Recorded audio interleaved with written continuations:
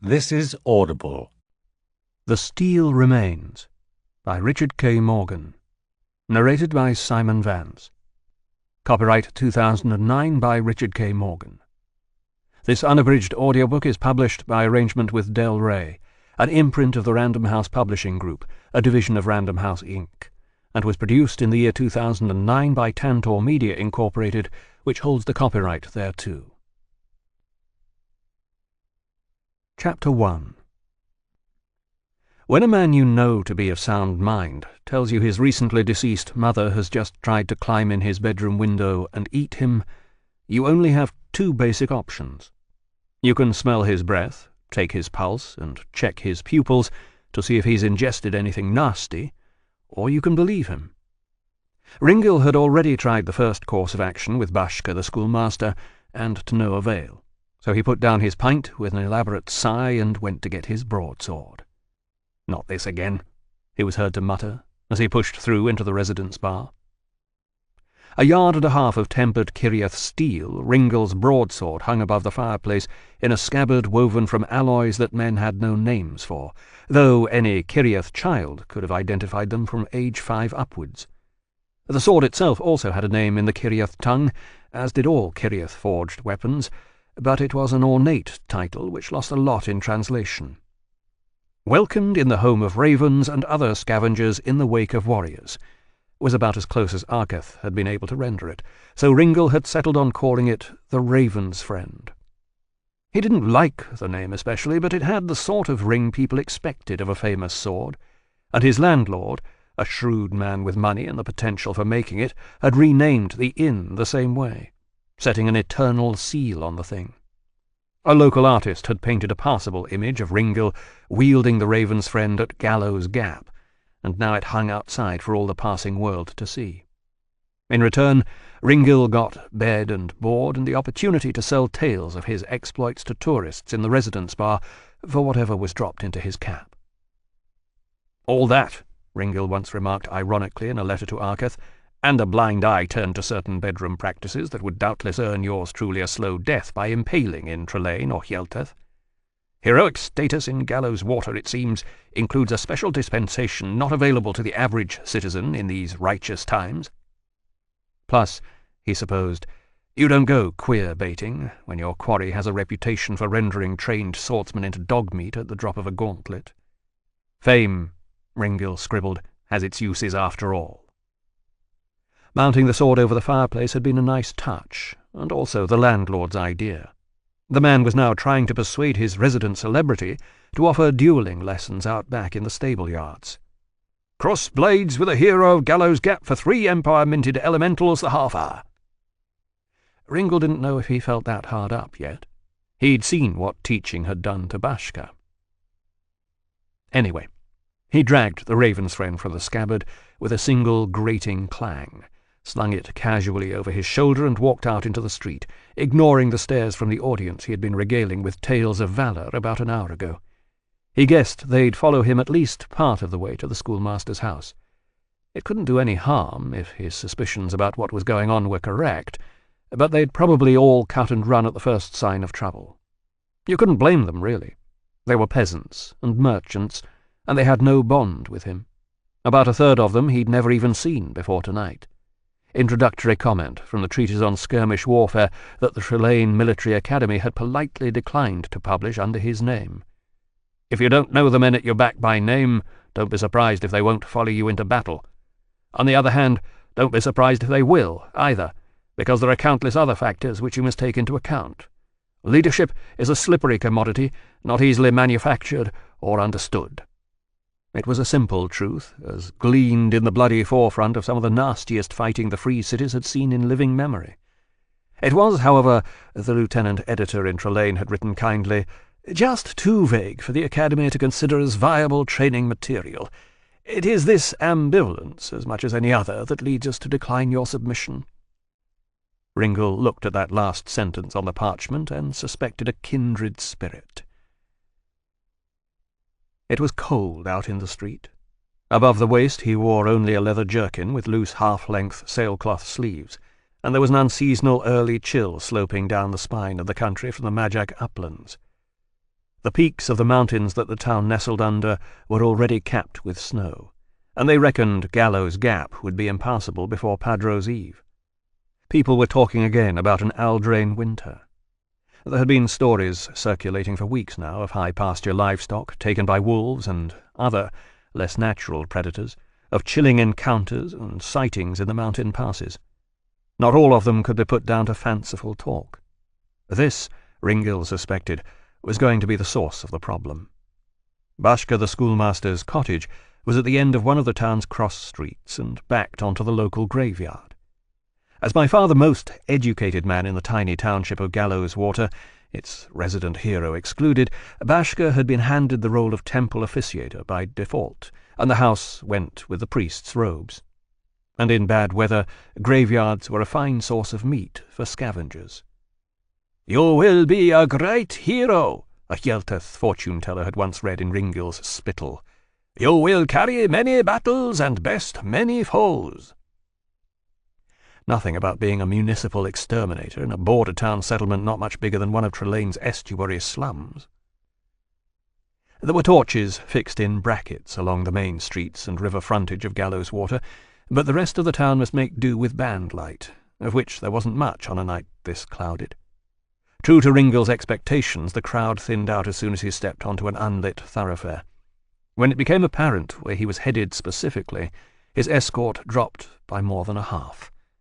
He reached the corner of Bashka's street, still trailing a loose group of about 6 or 8, but by the time he drew level with the schoolmaster's cottage, the door still gaping open the way its owner had left it when he fled in his nightshirt, he was alone. He cocked his head back to where the rubberneckers hovered at the far end of the street. A wry grin twitched his lips. "Samwell back now," he called. From among the graves, something uttered a low, droning cry. Ringil's skin goose-fleshed with the sound of it. He unshipped the raven's friend from his shoulder, and holding it warily before him, he stepped round the corner of the little house. The rows of graves marched up the hill where the town petered out against outcroppings of mountain granite. Most of the markers were simple slabs, hewn from the self-same stone as the mountain, and reflecting the locals' phlegmatic attitude to the business of dying. But here and there could be seen the more ornately carved structure of a Hjelteth tomb, or one of the cairns the northerners buried their dead under, hung with shamanistic iron talismans and daubed in the colours of the deceased's clan ancestry. As a rule, Ringil tried not to come out here too often. He remembered too many of the names on the stones, could put faces to too many of the foreign-sounding dead. It was a mixed bag that had died under his command at Gallows Gap, that sweltering summer afternoon 9 years ago, and few of the outlanders had family with the money to bring their sons home for burial. The cemeteries up and down this stretch of the mountains were littered with their lonely testimony. Ringil advanced into the graveyard, one bent-kneed step at a time. Clouds broke apart overhead, and the Kiriath blade glinted in the sudden smear of band light. The cry was not repeated, but now he could make out smaller, more furtive sounds. The sounds, he reckoned unenthusiastically, of someone digging. "You will be a great hero." Yeah, right. He found Bashka's mother, as it seemed, grubbing around in the dirt at the base of a recent headstone.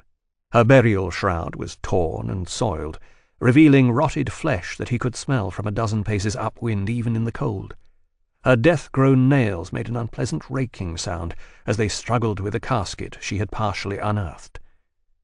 Ringil grimaced. In life, this woman had never liked him. As temple officiator and priest, her son was supposed to despise Ringil for a worthless degenerate and a corrupter of youth. Instead, as a schoolmaster and man of some education himself, Bashka turned out to be far too enlightened for his own good. His easy-going attitude to Ringil and the late-night philosophical debates they occasionally got into at the tavern earned him vitriolic reprimands from visiting senior priests.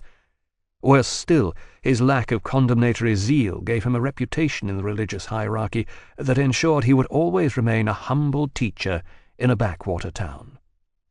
The mother, naturally enough, blamed the degenerate Ringil and his evil influence for her son's lack of advancement, and he was not welcome in the schoolmaster's house while she drew breath.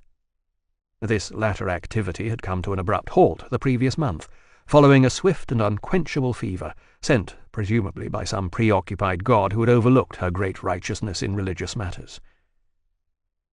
Trying not to breathe through his nose, Ringil tapped the flat of the raven's friend on a convenient grave to get her attention. At first she didn't seem to hear the noise it made, but then the body twisted wrenchingly around, and he found himself looking into a face whose eyes had long ago been eaten by whichever small creatures took care of that sort of thing. The jaw hung slack, most of the nose was gone, and the flesh of the cheeks was mottled and holed. It was remarkable that Bashka had even recognized her. "Come on out of there," said Ringil, readying his sword. It did. It came through the dead woman's rib-cage with a cracking, sucking sound. A corpse mite, fully a yard long, not counting the tendril appendages it had used to puppet the corpse's limbs. It was grey in hue, not unlike some species of smooth-skinned maggot, which its body in many ways resembled. The blunt snout of the thing ended in chomping jaws set with horny ridges which could shatter bone, and Ringil knew that the tail end looked much the same. Corpse mites didn't excrete their waste. They oozed it from pores along the slug-like body, a substance that, like their saliva, was lethally corrosive. No one knew where they came from. Folklore had it that they were originally lumps of witches' snot, hawked up and animated to voracious life by their evil owners for reasons that most of the tales were rather vague on. Authorized religion insisted variously that they were either ordinary slugs or maggots possessed by the souls of the evil dead, or demonic visitations from some cemetery hell where the spiritually unworthy rotted, fully conscious, in their graves.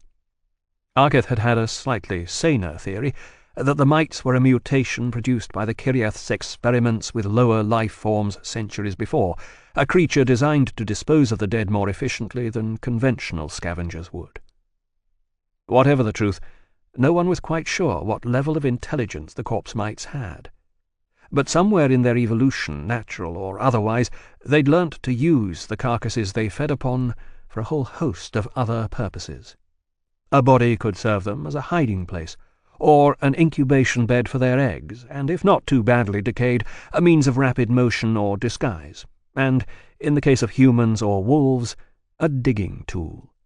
It was the use of human corpses that triggered the spate of zombie sightings throughout the northwest whenever the winters were hard. Ringil had occasionally wondered whether the corpse mites didn't also manipulate carcasses as a form of play. It was entirely his own macabre idea, conjured up when he first read about the creatures in accounts by travellers to the Kiriath wastes. After all, he reasoned to his father's librarian, a corpse mite's own secretions would eat through a wooden casket nearly as fast as a corpse's decaying hands could open it, so why else would they bother? The opinion of the librarian, and later of his father, was that Ringil was a very sick young man who ought to concern himself, as his elder brothers already did, with more natural pursuits like riding, hunting, and bedding the local wenches. His mother, who no doubt already had her suspicions, said nothing.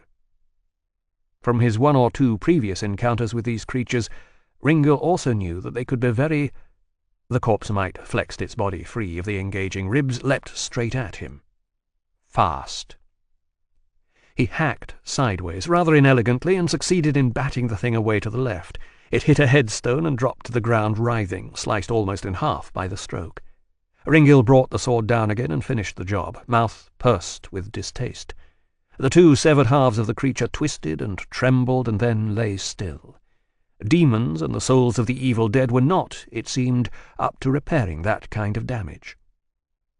Ringil also knew that corpse mites moved in groups. As the slimy filigree of a tendril appendage touched his cheek, he was already spinning around to face the next one. The drops of secretion burned, no time to wipe it off. He spotted the creature coiled on top of Yelteth tomb, skewered it on reflex. The tendrils recoiled, and the thing made angry, chittering noises as it died. Ringil heard a clatter of response from the other side of the tomb and saw movement. He stepped wide around the worked stone slab, saw the two smaller mites hauling themselves up out of the wreckage of a rotted coffin and its equally far-gone contents. A single downward blow sliced them both irreparably open, body fluids gushing like pale oil from the wounds. He did it again, just to be sure. The fifth mite landed on his back. He didn't think at all. In retrospect, he guessed it must have been pure revulsion that drove him. He dropped the sword with a yell, reached down to the fastenings of his jerkin, and tore them open with both hands. In the same motion he shrugged himself halfway out of the garment, while the corpse mite was still finding out that the leather was not his real skin. The jerkin sagged under the creature's weight, helped him to pull clear. The tendrils around his waist and over his shoulders were still creeping towards each other, and they didn't have time to tighten against the movement. His left arm came free, and he whirled like a discus thrower, hurling the bundle of jerkin and mite off his right sleeve and away among the headstones. He heard it hit something solid. Tendrils had touched him on the chest and back. Later he would find the wheels. Now he snatched up the raven's friend and stalked after his jerkin, eyes and ears open for any remaining members of the group.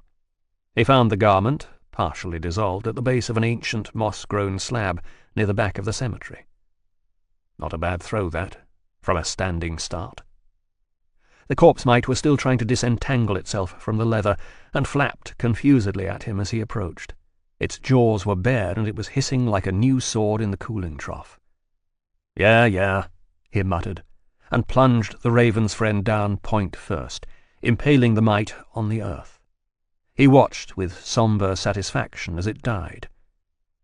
"That was clean on today, you little shit." He stayed among the graves long enough to start feeling the cold again, and to take a brooding interest in the slight but unmistakable paunch that was beginning to threaten the aesthetics of his narrow-hipped waist. No further corpse mites showed themselves. He took an uncontaminated shred of his jerkin as a rag and cleaned the body fluids off the raven's friend's bluish surfaces with fastidious care. Arketh had insisted the Kiriath blade was proof against all and any corrosive substances, but she had been wrong about things before. The final outcome of the war, to name but one. Then, finally, Ringil remembered that the creatures had touched him, and, as if on cue, the blisters they'd left began to burn. He rubbed at the one on his cheek until it burst, deriving a certain brutal amusement from the thin pain he got out of it. Not what you'd call a heroic wound, but it was all he'd have to show for the evening's exertions.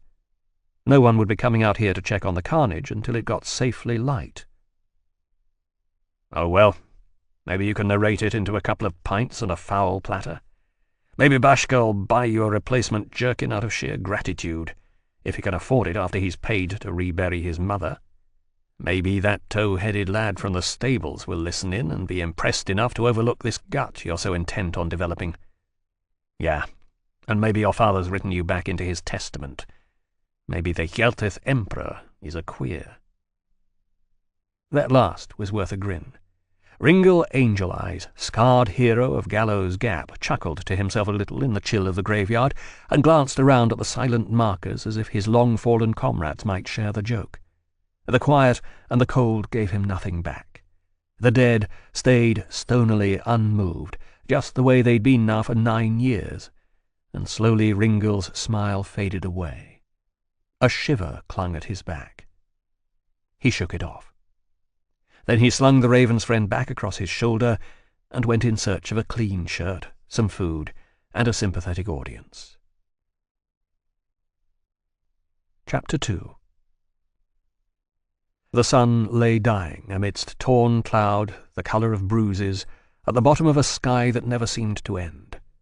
Night drew in across the grasslands from the east, turned the persistent breeze chilly as it came. "There's an ache to the evenings up here," Ringil had said once, shortly before he left. "It feels like losing something every time the sun goes down." Egar the Dragonbane, never very sure what his faggot friend was on about when he got into that kind of mood, still couldn't make sense of the words now, best part of a decade on. Couldn't think why he'd remembered them right now, either. He snorted, shifted idly in his saddle, and turned up the collar on his sheepskin coat. It was a reflexive thing. The breeze didn't really bother him. He was long past feeling the cold on the steps at this time of year. Yeah, wait till winter really gets here, and it's time to grease up. But the mannered, huddling gesture was part of a whole wardrobe of idiosyncrasies he'd brought home with him from Hjelteth and never bothered to unlearn. Just a hangover, just like the southern memories that stubbornly refused to fade, and the vague sense of detachment Lara had cited in council when she left him and went back to her family's yurt. Damn, I miss you, wench. He did his best to put some genuine melancholy behind the thought, but his heart wasn't in it. He didn't really miss her at all. In the last 6 or 7 years he must have sired close on a dozen squalling bundles, from the gates of Ishlin-Itchen to the Voronak tundra outposts in the northeast, and at least half the mothers had as close a place in his affections as Lara. The marriage had just never worked at the same level as the initial roll-in-the-summer-grass passion it was based on. In the council hearing for the separation, truth be told, what he'd felt mostly was relief. He'd offered only token objection, and that more so Lara wouldn't get more pissed off than she already was. He'd paid the settlement, and he'd been ploughing another Skaranak milkmaid within a week. They were practically throwing themselves at him anyway with the news that he was single again. Still, a little short of decorous, that one. He grimaced. Decorous wasn't a word he used. Wasn't his fucking word at all, but there it was, embedded in his head along with everything else. Lara was right. He should never have made the vows. Probably never would have done but for those eyes, as she lay in the dusk-lit grass and opened herself to him, the startling jade pupils that stabbed him through with memories of Imrana and her muslin-hung bedchamber. Yeah, those eyes. And those tits, my son. Tits she had on her old Uran himself would have sold his soul for. That was more like it. That was a thought for a Majak horseman's head. Fuck's sake, stop brooding, will you? Count your sky-given blessings. He scratched beneath his buffalo-hide cap with one hard-nailed finger and watched the twilit figures of Rooney and Clan as they prodded the herd back towards the encampment. Every buffalo he could see was his, not to mention the shares he held in the Ishlinak herds further to the west. The red and grey clan pennants he and the other two flew at the necks of their staff lances bore his name in Majak script. He was known throughout the steppes. Every encampment he went to, women fell at his feet with open legs. About the only thing he really missed these days were hot water baths and a decent shave, neither of which the Majak had a lot of use for. Couple of fucking decades ago, my son, you didn't have much use for them either. Remember that? True enough. 20 years ago, Egar's outlook, near as he could recall, wasn't much different to that of his clan fellows. Nothing wrong with cold water, a stoked communal sweat bath every few days, and a good beard. Not like these effete fucking southerners with their perfumed manners and woman-soft skins. Yeah, but 20 years ago you were an ignorant fuck. 20 years ago you didn't know your dick from a sword hilt. 20 fucking years ago. 20 fucking years ago, Egar was no different to the next wispy-chinned Majak buffalo herd boy. He'd seen nothing of the lands beyond the steppes, believed himself sophisticated because his elder brothers had taken him to Ishlin-Itchen to lose his virginity, and could not have grown a beard to save his life. He believed implicitly in what his father and brothers told him, and what they told him was basically that the Majak were the roughest, toughest drinkers and fighters on the planet, that of all the Majak clans the Skaranak were the hardiest, and that the northern grasslands were the only place any real man would even consider living. It was a philosophy that Egar disproved for himself, at least in part, one night in a tavern in Ishlin-Itchen a few years later. Attempting to drink away his father's untimely death in a stampede, he got into a childish fight with a swarthy, serious-eyed Imperial, a visiting Hjelteth merchant's bodyguard, it later turned out. The fight was largely Egar's fault. Childish was the adjective applied to it, and him, by the Imperial, who then went on to trounce him with an unfamiliar, empty-handed fighting technique and without drawing his sword. Youth and anger and the anaesthetic power of the drink kept Egar on his feet for a while, but he was up against a professional soldier for the first time in his life, and the result was a foregone conclusion. The third time he got knocked to the floor, he stayed there. Effete fucking southerners. Egar grinned in his beard, remembering. Right. The tavern owner's sons had thrown him out. Sobering up in the street outside, Egar was smart enough to know that the dark, serious warrior had chosen to spare his life, when he could, with all justification, have killed him outright. He went back in, bowed his head, and offered an apology. It was the first time he'd thought something through like that in his life. The Yeltith soldier accepted his contrition with a gracious foreign elegance, and then, with the peculiar camaraderie of fighting men who've just avoided having to kill one another, the two of them proceeded to get drunk together. On learning of Egar's loss, the man offered slightly slurred condolences, and then, perhaps shrewdly, a suggestion. "I have got," he enunciated carefully, "an uncle in Yeltith, a recruiter for the Imperial Levy. And the Imperial Levy, my friend, is pretty fucking desperate for manpower these days. It's the truth. Lot of work down there for a young man like you, doesn't mind getting in a scrap. Pay's good. The whores are fucking unbelievable. I mean that, they're famous. Yeltith women are the most skilled at pleasing a man in the known world. You could have a good life down there, my friend. Fighting, fucking, getting paid." The words were among the last things Egar clearly remembered from that end of the night. He woke up 7 hours later, alone on the tavern floor with a screaming head, a vile taste in his mouth, and his father still dead.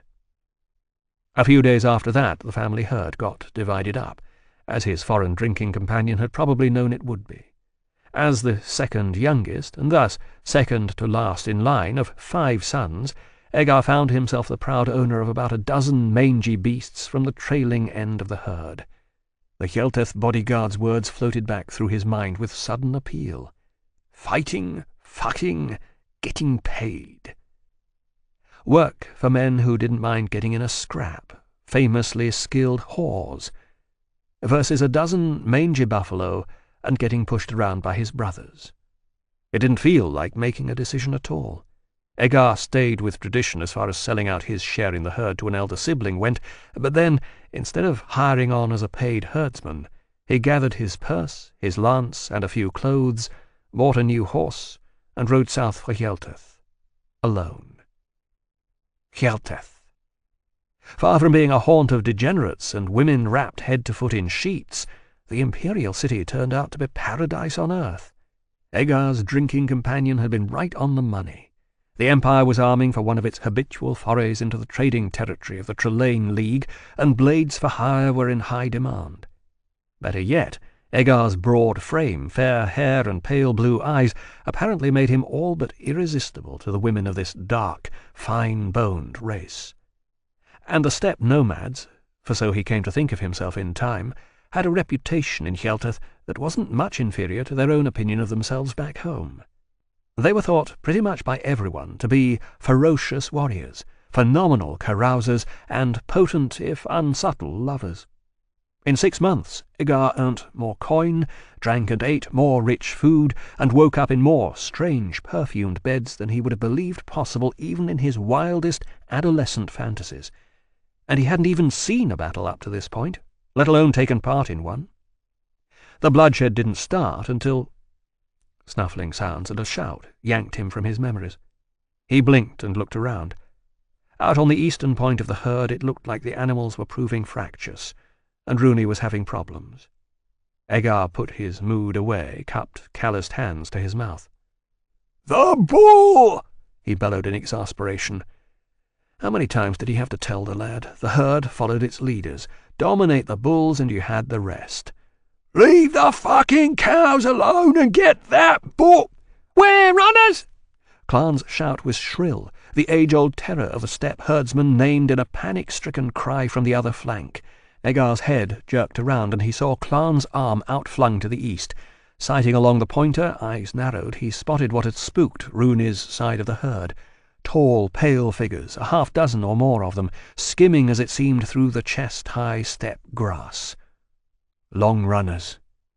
Rooney saw them too, and drew himself up crossways to cover the herd, but by now his mount had snuffed the runners too, and would not hold.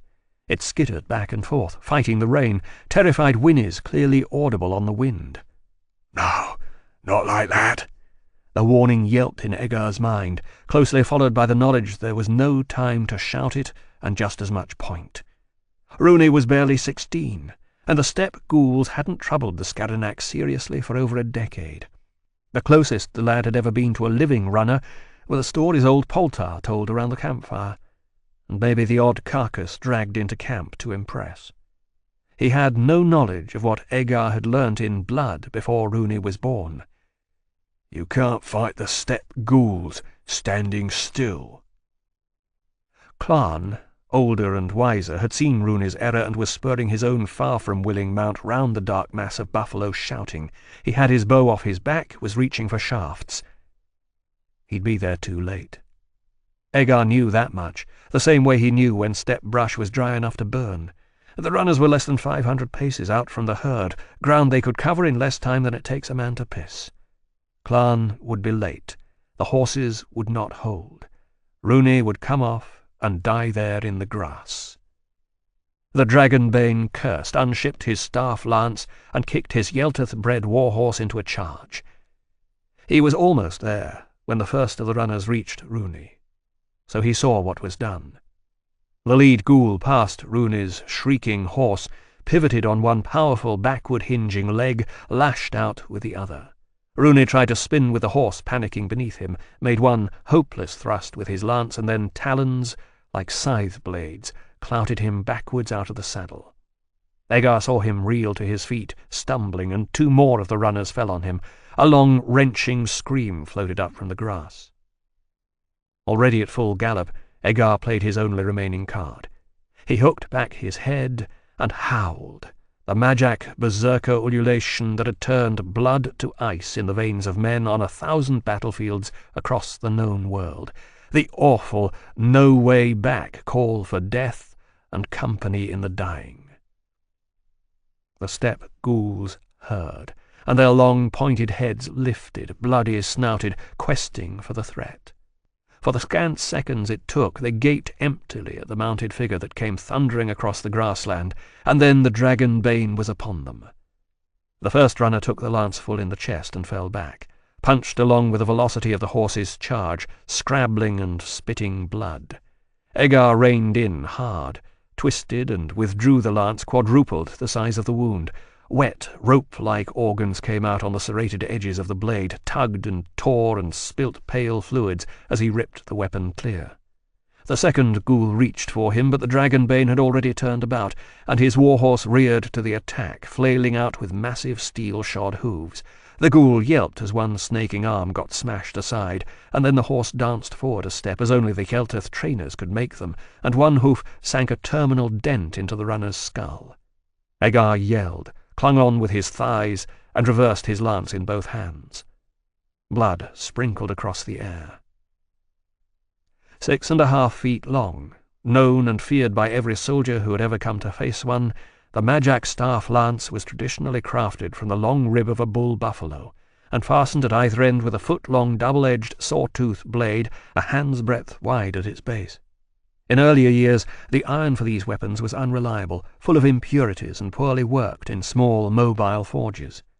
Later, hired as mercenaries by the Trelane League, the Majak learnt the technology for a steel that would match their own ferocious instincts in battle, and the lance shafts came to be made of Neum forest wood, specifically shaped and hardened for the purpose.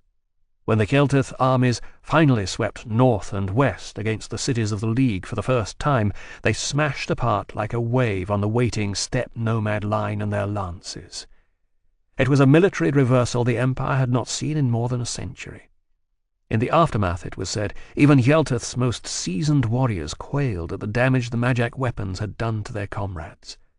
At the Battle of Main's Moor, when leave was given to retrieve the bodies of the slain, fully a quarter of the Imperial conscript force deserted amidst stories that the Majak berserkers had eaten pieces of the corpses. A Yelteth historian later said of the carnage on the moor that such scavenging animals that came fed in an agitated state, fearing that some mightier predator had already fallen on the carpet of meat and might yet fall on them.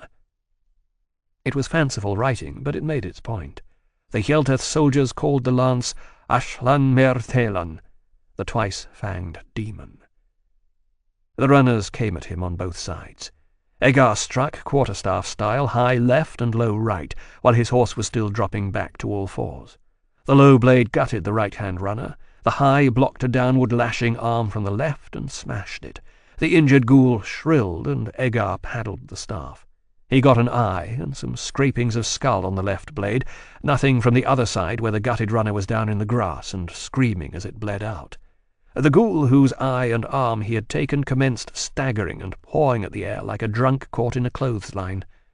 The rest— sudden, familiar hissing, a solid thunk, and the injured creature shrilled again as one of Clan's steel-headed arrows jutted abruptly out of its chest.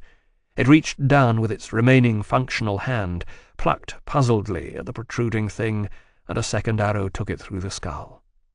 For a moment it clawed up at the new injury, and then its brain caught up with the damage, and the long pale body crashed into the grass beside its gutted companion. Egar counted 3 more ghouls, hunkered down and hesitating on the other side of Rune's body. They seemed unsure what to do. With Clan nudging his horse in from the side, a fresh arrow knocked, and at his eye the odds had tipped. No one Egar had met, not even Ringil or Arketh, knew if the long runners were a race with the reasoning powers of men or not. But they had been harrying the Magic and their herds for centuries, and the two sides had each other's measure. Egar dismounted into sudden quiet. "If they move," he told Clan. Hefting his lance in both hands, he stalked through the grass towards Rune and the creatures that wanted him. Behind his unmoving features, in the pit of his stomach, he felt the inevitable worm of fear. If they rushed him now, Clan might have time to put 2 shafts in the air at most, and the runners stood close to 3 yards tall when they cared to. He'd just given away his advantage. But Rune was down, bleeding into the cold steppe earth, and every second he lay there meant the difference between reaching the healers in time and not. The ghouls shifted in the sea of grass, hunched white backs like the whales he'd once seen sounding off the Trelane coast. Their narrow-fanged faces hovered at the end of long skulls and muscular necks, watching him slyly. There might be another one crouched prone somewhere, as he had seen them do when stalking. He could not remember now how many he'd counted in that first glimpse. It seemed suddenly colder. He reached Rune, and the chill gripped him tighter. The boy was dead, chest and belly laid open, eyes staring up at the sky from his grimy face. It had at least been quick. The ground around him was drenched with the sudden emptying of blood from his body. In the fading light it seemed black. Egar felt the pounding come up through the soles of his feet like drums. His teeth clenched and his nostrils flared with it. It swelled and washed out the chill, exploded through the small spaces in his throat and behind his eyes. For a moment he stood in silence, and it felt as if something was rooting him to the ground. His eyes snapped up to the 3 steppe ghouls in the gloom ahead of him. He lifted his lance in one trembling hand and threw back his head and howled. Howled as if it might crack the sky, might reach Rune's soul on its path along the sky road, sunder the band he walked on, and tumble him back to earth again. Time ceased. Now there was only death. He barely heard the hiss of Clan's first arrow past his flank, as he stormed toward the remaining runners, still howling. Chapter 3. The window shattered with a clear, high tinkling, and whatever had come through it thumped hard on the threadbare carpet in the centre of the room. Ringil shifted in the disarray of bed linen and forced one eye open. The edges of the broken glass glinted down at him in sunlight far too bright to look out directly in his present condition. He rolled over on his back, one arm pawing about on the bed for his companion of the night before. His hand encountered only an expanse of patchily damp sheet. The boy was gone, as they usually were well before the sun came up. His mouth tasted like the inside of a dueling gauntlet, and his head, it dawned on him slowly, was thumping like a magic war drum. Padro's Day. Hurrah! He rolled back over and groped around on the floor beside the bed until his fingers brushed a heavy, irregularly shaped object. Further exploration proved it to be a stone, wrapped in what felt like expensive parchment. He dredged it up to his face, confirmed what his fingers had told him, and unravelled the paper. It was a carelessly torn piece of a larger sheet, scented and scrawled with words in Trelane script. "Get up." The writing was familiar. Ringil groaned and sat up amidst the sheets. Wrapping himself in one of them, he clambered off the bed and stumbled to the newly broken window. Down in the snow-sprinkled courtyard, men sat on horses, all dressed in steel cuirasses and helmets that winked mercilessly in the sun. A carriage stood in their midst, curved lines in the snow marking where it had turned to a halt. A woman in fur-lined hood and Trelane robes of rank stood by the carriage, shading her eyes as she looked up. "Good afternoon, Ringil," she called. "Mother." Ringil suppressed another groan. "What do you want?" "Well, I'd say breakfast, but the hour is long gone. Did you enjoy your Padro's Eve?" Ringil put a hand to one side of his head, where the throbbing seemed to be worse. The mention of breakfast had thrown an unexpected flip into his stomach. "Look, just stay there," he said faintly. "I'll be down in a moment. And don't throw any more stones. I'll have to pay for that." Back inside the room, he sank his head into the bowl of water beside the bed, rubbed his hair and face with it, scrubbed the inside of his mouth with a scented dental twig from the jar on the table, and went about locating his discarded clothes. It took longer than you would have expected for a room that small. When he was dressed, he raked his long, fine black hair back from his face, bound it with a piece of dour grey cloth, and let himself out onto the landing of the inn. The other doors were all securely closed. There was no one about. Most of his fellow guests were doing the civilized thing and sleeping off the Padro's Day festivities.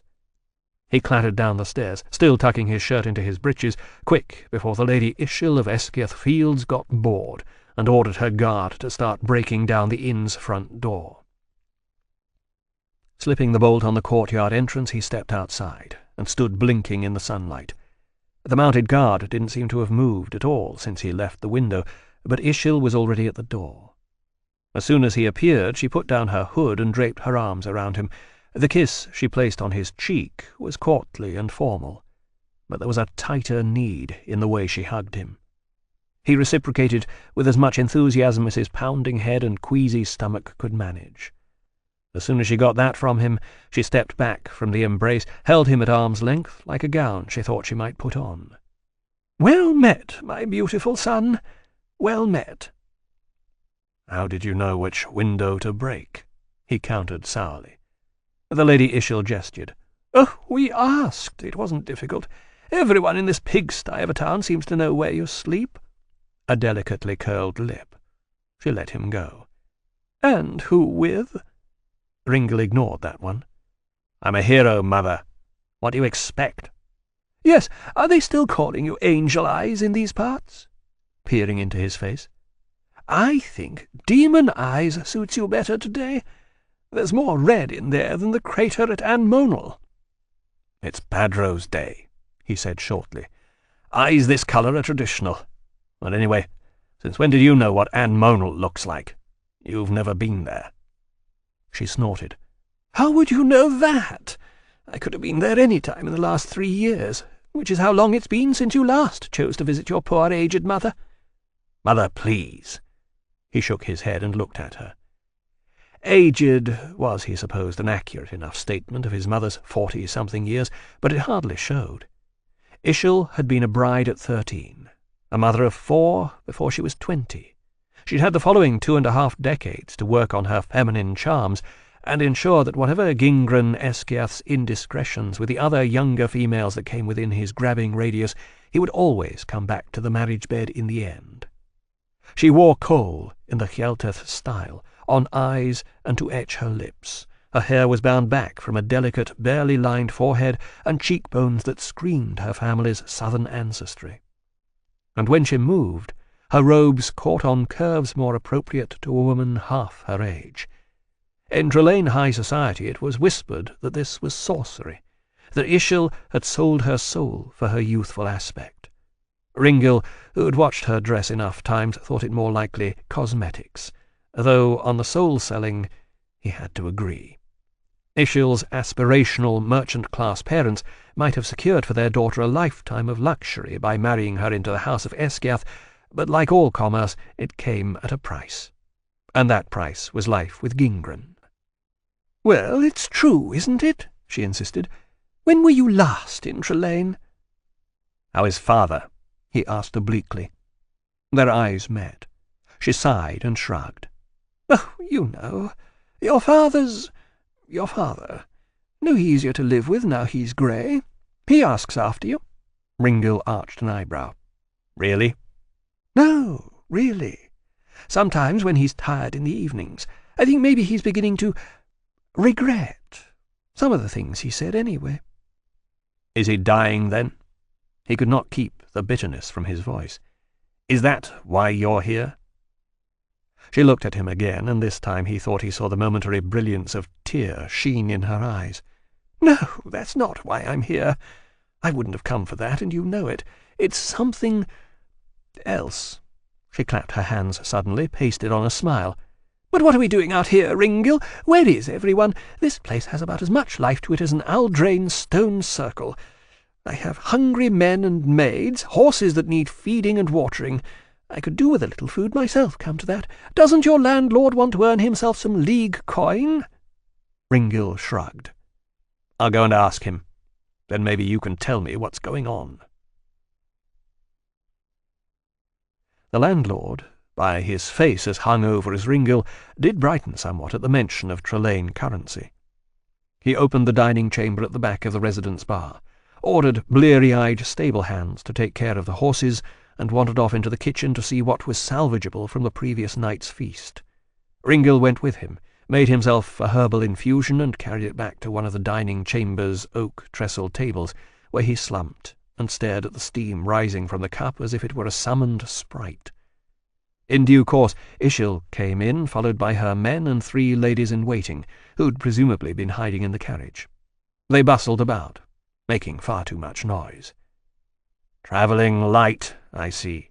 "Oh, Ringil, be quiet." Ishil settled herself on the other side of the table. "It's not my fault you drank too much last night." "No, but it's your fault I'm awake this early dealing with it." One of the ladies-in-waiting tittered, then flushed into silence as Ishil cut her an icy glance. Ringil sipped at his tea and grimaced. "So you want to tell me what this is about?" "Could we not have some coffee first?" "It's coming. I don't have a lot of small talk, Mother." Ishil made an elegant gesture of resignation. "Oh, very well. Do you remember your cousin Sherin?" "Vaguely."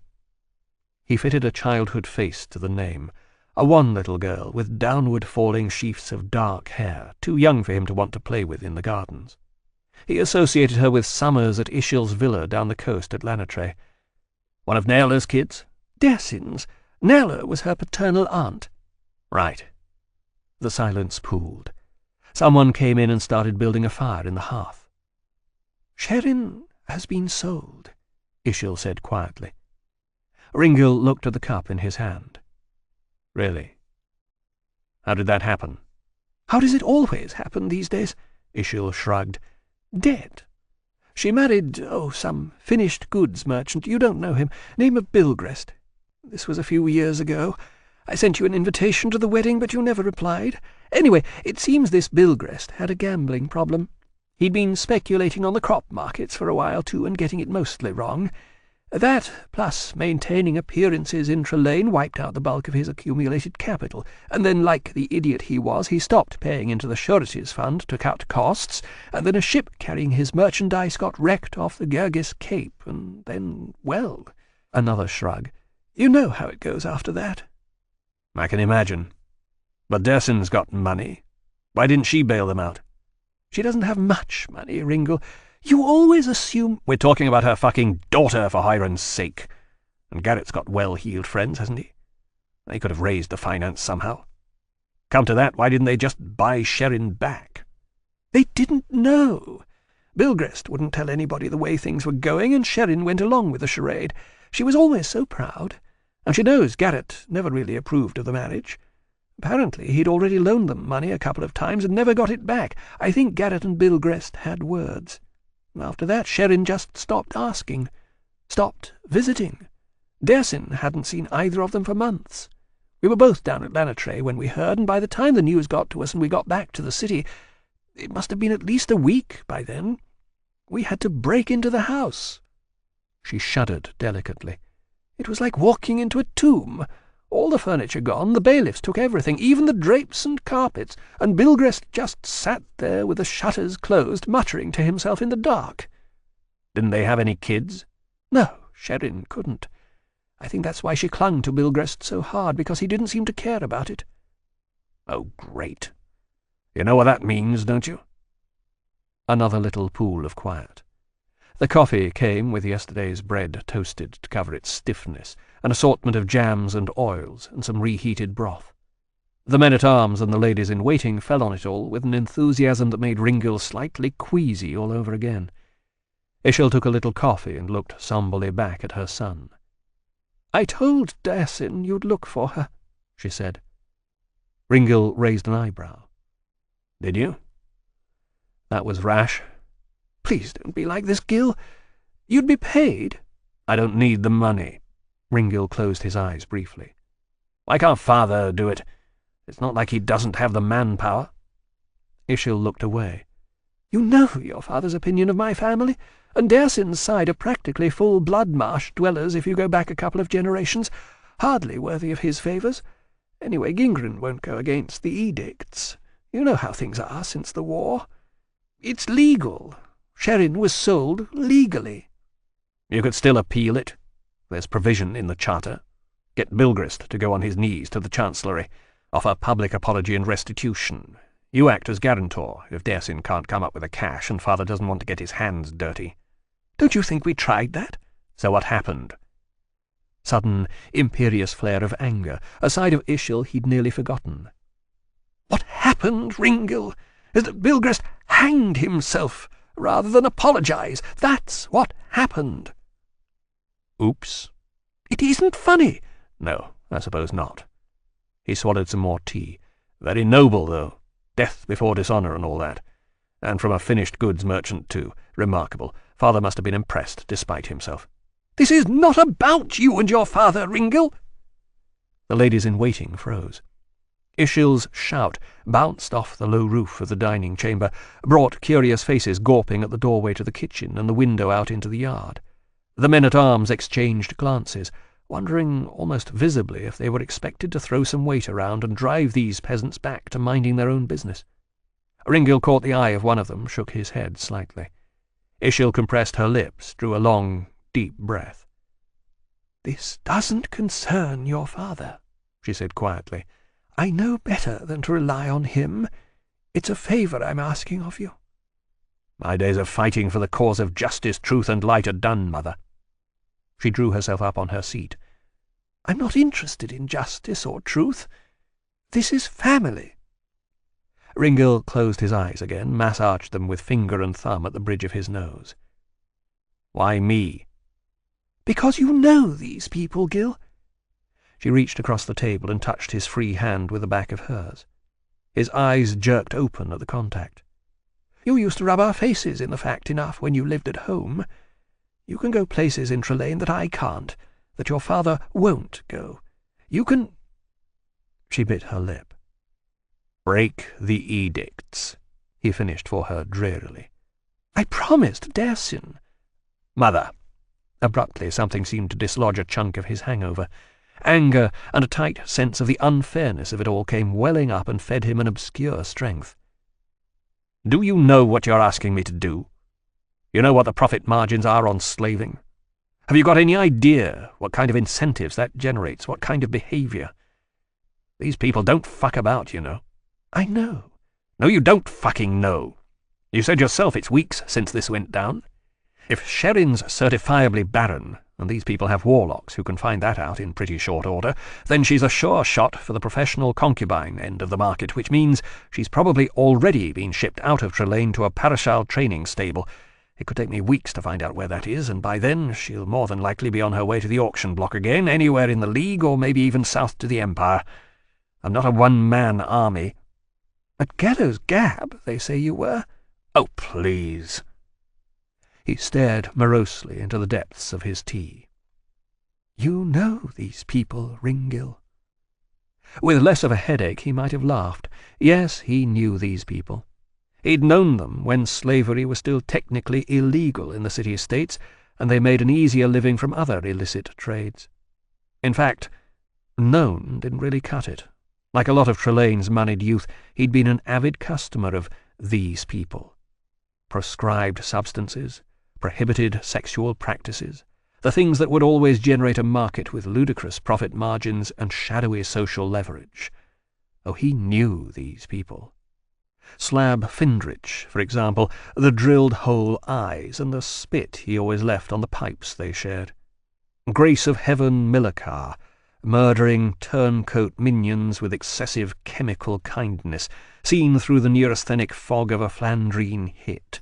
It hadn't seemed so bad, had in fact quite appealed to a louche adolescent irony Ringil was cultivating at the time.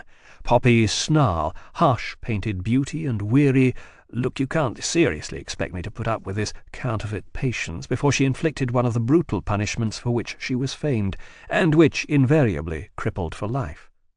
He'd gone down on her once, Oiron alone knew why, but it seemed like a good idea at the time, and he went home after, with the unaccustomed scent of woman on his mouth and fingers, and a satisfyingly complete sense of self-soiling. Snarl and Findrich had both dabbled in the slave trade even when it was frowned upon, and both had rhapsodized about what could be achieved in that sector if the lawmakers would just loosen up a little and open the debt market once and for all. By now, they'd be up to their eyes in it. Suddenly he was wondering how Grace of Heaven looked these days.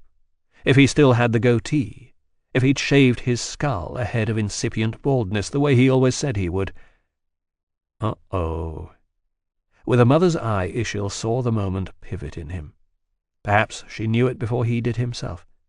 Something changed in her face, a barely perceptible softening of the cold-defined features, like an artist's thumb rubbing along sketch lines he'd drawn too harshly. Ringil glanced up and caught it happening. He rolled his eyes, made a long-suffering face. Ishil's lips parted. "No, don't." He held up an advisory hand. "Just don't." His mother said nothing, but she smiled. It didn't take long to pack. He went up to his room, tore through it like an irritable whirlwind, and flung a dozen items into a knapsack. Mostly it was books. Back down in the residence bar, he retrieved the Raven's Friend and the Kiriath's Scabbard from their place above the fireplace. By now there were people about, tavern staff and guests both, and the ones who knew him gaped as he took the sword down. The scabbard felt strange as he hefted it. It was the first occasion in a long time that he'd unpinned it from the mountings. He'd forgotten how light it was. He pulled about a hand's breadth of blade free, held it up to the light, and squinted along the edge for a moment before he realized there was no real purpose to the action and he was just posturing. His mood shifted minutely. A tiny smile leaked from the corner of his mouth, and with it came a gathering sense of motion he hadn't expected to feel. He parked scabbard and sword over one shoulder, held his knapsack dangling in the other hand, and wandered back to the dining chamber, where they were clearing away the remains of Ishil's entourage's food. The landlord stopped with a tray in each meaty hand and added his gape to the collection. "What are you doing?" he asked plaintively. "Change of scenery, Jesh." Ringil shifted the knapsack up onto his other shoulder and clapped the man briskly on one apron-swathed flank. It was like patting a side of ham. "I'm taking a couple of months off. Going to winter in Trelane. Should be back well before the spring." But, Jesh scrabbled for purchase and a measure of politeness. "I mean, what about your room?" "Oh, rent it, if you can." The politeness started to evaporate. "And your tab?" "Ah, yes. Ringil lifted a finger for a moment's indulgence and went to the door into the courtyard. "Mother?" They left Jesh at the door, counting the money with less enthusiasm than the amount involved should have warranted. Ringil followed Ishil's regal trail to the carriage and swung himself up into the unaccustomed luxury of the interior. Woven silk panelling on the inside of walls and door, glass in the windows, a small ornate lantern slung from the roof, a profusion of cushions scattered across two facing bench seats, broad and long enough to serve as beds, padded footrests tucked underneath, a hamper on the floor in one corner along with flasks and goblets. Ishil leaned herself into one corner and sighed with relief as the last lady-in-waiting scrambled aboard. "At last! What you see in this place, Ringil, I'll never understand. I'll swear none of those people have bathed properly in a week." He shrugged. She wasn't far out. Heated baths were an out-and-out luxury in places like Gallows Water, and this time of year bathing down at the river was fast becoming an unattractive proposition. "Well, Mother, it's the common herd, you know. Since the League implemented the bathhouse tax, they've just lost all interest in personal hygiene." "Ringil, I'm just saying—" "Yeah, well, don't. These people are my friends." A thought struck him, the meagre grain of truth at the centre of the lie. He stopped the lady-in-waiting as she tried to close the door. He hooked a hold of the top edge of the door, leaned out and forward, and just managed to prod the coachman's booted calf. The man jumped and raised a fist clenched around a whip-butt as he looked round for the source of the affront. When he saw who'd touched him, the arm dropped as if severed, and he went white. "Oh, God, your worthiness, I'm so sorry," the words choked out of him. "I didn't mean... That is, I thought... Please, I'm so sorry." Your worthiness? That was going to take some getting used to again. Right, don't let it happen again." Ringil gestured vague directions with his free hand. "Look, I want you to swing by the graveyard on the way out of town. There's a blue house there on the corner. Stop outside." "Yes, your worthiness." The man couldn't get himself back round to face the horses fast enough. "Right away, sir. Right away." Ringil hinged back into the carriage and pulled the door closed. He ignored his mother's inquiring look, and finally, when they'd clattered out of the courtyard and picked up the street, she had to ask, "And why are we going to the graveyard exactly?" "I want to say goodbye to a friend." She did one of her little wearied inhalation tricks, and he was shocked at how completely it translated him back over a decade to his teens. Caught once more creeping into the house through the servants' quarters at dawn, mingling with the maids, Ishil standing at the top of the kitchen stair in her dressing-gown, arms folded, face scrubbed pale and clean of make-up, severe as an angered witch-queen. "Gil, must we be so painfully melodramatic?" "Not a dead friend, Mother. He lives next to the graveyard." She arched one immaculately groomed eyebrow. "Really? How absolutely delightful for him." The carriage trundled through the barely waking town. When they reached Bashka's house, the storm door was pulled closed across the front entrance, which usually meant the schoolmaster was still in bed. Ringil jumped down and went round the back through the graveyard. Frost crunched underfoot in the grass and glistened on the stone markers.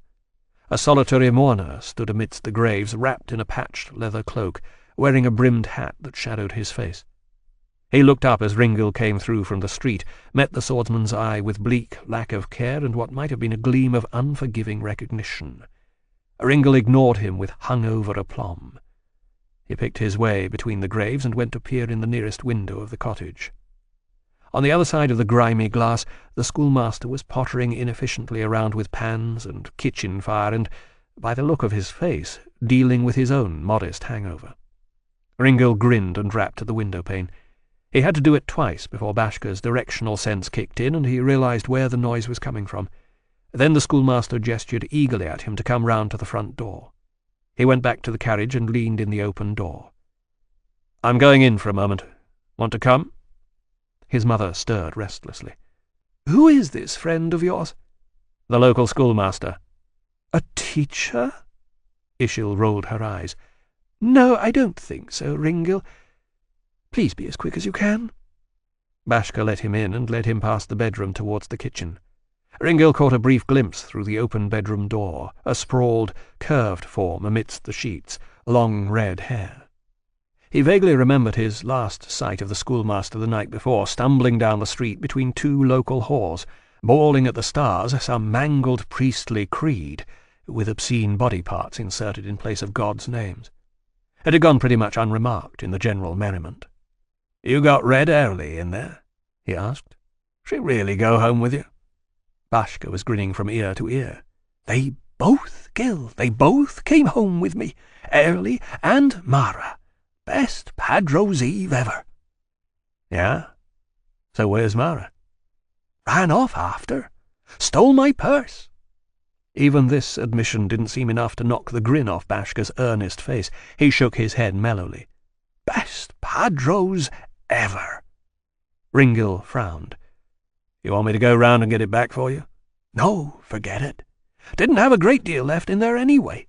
He shook his head like a dog shaking off water, made shivering noises. "And I think it's fair to say the maid earned every minted piece." Ringil grimaced at the epithet maid attached to Mara. "You're too soft, Bash. Mara never would have pulled something like that with any of her regulars. Not in a town this small, she wouldn't dare." "It doesn't matter, Gil. Really." Bashka sobered briefly. "I don't want you to do anything about it. Leave Mara alone." "You know, it was probably that little shit Feg put her up to it. I could—" "Gil." Bashka looked at him reproachfully. "You're spoiling my hangover." Ringil stopped, shrugged. "Okay, your call. So, do you need some quick cash, then, to get you through till the holiday's over?"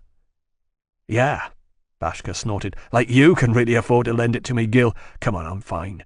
Always set a bit aside for Padros, you know that." "I've got money, Bash. Someone just hired me. Blade contract, paying gig, you know. I've got the cash if you want it." "Well, I don't want it." "All right. I was just asking." "Well, stop asking, then. I told you I'm fine." Bashka hesitated, seemed to sense the real reason for Ringil's visit. "So, you going away? With this blade contract, I mean?" "Yeah, a couple of months. Be back before you know it. Look, really, if you need the money, it's not like you haven't bailed me out in the past, and—" "I told you I'm fine, Gil. Where are you going?" "Trelane. Points south, maybe." Suddenly he didn't feel like explaining it all. "Like I said, be back in a few months. It's no big thing." "Going to miss you? Midweek nights?" Bashka mimed, moving a chess piece. "I'll probably have to go play Brunt up at the forge. Can just imagine what those conversations are going to be like." "Yeah, I'll miss—" He stumbled on it, old shards of caution even here. "Our conversations, too." "No, you won't." The realization lit up like a crumpled paper tossed into the fire. Bright lick of flame and a twisting, sparkling away that ached briefly, and then was gone. "You're not going to miss your nights of chess and chat with Bashka here, Gil, and you know it." And he did know it. Knew that in the upriver districts of Trelane, company twice as sophisticated as the schoolmasters could be had at pretty much any coffee-house you cared to step into. Knew also that, despite Bashka's kindness and the few topics of common interest they had, the man was not, and never really had been, his friend. Not in any sense that mattered. It hit him then, for the first time really, through the stubborn ache in his head, that he really was going back. And not just back to blade work. That was an old quickening already touched, like checking coin in your purse and then tamped away again in the pulse of his blood. That wasn't it. More than that, he was going back to the brawling, bargaining human sprawl of Trelane and all it meant. Back into the heated womb of his youth, back to the hothouse dilettante climate that had bred and then sickened him, back to a part of himself he'd thought long rooted out and burnt in the charnel days of the war. "Guess not, Gil." He made his farewells to the schoolmaster, clowned his way out with a wink at the bedroom door, got away as fast as he decently could. He hauled himself into the carriage, sank into a corner in silence. The eager coachman cracked his horses into motion. They pulled away through the quiet streets, past the town limits and low wooden watchtowers, up the high road along the foothills below the mountains and Gallows Gap, westward towards the forests and the Neum Plain and the sea beyond, westward to where Trelane waited for him in shimmering splendour on the shore, sucking at him, now the image was planted in his mind, even from here. Ringil stared out of the window at the passing scenery. "So how was he?" Ischel asked at last. "Your teacher friend?" "Hung over and broke from whoring. Why do you ask?" Ischel sighed with elaborate disdain and turned her face pointedly to stare out of the other side of the carriage. The coach bumped and rattled along. The ladies in waiting smirked and glanced and talked amongst themselves about clothes. The new knowledge sat beside him like a corpse no one else could see.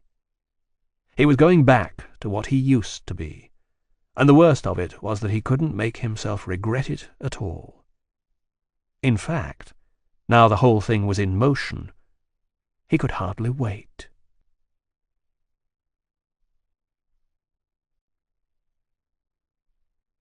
Chapter 4. "Bring me Arketh." The summons went out from the throne room like a circular ripple from the flung stone of the Emperor's command. Courtiers heard, and each, competing for favour, gave hurried orders to their attendants, who spread in turn through the labyrinthine palace in search of the lady Kyr Arketh. The word passed from attendants to servants, and from servants to slaves, as the entire pyramid of authority turned its attention to this sudden diversion from the day-to-day drudgery of palace life. Serpent rumour coiled outward alongside the bare instruction, placing the tone in the Emperor's voice somewhere between irritation and anger, a vocal spectrum which everyone at court, including even quite senior invigilators, had learnt in recent years to treat with acute alarm. Best for all concerned, then, that Arketh presented herself at speed.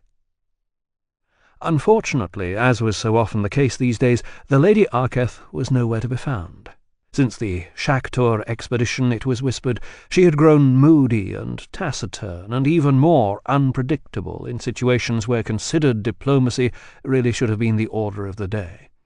She was given to prowling the corridors of the palace and the streets of the city at odd hours, or disappearing into the eastern desert alone for weeks on end, equipped, they muttered, with rations of food and water that verged on the suicidal.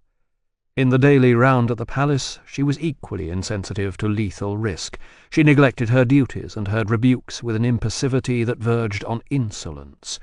Her days at court, it was said, were numbered. "Bring me Arketh." The unfulfilled command echoed and lapped at the palace walls where they surrounded the outermost of the imperial gardens. Several among the courtiers began to panic.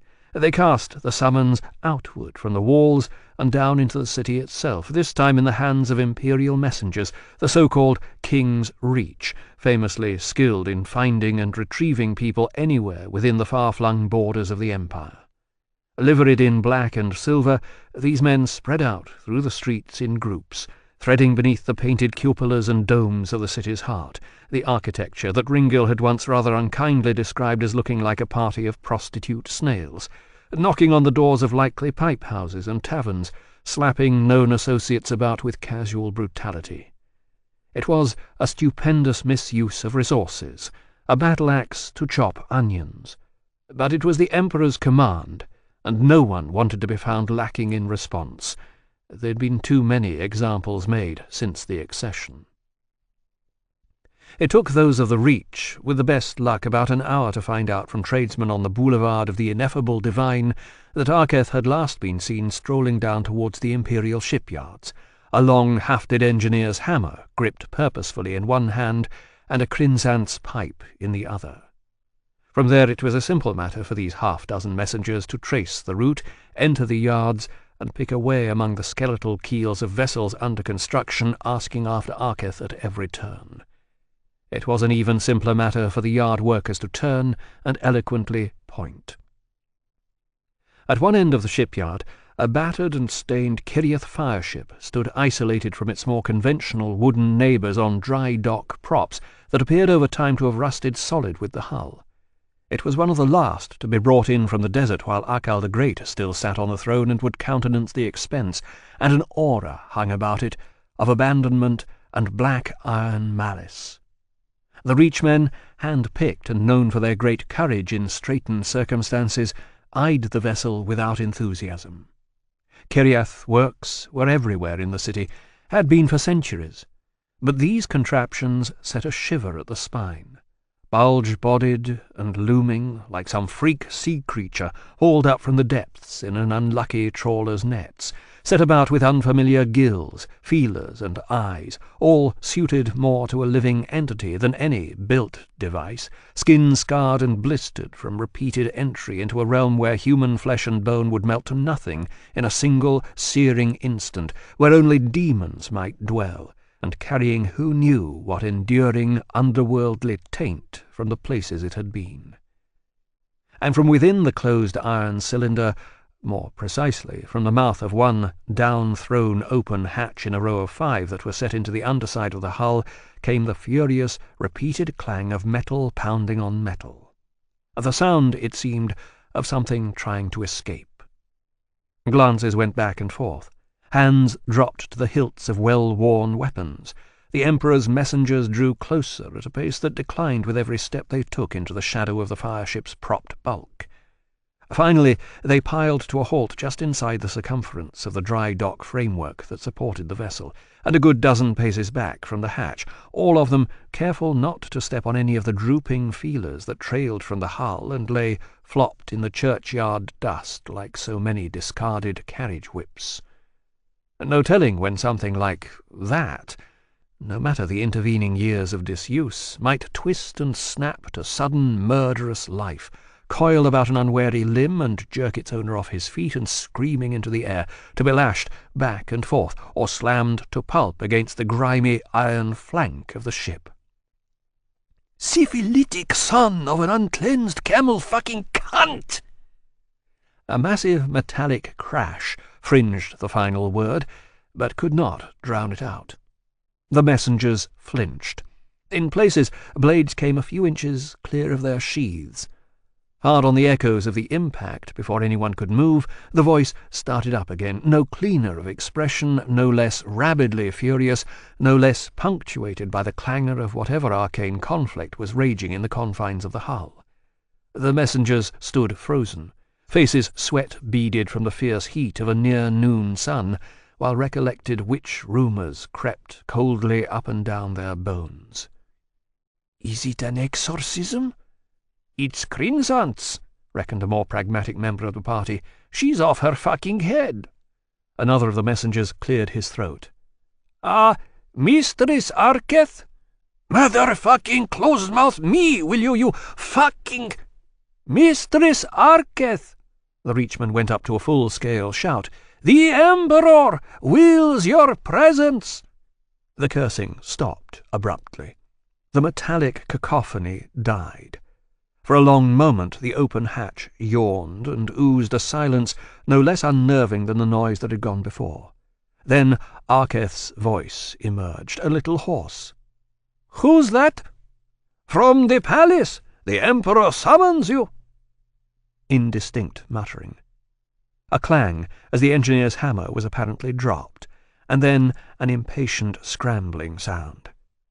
Moments later, Arketh's ebony head emerged upside down from the hatch, thickly braided hair in stiff disarray around her features. She grinned down at the messengers, a little too widely. "All right," she said. "I've done enough reading for one day." By the time they got back to the palace, the Kryn come-down had hit, and the Emperor was waiting in the Chamber of Confidences, a fact whose significance was not lost on the ushering courtiers Arketh encountered en route. She saw the glances they exchanged as she passed them. The Chamber of Confidences was a tented raft of rare woods and silks, anchored in the centre of an enclosed pool 50 yards across and windowed only from above. Water cataracted down the cunningly sculpted marble walls at the circumference of the chamber, rendering eavesdropping an impossibility, and the waters of the pool were stocked with a species of highly intelligent octopi who were fed regularly on condemned criminals.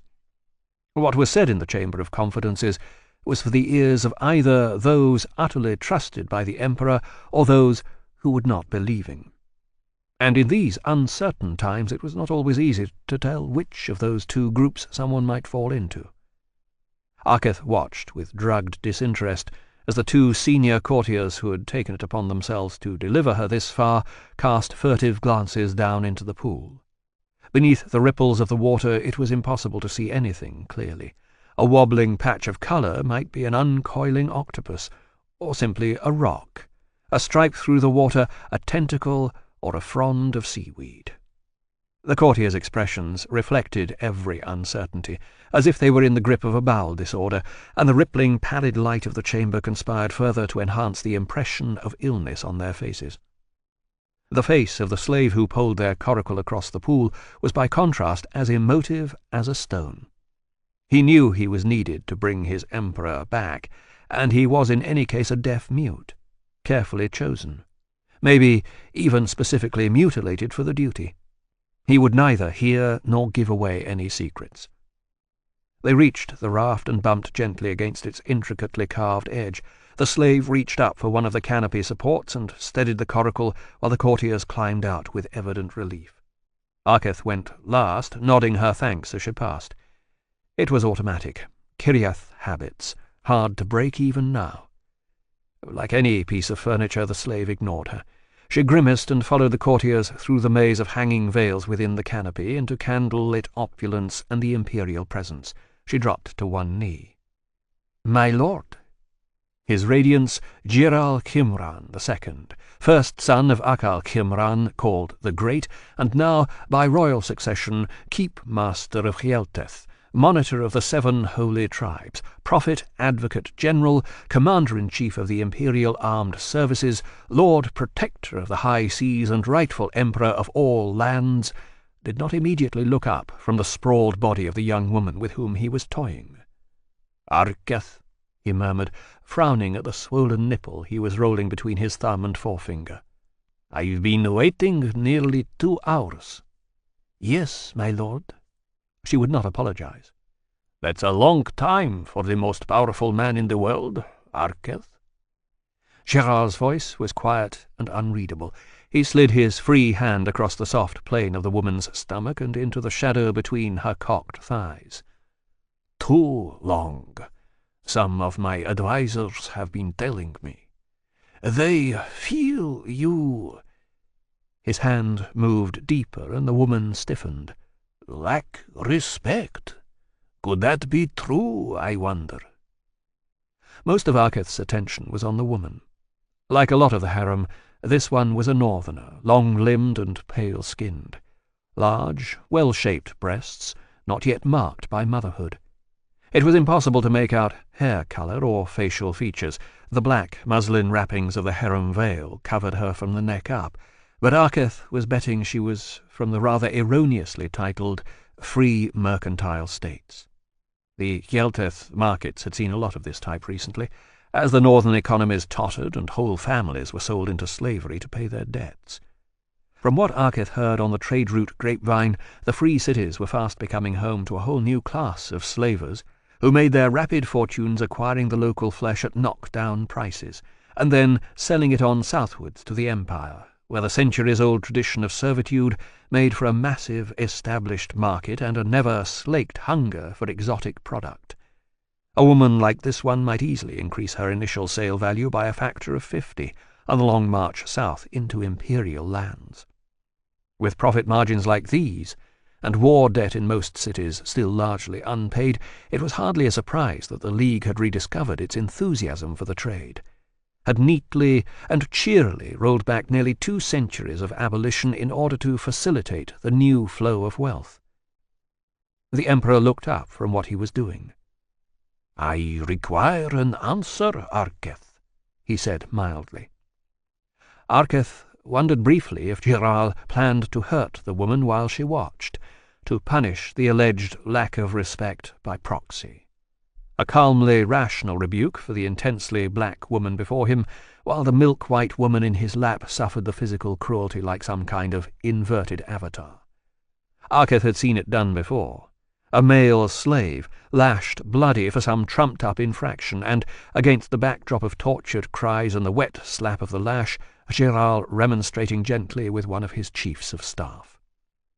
He was not, and would never be, the warrior his father had been, but Giral had inherited the same shrewd intelligence, and with it a depth of court-bred sophistication that Akal Khimran, always in the saddle at one end of his empire or the other, had never troubled to develop.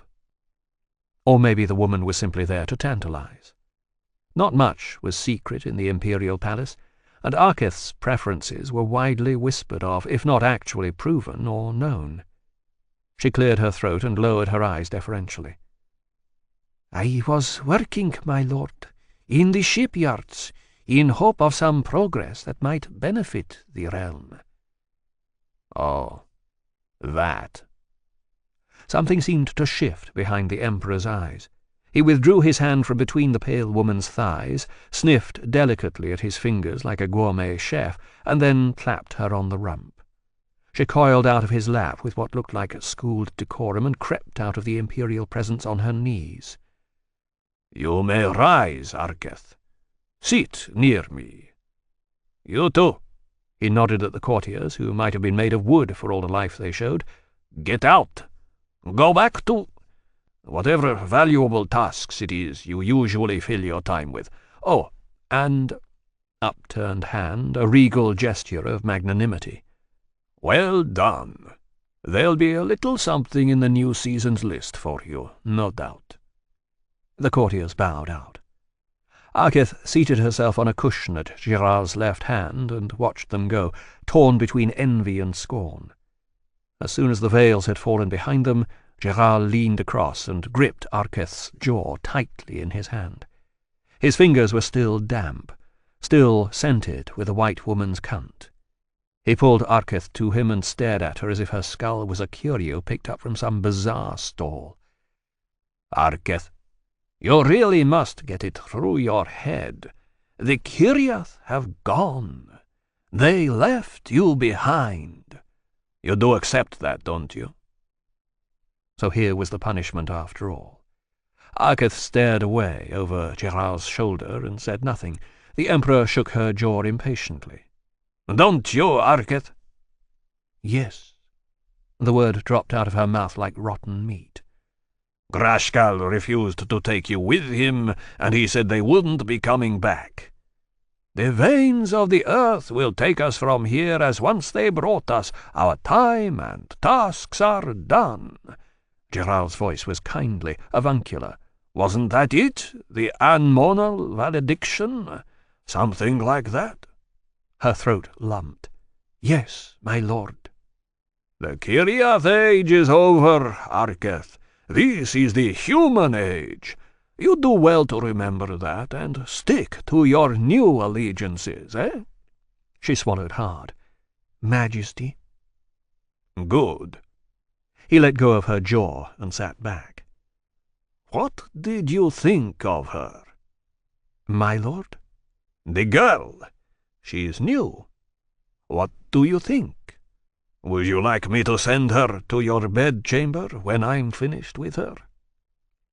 Arketh forced down the scolding behind her eyes and managed a dry, self-possessed voice.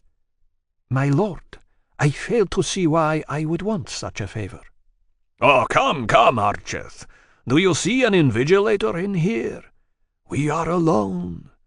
And worldly, you and I, soaked through with the storm of education and experience this world has given us."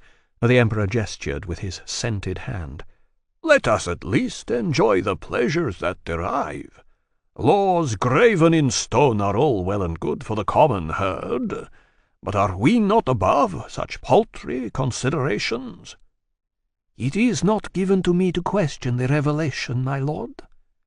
A swift borrowing of the prophet's words, weighty with the echo, and solid coin as a result. Giral looked miffed. "Certainly not, Arketh. To none in the material realm is it given. But consider, as even the Ashnal interpretations do, that there must surely be compensation for the burden of leadership, a loosening of ties intended for governance of those less able to govern themselves. Come, I shall send the girl to you as soon as you return." "Return, my lord?" "Oh, yes. I'm sending you to Kangset. It seems there's been some disturbance there, some kind of reavers. The reports are rather incoherent." Arketh blinked.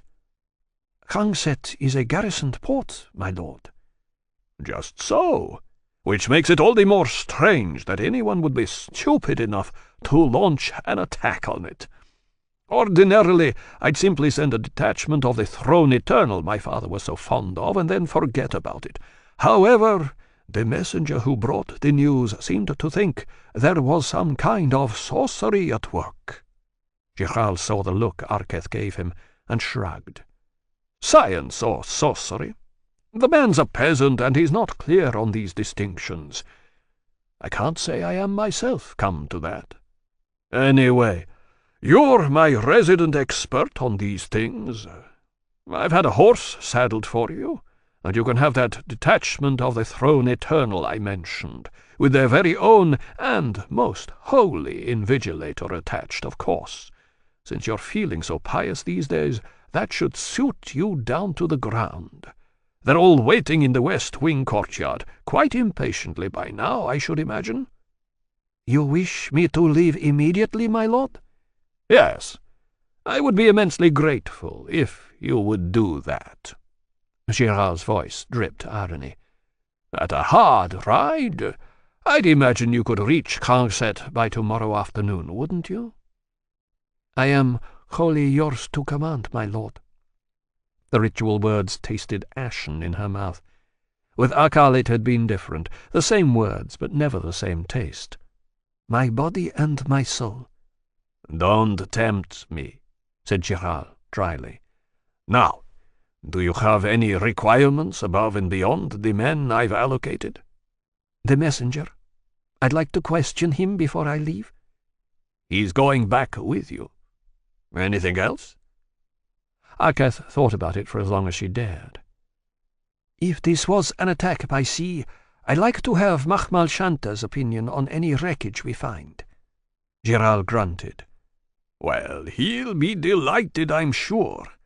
I don't think he's been off that house barge of his since the Yunval regatta, and even that was only to inspect the new Navy launches. He certainly hasn't been on a horse this year." "He is the foremost naval engineering authority in the Empire, my lord." "Don't lecture your emperor, Arketh. It's not good for your health." The tone of the veiled threat was playful, but Arketh knew she'd struck a nerve. "I'm well aware of the court appointments my dear father made, and why he made them. Very well, I'll send to the cantankerous old bastard, and he can meet you at the city gates. You'll be good company for each other, I imagine." "Thank you, my lord." "Yes." Giral rubbed at his chin and caught the scent of the slave girl on his fingers again. His nostrils flared slightly, and he made a dismissive gesture with the hand. "Well, you'd better go then, hadn't you?" Arketh got to her feet, rituals at the ready. "I speed to do your will." "Oh, please, Arketh, just get out of my sight, will you?" On the way out, she passed the pale-skinned slave girl where she sat, between the inner and outer curtains, awaiting the imperial summons. She'd lifted her veil, and Arketh saw that she was, perhaps unsurprisingly, quite beautiful. Their eyes met for a brief moment, and then the girl looked quickly away. A scarlet flush spread down over her face and breasts. From within came the sound of Giral clearing his throat. The girl scrambled back to her hands and knees and crawled towards the gap in the curtains. Her breasts swung heavily with emotion. Arketh placed one hand on her shoulder, felt a flinch go through the smooth flesh where she touched. The girl looked up. "Your veil," Arketh mouthed, in Naomic. Parted lips, a soft, panicked sound. The girl began to tremble visibly.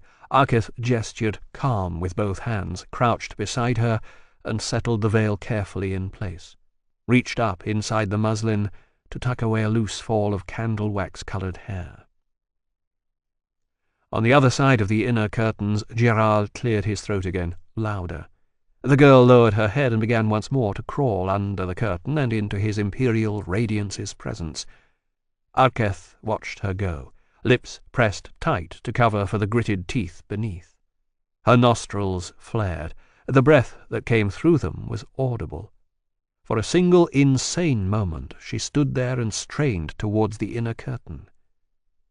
"Get the fuck out of here, Arkady. Right now. Just another slave, that's all." It flitted through her head faster than she could catch at it. She wasn't sure who the thought was referring to. She turned and left. Went obediently about her emperor's business.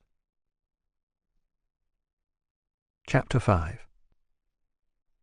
Where the broad westward flow of the river Trell split and spread in tributaries, and wore itself into the soft, cushioned loam of the Naom coastal plain like the lines etched across a man's palm, where the sea spent its force across acres of mudflat and marsh, and could not easily threaten man-made structure, one of Grace of Heaven Milikar's distant ancestors had once spotted a less than obvious strategic truth, to wit, that a city surrounded by such a maze of mingled land and water would in effect be a kind of fortress. Well, being by nature a modest as well as an inventive man, this root patriarch of the Milikar line not only went ahead and founded an ingenious settlement you could only reach with local guides through the marsh, he also renounced the right to name the city after himself and called it instead Trella-Lahain, from the old Merlic Lahainir, blessed refuge. Out of this vision and the eventual laziness of men's tongues, Trelane was born. And over time, as stone replaced wood and cobbles covered mud streets, as blocks and then towers rose gracefully over the plain to become the city we all know and love, as the lights, the very lights of that subtle fortress came to be visible to caravanserai and ship captains a full day and night before they reached it, so the origins of the city were lost, and the clan name, Milikar, sadly, came to be valued no more than any other. At least, that was Grace of Heaven's end of the tale, backed up now as always with consistent narrative passion if not actual evidence. There weren't many who would have had the nerve to call him a liar to his face, far less interrupt him with the accusation at his own dinner table. Ringil stood in the brocade-hung entryway and grinned. "Not this horse shit again," he drawled loudly. "Haven't you got any news stories, Grace?" Conversation drained out of the candle-lit dining chamber like the last of the sand from an hourglass. Band light seeped coldly into the quiet from window drapes along the far wall. Gazes flickered about on and off the newcomer in amongst the gathered company. Some at the broad oval table looked round, arms in richly tailored cloth braced on chair backs, squeak of shifting chair legs, and the soft brush of heavy robes in motion across the floor. Well-fed and contented faces turned, some of them still chewing their last mouthful, momentarily robbed of their self-assurance. Mouths open, eyes wide. The machete boy crouched at Milikar's right hip blinked, and his hand tightened on the hilt of the ugly 18-inch chopping blade at his belt. Ringil caught the boy's eye, held it a moment, no longer grinning. Milikar made a tiny clucking sound, tongue behind his top teeth. It sounded like a kiss. The boy let go of the machete hilt. "Hello, Gil. I heard you were back." "You heard right, then?" Ringil switched his gaze from boy to master. "Seems you're as well informed as ever." Milikar, always rather less svelte than he would probably have liked, rather less tall than his claim to ancestral Naom blood suggested he should be, but if these had not changed, then neither had the stocky, muscular energy that smoked off him even when he sat, the sense that it wouldn't take much to have him come up out of the chair, big cabled arms falling to a street fighter's guard, fists rolled up and ready to beat the unceremonious shit out of anyone who was asking for it. For now he settled for a pained frown, and rubbed at his chin with the pads of his index and middle finger. His eyes creased and crinkled with a smile that stayed just off his lips. Deep, gorgeous blue, like the sun-struck ocean off the headland at Lanatray, dancing alive in the light from the candles. He held Ringil's look, and his mouth moved, something inaudible, something for Ringil alone. The moment broke. Milikar's doorman, who Ringil had left encumbered and struggling to hang his cloak, and the raven's friend, arrived red-faced and cringing in his wake. He wasn't a young man, and he was puffed from sprinting up the stairs and down the corridor after his escaped charge. His Worthiness Master Ringil of Esketh Fields, a licensed knight graduate of Trelane, and— Yes, Quan. Thank you, Milikar said acidly. Master Ringil has already announced himself. You may go. Yes, Your Honour. The doorman darted a poisonous glance at Ringil. Thank you, Your Honour. Oh, and Quan, try to keep up with the uninvited arrivals if you could. You never know. The next one might be an assassin. Yes, Your Honour. I'm truly sorry, Your Honour. It won't happen again. Milikar waved him out. Quan shut up and withdrew, bowing and wringing his hands. Ringil crushed out a quiver of sympathy for the man, stepping on it like a spilled pipe ember. No time for that now. He advanced into the room. The machete boy watched him with glittering eyes. You're not an assassin, are you, Gil? Not tonight. Good, because you seem to have left that big sword of yours behind somewhere. Milikar paused delicately. If, of course, you still have it. That big sword of yours. Ringil reached the table at a point roughly opposite Milikar. Yeah, still got it. He grinned, made a leg for his host. Still as big as ever. A couple of outraged gasps from the assembled company. He looked around at the faces. I'm sorry, I'm forgetting my manners. Good evening, gentlemen. Ladies. Though there were technically none of the latter in the room. Every female present had been paid. He surveyed the heaped table, matched gazes with one of the whores at random, spoke specifically to her. So what's good, my lady? Shocked, gently rocking quiet.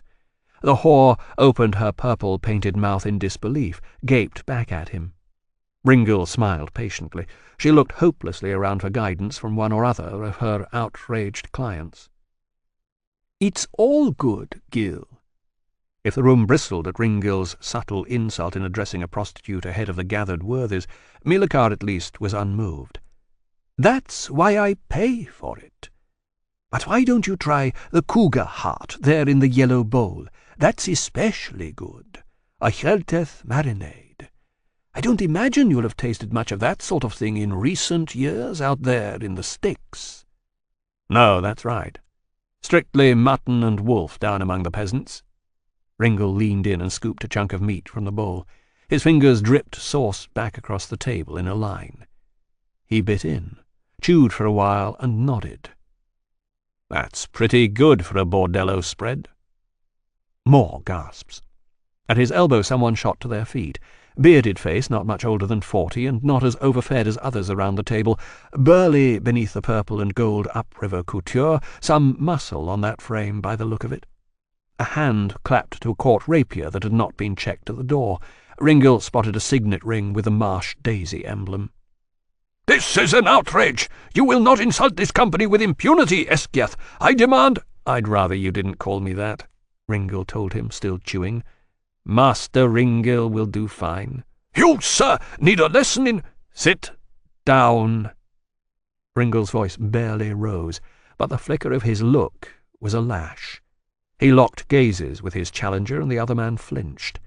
It was the same threat he'd offered the machete boy, given voice this time in case the recipient was drunk, or just hadn't ever stood close enough to a real fight to read Ringil's look for what it promised. The burly man sat. "Perhaps you should sit down too, Gil," Grace of Heaven suggested mildly. "We don't eat standing up in the glades. It's considered rude." Ringil licked his fingers clean. "Yeah, I know." He looked elaborately around the table. "Anyone care to give up their seat?" Milikar nodded at the whore nearest to him, one seated guest away from where he held court in the big chair. The woman got to her feet with well-schooled alacrity and without a word.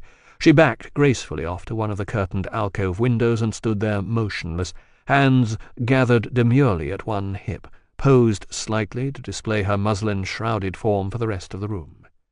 The band light rendered her statue-like.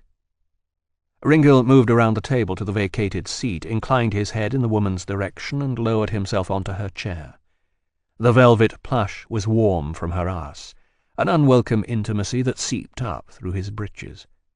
The diners on either side of him looked studiously elsewhere. He held down an urge to shift in his seat. You lay frozen in your own piss for 6 hours at Rajal Beach and played dead while the scaled folk nosed up and down the breakwaters with their reptile peons looking for survivors. You can sit still in a whore's heat for half an hour. You can make polite glades conversation here with the great and gracious of Trelane. Grace of Heaven Milakar cleared his throat, lifted a goblet. A toast, then, to one of our city's most heroic sons returned home, and not before time. There was a pause, then a sort of grumbling tide of response around the table. The faces all buried themselves hurriedly in their drinks. It was, Ringil thought, a little like watching pigs at a trough. They finished the toast, and Milakar leaned across his nearest guest to get his face less than a foot from Ringil's. His breath was sweet with the wine. "So now the theatrics are out of the way," he said urbanely. "Perhaps you'd like to tell me what you're doing here, Gil." The pale eyes were crinkled at the corners, amused despite themselves. Between the trimmed moustache and goatee, the long, mobile lips were down-curved with humour, taut with anticipatory lust, tips of the teeth just showing. Ringil remembered the look with a jolt under his heart. Milakar had gone bald, or nearly so, just like he'd said would happen. And he'd shaved it all down to a stubble, just like he'd always said he would. "Came to see you, Grace," he said. And it was almost the whole truth. "Came to see me, huh?" Milakar murmured it later as they lay in the big silk-sheeted bed upstairs, spent and stained and curled together, pillowed on each other's thighs. He raised himself slightly, grabbed Ringil's hair at the back of his neck, and dragged his face, mock tough, back towards his flaccid crotch. "The fuck you did! You're a lying sack of high-born shit, Gil, same as you ever were." He twisted his fingers, tugging the small hairs hurtfully. "Same as when you first came to me 15 fucking years ago, Eskiath youth." 16 years. Ringil beat the grip on his nape, tangled fingers with grace, and brought the back of the other man's hand round to his lips. He kissed it. "I was 15, remember? 16 fucking years ago, and don't call me that." "What? Youth?" "Eskiath. You know I don't like it." Milakar pulled his hand free and propped himself back a little on his elbows, looking down at the younger man who lay coiled across him. "It's your mother's name as well." "She married it." Ringil stayed with his face bedded in the damp warmth of Milakar's crotch, staring off into the gloom near the bedroom door. "Her choice. I didn't get that much." "I'm not convinced she had much choice herself, Gil. She was what, 12 when they gave her to Gingren?" 13. Small quiet. The same muffled bandlight from the dining chamber spilled in here unrestrained, an icy flood of it across the carpeted floor from the bedroom's broad river-facing balcony. The casements were back. The drapes stirred like languid ghosts, and a cool autumn breeze blew in past them. Not yet the chill and bite there was in the upland air at Gallows Water, but getting that way. Winter would find him here as well. Ringil shifted, skin caressed to goosebumps, small hairs on his arms pulled erect. He breathed in Grace's acrid, smoky scent, and it carried him back a decade and a half like a drug. Riotous wine and Flandrine nights at Milakar's house on replete Cargo Street in the warehouse district, carefully steeping himself in the decadence of it all, thrilling at the subtle compulsion of doing Grace of Heaven's will, whether in bed or out, down to the docks for collections with Milikar's thuggish wharf soldiers, sneaking the streets of the glades and upriver for deliveries, occasionally chased by the watch when someone got caught and squealed, the odd scuffle in a darkened alley or a safe house, the odd few moments of forced swordplay, or a knifing somewhere, but all of it, the fights included, too highly coloured, too much fucking fun at the time to really seem like the danger it was. "So tell me why you're really here," Grace said gently. Ringil rolled over, resting his head and neck on the other man's belly. The muscle was still there, firm beneath a modest layer of middle-age spread. It barely quivered when it took the weight of his sweat-soaked head. Ringil gazed up idly at the painted scenes of debauchery on Milikar's ceiling.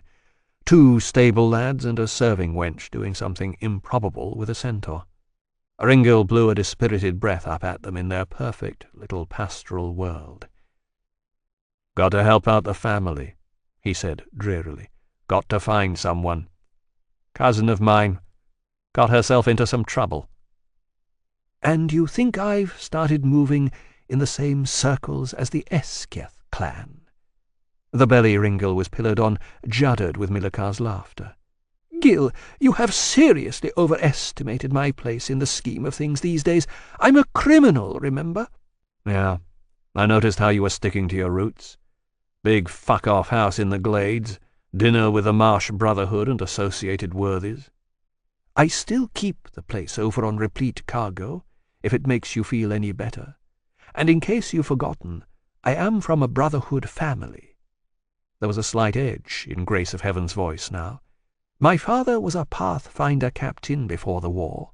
"Yeah, and your great-great-great-great and so on grandfather founded the whole fucking city of Trellalahane. I heard it coming in, Grace.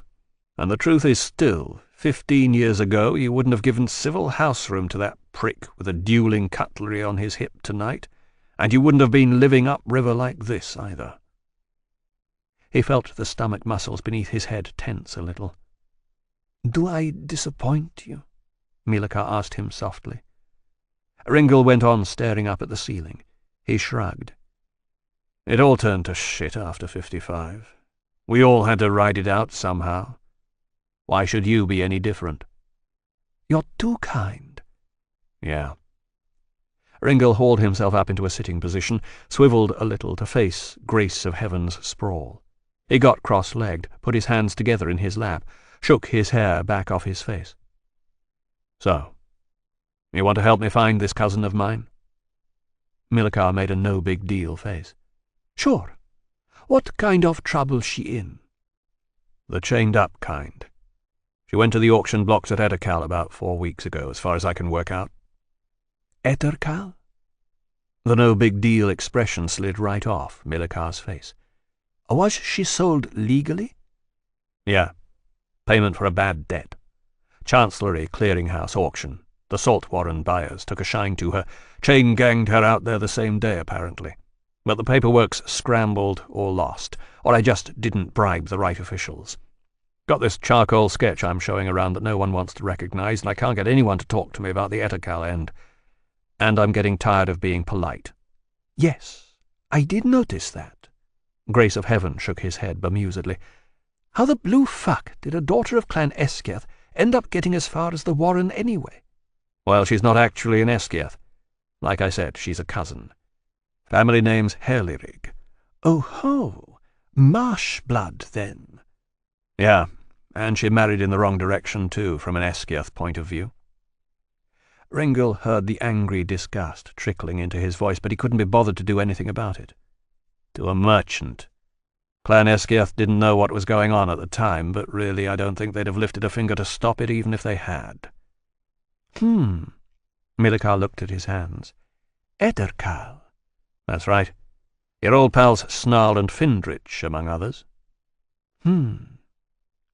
Ringil cocked his head. "You got a problem with this all of a sudden?" More quiet. Somewhere in the lower levels of the house, someone was pouring water into a large vessel. Milikar seemed to be listening to it. "Grace?" Grace of Heaven met his eye, flexed a suddenly hesitant smile. It wasn't a look Ringil recognized. Lot of things have changed since you went away, Gil. Yeah, tell me about it.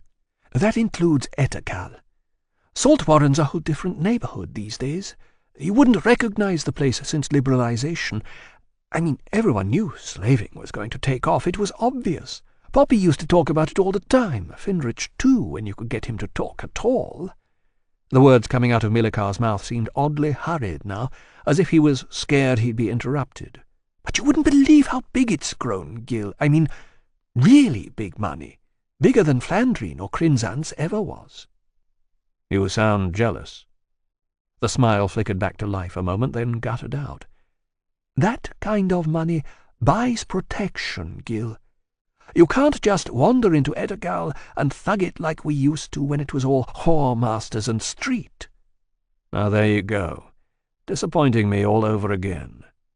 Ringil kept his tone light, masked to a creeping disquiet. Time was, there wasn't a street anywhere in Trelane you wouldn't walk down. Yes, well, as I said, things have changed. That time they tried to keep us out of the Glades balloon regatta. My people built this fucking city. They aren't going to keep me penned up in the dreg end of it with their fucking silk-slash-uniformed bully boys. The levity sliding out of his tone now as he echoed the Milikar of then ago. Remember that? Look, of course. Now you live in the Glades.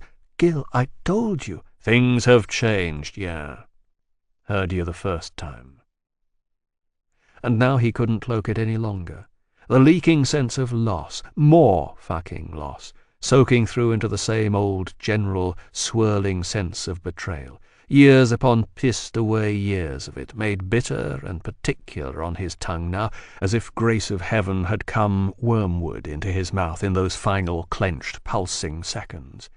Pleasure into loss, lust into regret, and there, suddenly, the same sick spiral of fucked-up guilt they sold down at the temples and all through the po-faced schooling and lineage values and Gingren's lectures and the new recruit rituals of bullying and sterile manhood at the academy and every fucking thing ever lied and pontificated about by men in robes or uniform and...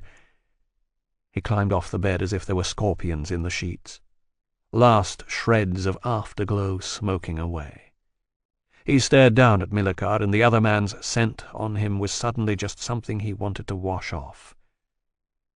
"I'm going home," he said drably. He cast about for his clothes on the floor. "They've got a duenda, Gil." Gathering up breeches, shirt, crumpled hose. "Sure, they have." Milikar watched him for a moment, and then abruptly he was off the bed and on him like a Hjelteth war-cat, grappling hands, body weight heaving for a tumble, pressed in wrestler close, raging echo of the flesh-to-flesh dance they'd already had on the bed, grace of heaven's acrid scent and grunting street fighter's strength. Another time it might have lasted, but the anger was still hard in Ringil's head, the frustration itching through his muscles, siren whisper of reflexes blackened and edged in the war years. He broke Milikar's hold with a savagery he'd forgotten he owned, through a Hjelteth empty-hand technique that put the other man on the floor in tangled limbs. He landed on him with all his weight. Milikar's breath whooshed out, his furious grunting collapsed. Ringil fetched up with one thumb hooked into Grace of Heaven's mouth, and the other poised an inch off his left eyeball. "Don't you pull that rough trade shit on me," he hissed. "I'm not one of your fucking machete boys. I'll kill you." Milikar choked and floundered. "Fuck you. I'm trying to help. Listen to me. They've got a duenda in Ettercal." Locked gazes. The seconds stretched. A duenda? Milikar's eyes said yes. Said he at least believed it was true. A fucking Aldrain, you're telling me? Ringil let Grace of Heaven free of the thumb hook. An honest, Tohoiran member of the Vanishing Folk right here in Trelane? Yes, that's what I'm telling you. Ringil got off him. You're full of shit. Thank you. Well, it's either that or you've been smoking too much of your own supply. I know what I've seen, Gil. They're called the Vanishing Folk for a reason, Grace. They're gone. Even the Kiriath don't remember them outside of legends." "Yes." Milokar picked himself up. "And before the war, no one believed in dragons either." "It's not the same thing." "Well, then you explain it to me." Grace of Heaven stomped across the bedchamber to where a row of gorgeous Empire-styled kimonos hung from a rack. "Explain what? That some albino scam artist with a lot of eye makeup has got you all making wards and running for cover like a bunch of magic herdsmen when the thunder rolls?" "No!" Milokar shouldered himself brusquely into plum-coloured silk, tugged and knotted the sash at his waist. "Explain to me how the Marsh Brotherhood sent 3 of their best spies into Ettercal, men with a lifetime of experience and faces no one but their lodge master could match with their trade, and all that came back out a week later were their heads." Ringil gestured. "So this albino motherfuck's got better sources than you, and he's handy with a blade." "You misunderstand me, Gil." Grace of Heaven smeared on the uncertain smile again. "I didn't say these men were dead. I said all that came back were their heads, each one still living, grafted at the neck to a 7-inch tree stump." Ringil stared at him. "Yeah, that's right. Explain that to me." "You saw this?" A taut nod. "At a lodge meeting. They brought one of the heads in, puts the roots in a bowl of water, and about 2 minutes after that the fucking thing opens its eyes and recognizes the lodge master. You could see by the expression on its face. It's opening its mouth, trying to talk, but there's no throat, no vocal cords. So all you can hear is this clicking sound and the lips moving, the tongue coming out. And then it starts fucking weeping. Tears rolling down its face." Milokar swallowed visibly. "About 5 minutes of that, they take the thing out of the water and it stops. The tears stop first, like they're drying up, and then the whole head just stops moving, slows down to nothing, like an old man dying in bed, only it wasn't fucking dead. Soon as you put it back in the water—" He made a helpless motion with his hand. "Back again. Same thing." Ringil stood, naked, and the band light through the open balcony windows felt suddenly colder. He turned to look at the night outside, as if something was calling to him from beyond the casements. "You got any Kryn?" he asked quietly. Milokar nodded across the room at his dressing table. "Sure. Top left drawer there, couple of twigs already made up. Help yourself." Ringil crossed to the dresser and opened the drawer. 3 yellowing leaf cylinders rolled about in the bottom of the little wooden compartment. He lifted one out, went to the lamp at the bedside, and bent to light up from the wick. The Crinzant's flakes inside the cylinder crackled as the flame caught. The acid odour prickled at his nostrils. He drew hard, pulled the old familiar taste down into his lungs. Scorching bite, chill moving outward. The Kryn came on like an icy fire in his head. He looked back out to the balcony, sighed, and walked out there, still naked, trailing smoke. After a couple of moments, Grace of Heaven went after him. Outside, it was a rooftop view across the glades to the water. The lights of sister mansions to Milokar's place glimmered amidst the trees in their gardens, and the lamp-dotted, twisting streets between, streets that, centuries ago, had been footpaths through the marsh. The estuary curved in from the west. The old dock buildings on the other bank swept away now to make space for ornamental gardens and expensive Thanksgiving shrines to the gods of Naom. Ringil leaned on the balcony balustrade, held back a sneer, and struggled to be honest with himself about the changes. There'd been money in the glades from the very beginning, but in the old days it was a little less smug. It was clan homes with views to the wealth that had built them unloading across the river. Now, with the war and the reconstruction, the docks had moved downstream and out of sight, and the only structures that looked back across the water at the glades mansions were the shrines, ponderous stone echoes of the clan's renewed piety and faith in their own worthiness to rule.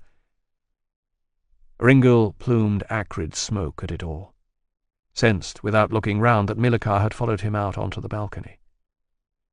"That ceiling's going to get you arrested, Grace," he said distantly. "Not in this part of town, it's not." Millikar joined him at the balustrade, breathed in the glade's night air like perfume. "The committee doesn't do house calls around here. You should know that." "So some things haven't changed, then?" "No. The salients remain." "Yeah, saw the cages coming in." A sudden, chilly recollection that he didn't need, one he had in fact thought was safely buried until day before yesterday, when his mother's carriage rattled across the causeway bridge at the eastern gate. Is Card still running things up at the Chancellery? That aspect of things, yes. And looking younger on it every day. Have you ever noticed that? How power seems to nourish some men and suck others dry? Well, Mermin Card is definitely in the former camp. In the hearings chamber they uncuff and pinion Jelim, and haul him twisting bodily from the chair. He's panting with disbelief, coughing up deep, gabbled screams of denial at the sentence passed, a skein of pleadings that puts goose-flesh on skin among the watchers in the gallery, brings sweat to palms and drives shard-like needles of chill deep under the flesh of warmly clothed arms and legs.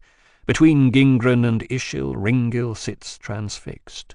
And as the condemned boy's eyes flare and wallow like those of a panicking horse, as his gaze claws along the faces of the assembled worthies above him as if in search of some fairy-tale salvation that might somehow have fought its way in here, suddenly he sees Ringil instead. Their eyes meet, and Ringil feels it as if he's been stabbed. Against all probability, Jelim fails an arm free and jabs upward in accusation and screams, "It was him! Please, take him! I didn't mean it! It was him! It was him! Take him! It was him! Him! Not me!" And they drag him out that way, on a dreadful, trailing shriek that everyone assembled knows is only the beginning, the very least of the raptured agonies he'll vent in the cage tomorrow. Below in the chamber, on the raised dais of the justices, Mermin Card, until now watching the proceedings with impassive calm, looks up and meets Ringil's gaze as well, and smiles. "Motherfucker." A tremor in the matter-of-fact tone he was trying for. He drew on the twig for sustenance. "Should have had him killed back in 53 when I had the chance." He glanced sideways, caught the way Grace of Heaven was looking at him. "What?" "Oh, beautiful youth," Millikar said gently. "Do you really think it would have been that easy?" "Why not? It was chaos that summer. The whole place was packed with soldiery and loose blades. Who would have known?" "Gil, they just would have replaced him with someone else. Maybe someone worse." "Worse? Fucking worse?" Ringil thought about the cages, how in the end he'd been unable to look out of the carriage window at them as they passed. The scrutiny in Ishil's face as he turned back to the interior of the carriage, the impossibility of meeting her eyes, the warm flush of gratitude he felt that the rumble and rattle of the carriage's passage drowned out whatever other noises might otherwise have reached his ears. He was wrong, he knew then. His time away from the city, time buried in the shadow of Gallows Gap and its memories, had not kept him hardened as he'd hoped. Instead, it had left him as soft and unready as he'd ever been, as the belly he'd grown. At his side Millikar sighed. "The Committee for Public Morals is not dependent on Card for its venom, nor was it ever. There's a general hate in the hearts of men. You went to war, Gil. You should know that better than anyone. It's like the heat of the sun.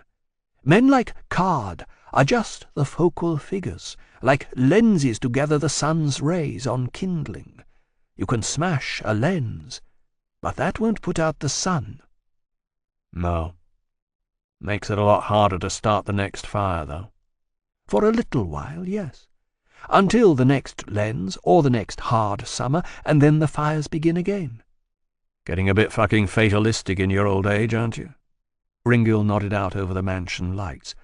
Or does that just come with the move upriver? No, it comes with living long enough to appreciate the value of the time you've got left. Long enough to recognize the fallacy of a crusade when you're called to one. Hiran's teeth, Gil. You're the last person I should need to be telling this to. Have you forgotten what they did with your victory? Ringil smiled, felt how it leaked across his face like spilled blood, reflex tightening up against the old pain.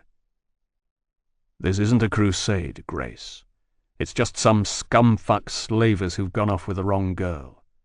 All I need is a list of names, likely brokers in Etakal I can lean on until something gives. And the Dwenda? Milikar's voice jabbed angrily. The sorcery? I've seen sorcery before. It never stopped me killing anything that got in my way. You haven't seen this? Well, that's what keeps life interesting, isn't it? New experience. Ringil drew hard on the crimsant's twig. Glow from the flaring ember lit the planes of his face and put glitter into his eyes. He let the smoke up, glanced across at Grace of Heaven again. Anyway, have you seen this creature? Milikar swallowed. No, I haven't, personally. They say he keeps to himself, even within the Warren. But there are those who have had audience with him, yes. Or so they claim. These are men whose word I trust. And what do these trustworthy men have to say about our Aldrain friend? That his eyes are black pits? That his ears are those of a beast? That he flickers with lightning as he walks? No. What they say is... Another hesitation. Milikar's voice had grown quiet. He's beautiful, Gil. That's what they say. That he's beautiful beyond words. For just a second, a tiny chill ran along Ringil's spine. He put it away, shrugged to shake it off. He pitched the stub of his crimsant's twig away into the nighttime garden below and stared after the ember. Well, I've seen beauty too, he said somberly. And that never stopped me killing anything that got in my way either. Chapter 6. By the time they made camp, a clouded darkness held the sky above the steppe. The news of the runner attack had reached the tents ahead of them. The night herdsman who came out to relieve them included a cousin of Rune's who rode back at speed to tell his other kin. Egar followed on foot, leading his horse with Rune's body slung over it, while Clan rode at a respectful distance, watchful as a raven. When they reached the Skaranak encampment, there were torches burning everywhere, and practically the whole clan gathered with Rune's family at their head. Even Poltar was there, the gaunt, shaven, scarred shaman and his acolytes standing aloof from the throng, the implements of consecration ready in their hands. There had been a subdued muttering back and forth amongst those waiting, but it died away to nothing when they saw the blood-soaked form of their clan-master leading the horse into the glow of the torches. The steppe ghouls had died hard. Their marks were on the dragon-bane from head to foot. Egar lowered his eyes so he would not have to look at Narma and Jural.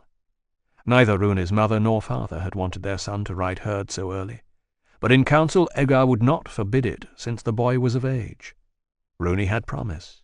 He was an enthusiastic boy, and he'd had a way with the animals since he could walk. Added to which, anything was preferable to having him slouch around with the other sons of buffalo-wealthy Skaranak, swilling rice wine and yelling unimaginative abuse at passing women. Right, clanmaster? Better that young Rune pack that in and start making something of himself. And now Rune was torn apart, and already cooling, as Egar lifted his roughly bound body from the horse's back. The dragonbane shifted his burden, bore it up in both arms, wincing as the weight pressed back against slash wounds on chest and upper arms. He came forward one numb step at a time to present Rune to his parents. Narma broke down crying and fell on her son's exposed face, so it was hard for Egar to keep the body in his arms. He tried not to stagger. Juril turned his face away, hid his tears in the darkness, so he would not be shamed before the clan. It was at times like this that the Dragonbane wished heartily he'd never fucking returned from the south, or assumed the mantle of clanmaster. "He died a warrior's death." He intoned the ritual words, cursing inwardly at the idiocy of it all. "A 16-year-old boy, for fuck's sake." If he'd had the time to become a warrior, maybe he'd have lived through the raid. "He will be honoured with the name of clan defender forever in our hearts." He hesitated and mumbled almost inaudibly, "I'm sorry, Nama." Her wailing went up a notch. It was that moment that Poltar the shaman chose to assert his own formalized role. "Woman, be still. Will the dwellers look with favour on a warrior so beset with female noise-making? Even now he looks down on you from the sky road to his forefathers, and is shamed before them by this hubbub. Get away and light candles for him, as a woman should." What happened next was by no means clear in anybody's mind afterwards, least of all Eggar's own.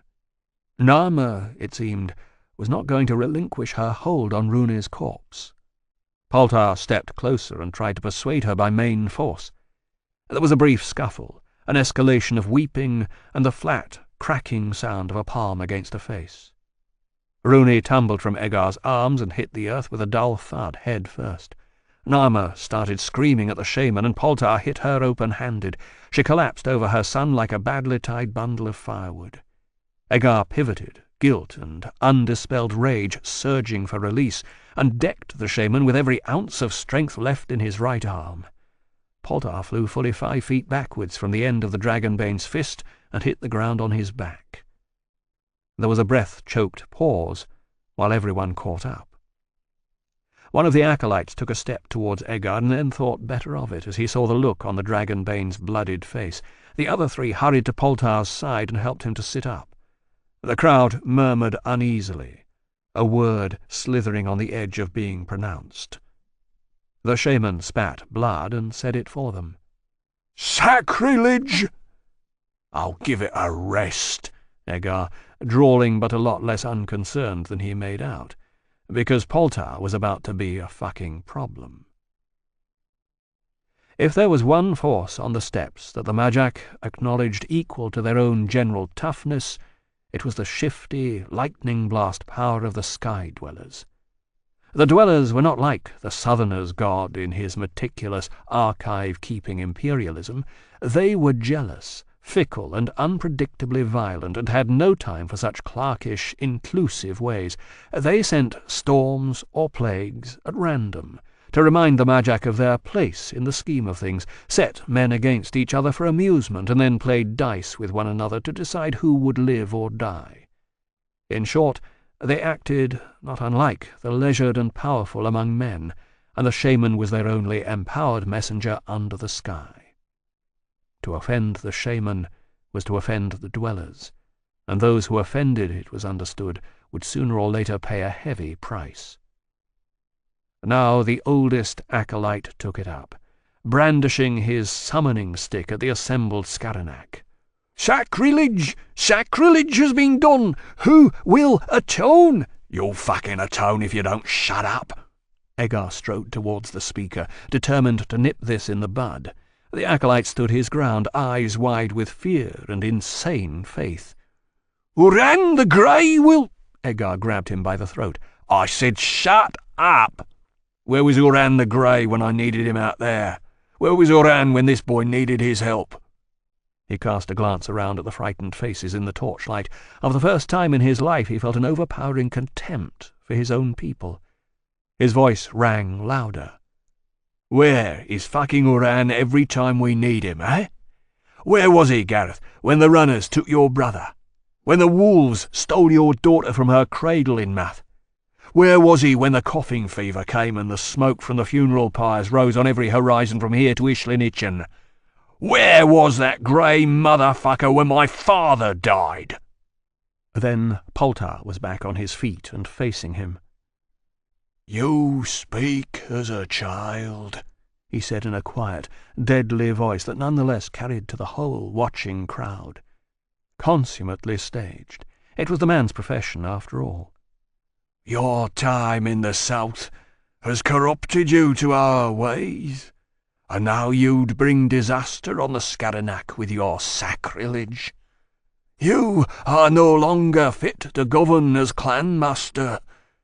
The Grey One speaks it with the death of this boy." The crowd murmured, but it was a confused sound.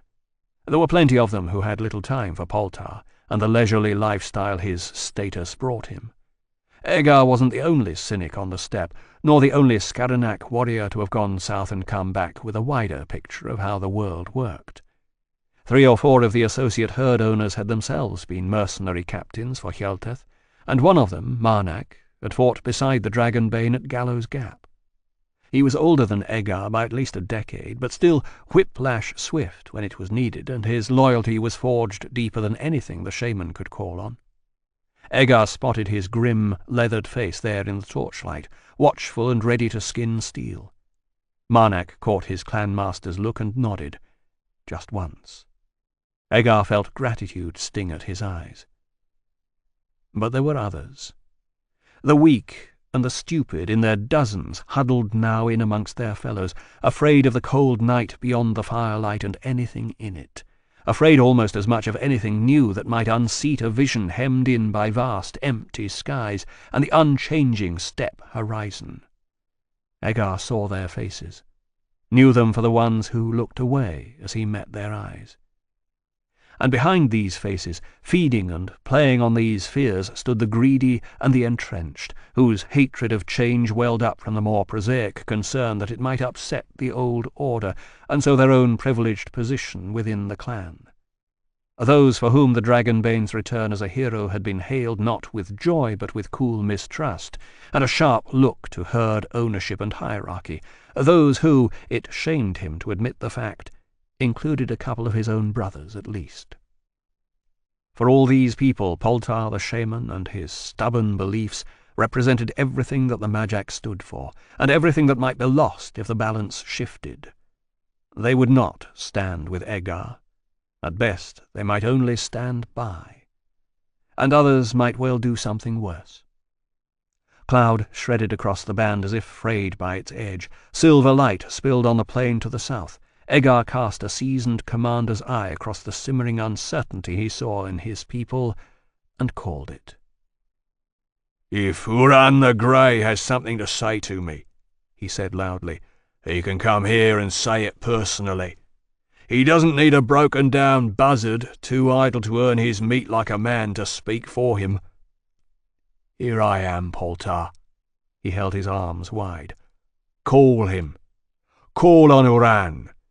If I have committed sacrilege, let him open the sky and strike me down here and now. And if he doesn't, well then I guess we'll know that you do not have his ear, won't we?" There were gusts of indrawn breath, but it was the sound of spectators at street circus, not outraged faith, and the shaman was glaring poisonously at him, but he didn't open his mouth. Agar masked a savage joy. "Got you, you motherfucker." Poltar was trapped. He knew as well as Agar that the dwellers were not given to manifesting themselves much these days. Some said it was because they were elsewhere, others because they had ceased to exist, and still others because they never had existed. The true reasons were, as Ringil would have put it, hugely fucking immaterial. If Poltar called on Uran, nothing would happen, and he'd be made out a fool, not to mention powerless. And Agar's borderline flirtation with sacrilege could then be safely construed by the other men of the clan as warrior honour in the face of a mangy old broken-down charlatan. "Well, shaman?" Poltar drew his moth-eaten wolfskin robe about him and cast a look around at the crowd. "The South has addled this one's brains," he spat. "Mark me, he will bring the ruin of the Grey One upon you all." Get to your yurt, Poltar. The boredom in Eggar's voice was layered on, but entirely manufactured. And see if you can't find your misplaced manners there, because the next time I see you lay hands on a grieving parent like that, I'll slit your fucking throat and hang you out for the buzzards. You! His arm shot out to indicate the oldest acolyte. You got something to say? The acolyte looked back at him, face rancid with hatred, biting back the words that were so obviously swilling around in his mouth. Then Poltar leaned across, muttered something to him, and he subsided. The shaman threw one more haughty look back at the Dragonbane. Then he pushed his way rudely into the crowd and left, followed by his 4 companions. People turned to stare after them. "Help for the family of this fallen warrior," called Eggar, and gazes swiveled back to where Nama still crouched weeping over her dead son. Women went to her, laying on soft hands and words. The Dragonbane nodded at Marnak, and the grizzled captain crossed to his side. "That was well done," Marnak murmured. "But who's going to officiate at the pyre if the shaman stays sulking in his yurt?" Eggar shrugged. "If needs must, we'll send to Ishlinak for a spell singer. They owe me favours in Ishlinitchen. Meantime, you keep an eye on that particular yurt. If he so much as lights a pipe in there, I want to know about it."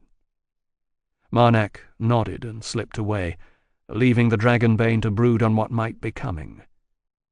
Of one thing he was certain. This was far from over. Chapter 7.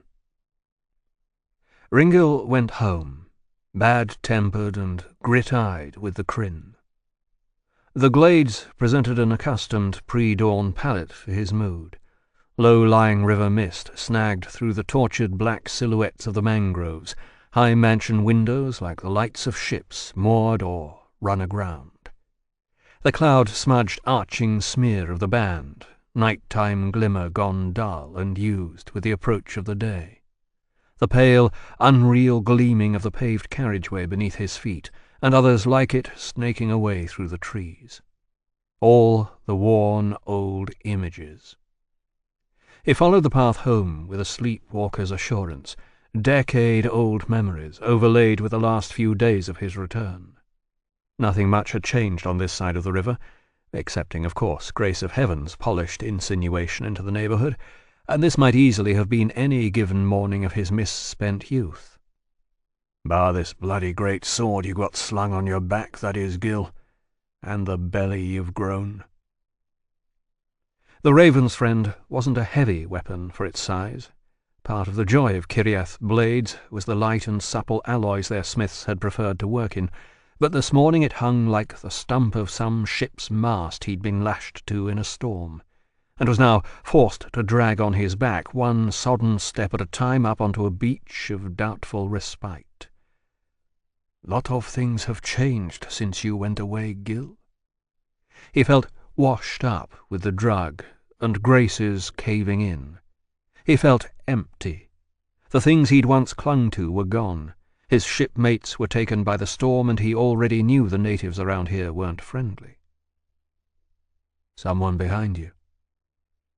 He drifted to a slow halt, neck prickling with the knowledge. Someone moving, scuffing softly among the trees off to the left of the path. Maybe more than one. He grunted and flexed the fingers of his right hand, called out in the damp, still air, "I'm not in the fucking mood for this," and knew it for a lie. His blood went shivering along his veins. His heart was abruptly stuffed full with the sharp, joyous quickening of it. He'd love to kill something right now. Movement again. Whoever it was hadn't scared off. Ringil whirled, hand up and reaching past his head for the Raven's Friend's jutting pommel. The sword rasped at his ear as he drew. 9 inches of the murderous alloy dragging up from the battle scabbard and over his shoulder before the rest of the clasp-lipped sheath on his back split apart along the side, just as it was made to. The rest of the blade rang clear, widthways. He made a cold, clean sound in the pre-dawn air. His left hand joined his right on the long, worn hilt. The scabbard fell back emptied, swung a little on its ties, Ringil came to rest on the turn. It was a neat trick, all Kiriath elegance, and an unlooked-for turn of speed that had cheated unwary attackers more times than he could easily recall. All part of the Raven's friend mystique, the package he'd bought into when Grashgal gifted him with the weapon. Better yet, it put him directly into a side-on overhead guard, the bluish alloy blade up there for all to see and know for what it was. Their move. Up to them to decide if they really did want to take on the owner of a Kiriath weapon after all. They'd been more than a handful of backings down in the last 10 years when that blue glinting edge came out.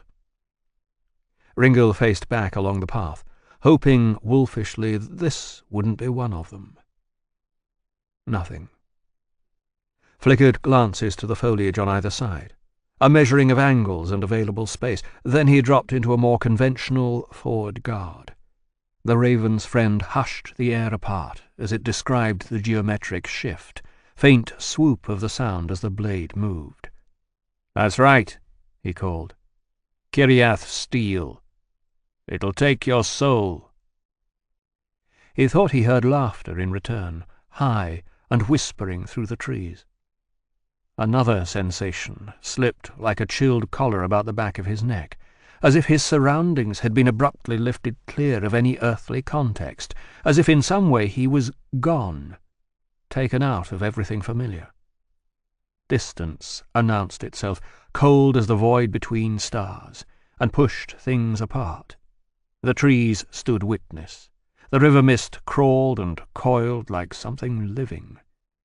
Irritable rage gusted through him, took the shiver back down.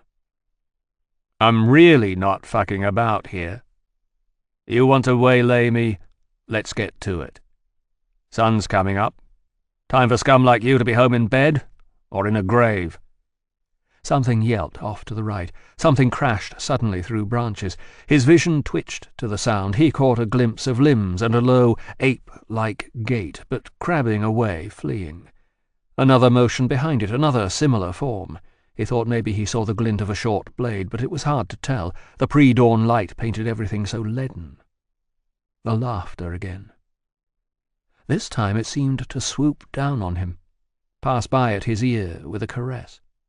He felt it and flinched with the near physicality of it, twisting half around, staring. Then it was gone, the whole thing. In a way he felt sink into his bones like sunlight. He waited in the quiet for it to return. The Raven's friend held motionless before him, but whatever it was, it seemed it was finished with him for now. The two scrambling, maybe human shadows did not return either. Finally, Ringil gave up an already loosening tension and stance, angled the scabbard carefully off his back, and slid the unused sword back into place. He cast a final look around and resumed walking, stepping lighter now, rinsed out and thrumming lightly inside with the unused fight arousal. He buried the memory of the laughter, put it away where he wouldn't have to look at it again too closely. Fucking Crinzant's nerves. He came to Eskirth House in rising tones of grey as the sky brightened from upriver. The light pricked at his eyes. He peered in through the massive iron bars of the main gate, felt oddly like some pathetic ghost clinging to the scene of an earthly existence there was no way back to. The gates were secured with chains, and ended in long spikes. He knew, he'd done it when he was younger, that there was no easy way to get over. No traffic this early. Outside of the servants, no one would even be stirring. For a moment his hand brushed the thick rope bell pull, then he let his arm fall again and stepped back. The quiet was too solid to contemplate shattering with that much noise. He summoned an uncertain sneer at this sudden sensitivity, and skulked off along the fence, looking for a gap he'd made there in his youth. He squeezed, just fucking barely, through and forced his way out of some uncooperative undergrowth, then strode onto the broad gravel-edged lawns at the rear of the house, careless of the crunching sound he made over the stones at the border. A watchman came out onto the raised patio at the noise, stood at the sweeping stair with his pike, and a fairly superfluous lantern raised in either hand. Ringil could have reached and killed him in the time it took the man to drop the lamp and bring the pike to bear. It was a dull, angry knowledge in his bones and face, a surge with no focus. Instead he raised a hand in greeting, was subjected to a narrowed, peering gaze. Then the watchman recognized Gil, turned wordlessly away, and went inside again. The door to the lower kitchens was open as usual. He saw the reddish, flickery light it let out into the dawn, like the leak of something vital at the bottom corner of the mansion's stern grey bulk. Ringil went round the edge of the raised patio, fingers trailing idly along the worn, moss-speckled masonry, down 3 stone steps and into the kitchen. He felt the pores in his face open up as they soaked in the heat coming off the row of fires along the side wall. He smiled into it, breathed it in like homecoming. Which it was, after a fashion, he supposed. As warm a homecoming as you're ever likely to get around here, anyway. He looked around for somewhere to sit. Anywhere, really. The long, scarred wooden tables were still empty of produce, and no one had yet come down here to start preparing food for the day. A single, small serving girl stood tending one of the big hot water cauldrons. She looked quickly up from her work, seemed to smile at him, then looked away again almost as fast. For all the noise she made, she might as well have been a ghost. And in the doorway at the far end of the kitchen, someone else was waiting for him. "Oh, well, what a surprise!" He sighed. "Good morning, Mother." The day really was shaping up like his youth revisited. Ischel stood in the raised threshold at the far end of the kitchen, 2 steps up from the level of the flagged floor and as if poised on a dais. Her face was fully made up. She wore robes that she'd not normally choose to go about the house in, but aside from this, she was a perfect copy of the mother he'd had to face all those crawling in from the night before mornings so long ago. He dragged out a stool, sat on it. "Been to a party?" Ischel descended regally into the kitchen, her skirts scraped on the flagstones. "I'd have thought that was my line. You're the one who's been out all night." Ringil gestured. "You're hardly dressed for staying in yourself." "Your father has had guests from the Chancellery. Matters of state to consider. They are still here, waiting." "Well, it's good to know I'm not the only one who's been up working late." "Is that what you've been doing?" Now she stood on the other side of the table from him. "Working?" "After a fashion, yes." Ischel gave him an icy smile. "And there was I, thinking you'd just been out rutting with your former acquaintances." "There are various ways to extract information, Mother. If you wanted a more traditional approach, you should have stuck with Father and his thugs." "Tell me, then," she said sweetly, "what have your unorthodox methods brought to light about Sherin's whereabouts?" "Nothing very much. The salt warren's sewn up tighter than a priest's sphincter. It'll take me time to work around that." He grinned. "Lubricate entry, so to speak." She switched away from him, haughty as an offended cat. "Ugh! Do you have to be so coarse, Ringil?" "Not in front of the servants, eh?" "What's that supposed to mean?" Ringil gestured over his shoulder at the girl by the cauldron, but when he turned to look he saw she'd slid noiselessly out and left him alone with Ischel. Couldn't really blame her, he supposed. His mother's temper was legendary. "Never mind," he said tiredly. "Let's just say I'm making slow progress and leave it at that." "Well, he wants to see you anyway." "Who does?" "Your father, of course." Ischel's tone sharpened. "Haven't you listened to a word I've been saying? He's up there now with his guest, waiting for you." Ringil let his elbows rest on the table. He set one hand diagonally against the other, closed his fingers around, and looked at the clasp they made. He made his voice carefully toneless. "Is he now?" "Yes, he is, Gil, and he's not in the best of tempers. So come on." Prolonged rasp of her skirts along the floor. Abruptly it set his teeth on edge. She made the length of the table before she realized he hadn't got up to follow her. She turned, fixed him with a hard stare that he knew of old and didn't bother to meet. "Are you coming or not?" "Take a wild guess." Ringil, this isn't helpful. You promised—" "If Gingren wants to talk to me, he can come down here and do it." Ringil gestured at the empty space between them. "It's private enough." "You want him to bring guests into the kitchens?" Ishil seemed genuinely aghast. "No." Now he looked at her. "I want him to leave me the fuck alone. But since that doesn't seem to be an option, let's see how badly he really wants to talk. Shall we?" She stood there for a couple of moments more, then, when he didn't drop his gaze or move more than a stone, she stalked up the steps and out without a word. He watched her go, shifted his position a little, hunched his shoulders and looked up and down the empty kitchen as if for witnesses to something, as if for an audience. He rubbed his hands together and sighed.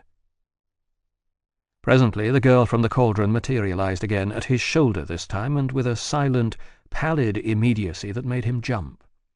She held a hinge-lidded wooden flagon in her hands, out of which crept wisps of steam. "An infusion, my lord?" she murmured. "Yeah, He blinked and shook off a shiver. "Could you not creep up on me like that, please?" "I'm sorry, my lord." "Right. Leave it there, then." She did, and then withdrew as silently as she'd appeared. He waited until she was gone, before he tipped back the lid on the flagon and hunched over it, breathing in. Bitter green odours steamed out. Heat rose off the surface of the water the herbs had been steeped in, soaked around his gritty eyes like a soothing towel. It was far too hot to drink. He stared down instead at the distorted, darkened reflection of his face in the water, cupped the uncertain vision of himself between his palms, as if afraid it might boil off and fade like the steam it was wreathed in. Finally, he slid the flagon carefully aside, slumped forward with his chin to the table, cheek pressed against one outflung arm, and stared blankly down the table and off into the space beyond. He heard them coming. Booted footfalls on stone.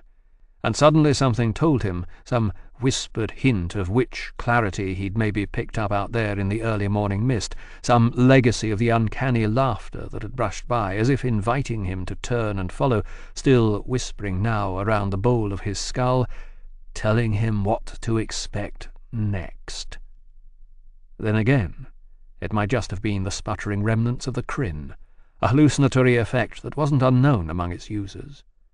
One way or another, a coldly sober Ringil would later be unable to shake memory of this feeling that was almost knowledge, as shadows darkened the doorway and the footfalls approached.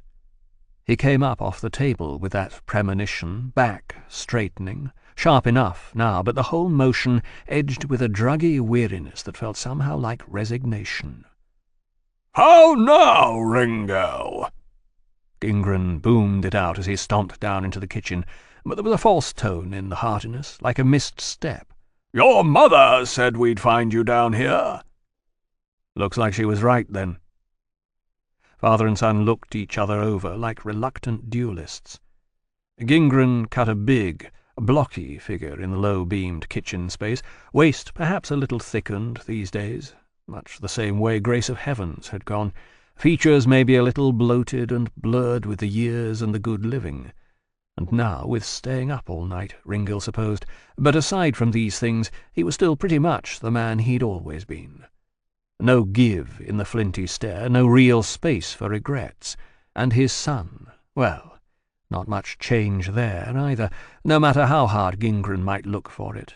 And in the few days that Ringil had been back, truth be told, Gingren hadn't done much looking. They'd encountered each other an inevitable number of times in various parts of the house, usually talking one or the other of them to someone else, which served as buffer and barrier, and in the end excuse not to offer more than some grunted, grudging acknowledgment as they passed.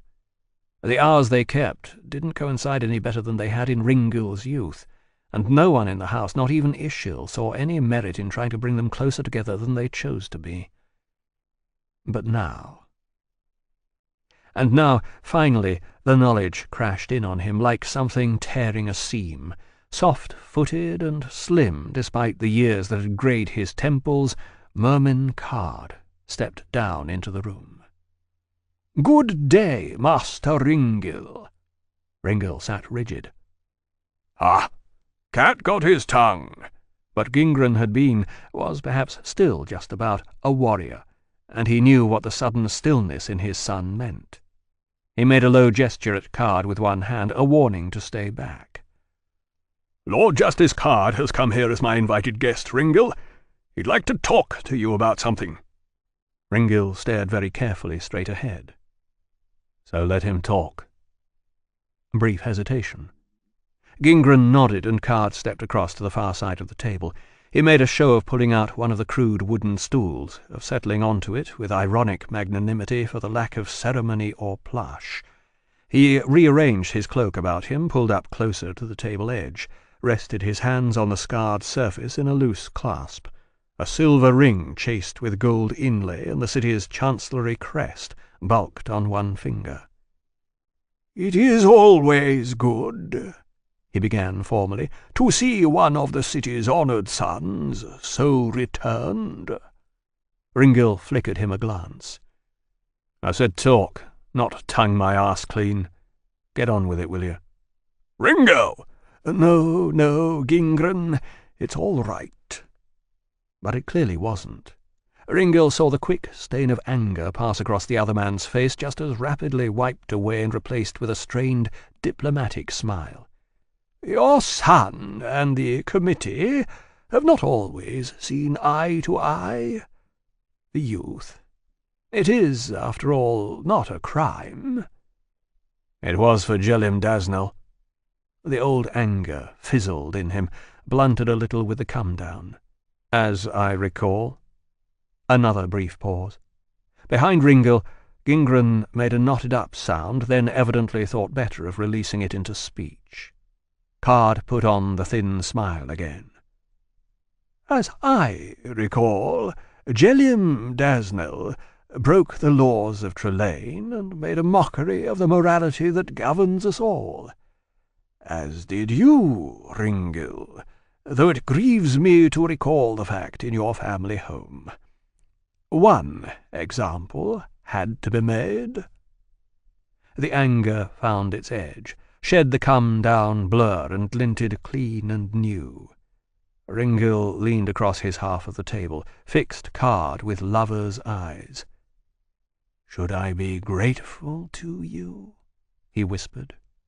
Card held his gaze. "Yes, I would think you should. It could as easily have been 2 cages at the eastern gate as 1. "No, not easily. Not for a lick-spittle little social aspirant like you, Card. Not with a big fat chance to get on the Eskiath tit in the offing." Ringil manufactured a smile of his own. It felt like an obscenity as it crawled across his face. It felt like a wound. "Haven't you sucked your fill yet, little man? What do you want now?" And now he had him. The rage stormed the other man's face again, and this time it held its ground. The smile evaporated, the patrician mask tightened at mouth and eyes, the groomed, half-bearded cheeks darkened with fury past dissembling. Card's origins were pure harbour-end, and the disdain with which he'd been viewed by the high families as he rose through the legislature had never been concealed. The ring and the badges of rank had come hard. The stiff smiles and party invitations from Glade's society clawed forth like blood.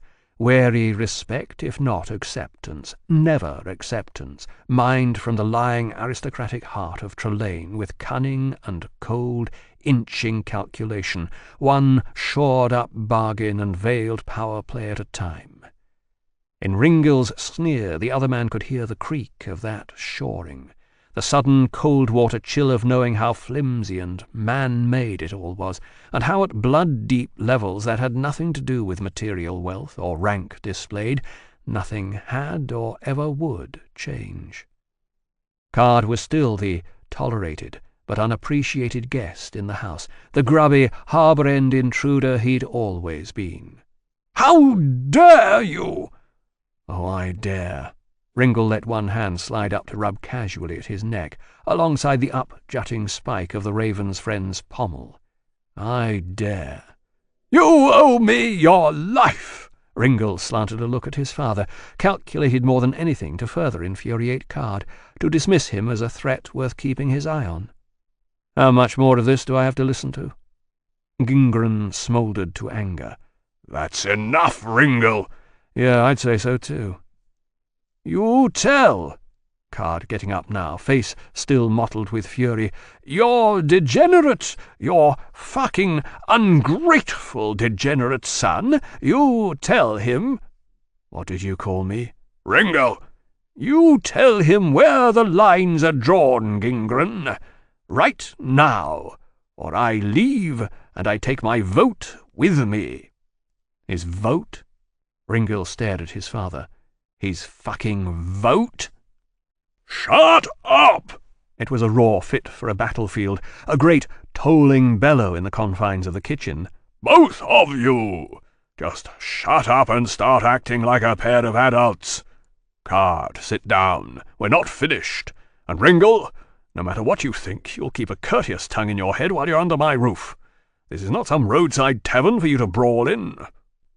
Ringil made a small spitting sound. "The roadside taverns of my acquaintance have cleaner clientele. They don't like torturers much in the uplands." "What about the murderers of small children?" Card seated himself again with the same fastidious attention to the drape of his cloak. He shot Ringil a significant look. "How do they react to that?" Ringil said nothing. The old memory seeped in his mind, a flow he staunched before it got properly started. He placed his hands around the flagon of steaming tea and stared downward, still too hot to drink. Gingren saw his chance. "We're trying to help you, Ringil." "Are you really, father?" "We know you've been sniffing around the salt warren," said Card. Ringil looked up abruptly. "You're having me followed?" Card shrugged, made a small, worldly gesture. In Ringil's head, recollection of the walk home slipped into focus, sounds of soft pursuit, the prickle at his neck, watchers among the trees scuttling away. He let the smile that was a gash split his face again. "You want to be careful, Card. You let your committee thugs creep up too close on me, you're liable to find yourself fishing them out of the harbour in chunks." "I'd advise you against threatening Chancellery staff, Master Ringil." "It wasn't a threat. It's what'll happen." Gingren made an impatient noise. "Point is, Ringil, we know you're not getting anywhere with Ettercal. That's what we can help you with. What Lord Card here can help you with." Something like a sense of wonder crept up in Ringil. He sensed vaguely the shape of what was before him, felt carefully around its edges. "You're going to get me into the salt warren?" Card cleared his throat. "Not as such, no. But there are, let us say, more profitable avenues of inquiry that you might pursue." "Might I?" asked Ringil tonelessly. "And what avenues are those?" "You are looking for Sherin Hellerig Manus, widow of Bilgrist Manus, sold under the debt guarantor's charter last month." "Yeah. You know where she is?" "Not at this precise moment, but the resources of the Chancellery might very well be opened to you in a way that they have not yet been." Ringil shook his head. "I'm done with the Chancellery. There's nothing worth knowing up there that I don't already know." Hesitation. Gingren and Card swapped glances. "There is the issue of manpower," began Card. "We could—" "You could provide me with enough watch uniforms to turn the salt warren upside down, break some heads and get some answers. How about that?" Again the exchange of looks, the grim expressions. Ringil, for all he'd known what the response would be, coughed out a disbelieving laugh. "Iron's fucking balls. What is it about Ettercal?" Though, if Millikar was to be believed, he already knew, and was starting to realize it must, after all, be taken seriously. "The place was a fucking slum last time I was here. Now everyone's too fucking scared to go knock on the gate." "Ringil, there is more to this than you understand.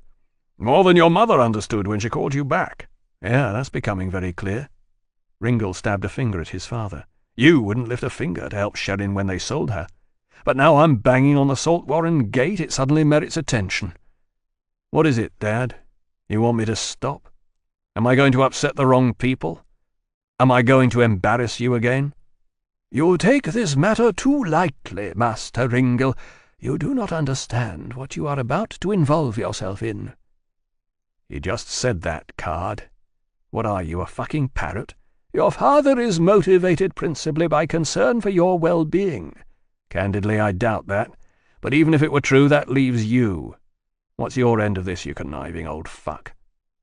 Fist slammed onto the table, Card half risen from his seat. "You will not speak to me in that way," he said thickly. Then he was reeling backward off the stool, falling, both hands up to his face, mashing in the sound of a high shriek and streaming with the heated tea. Ringil got up and tossed the emptied flagon across the table after him, onto the flagstone floor, where it lay, still steaming slightly from the mouth. "I'll speak to you exactly how I like, Card." He was oddly cold and calm now, tranquil in the understanding that this and all it implied had been unavoidable from the moment he agreed to come home. "You got a problem with my mouth? I'll see you on the Brillin Hill Fields about it."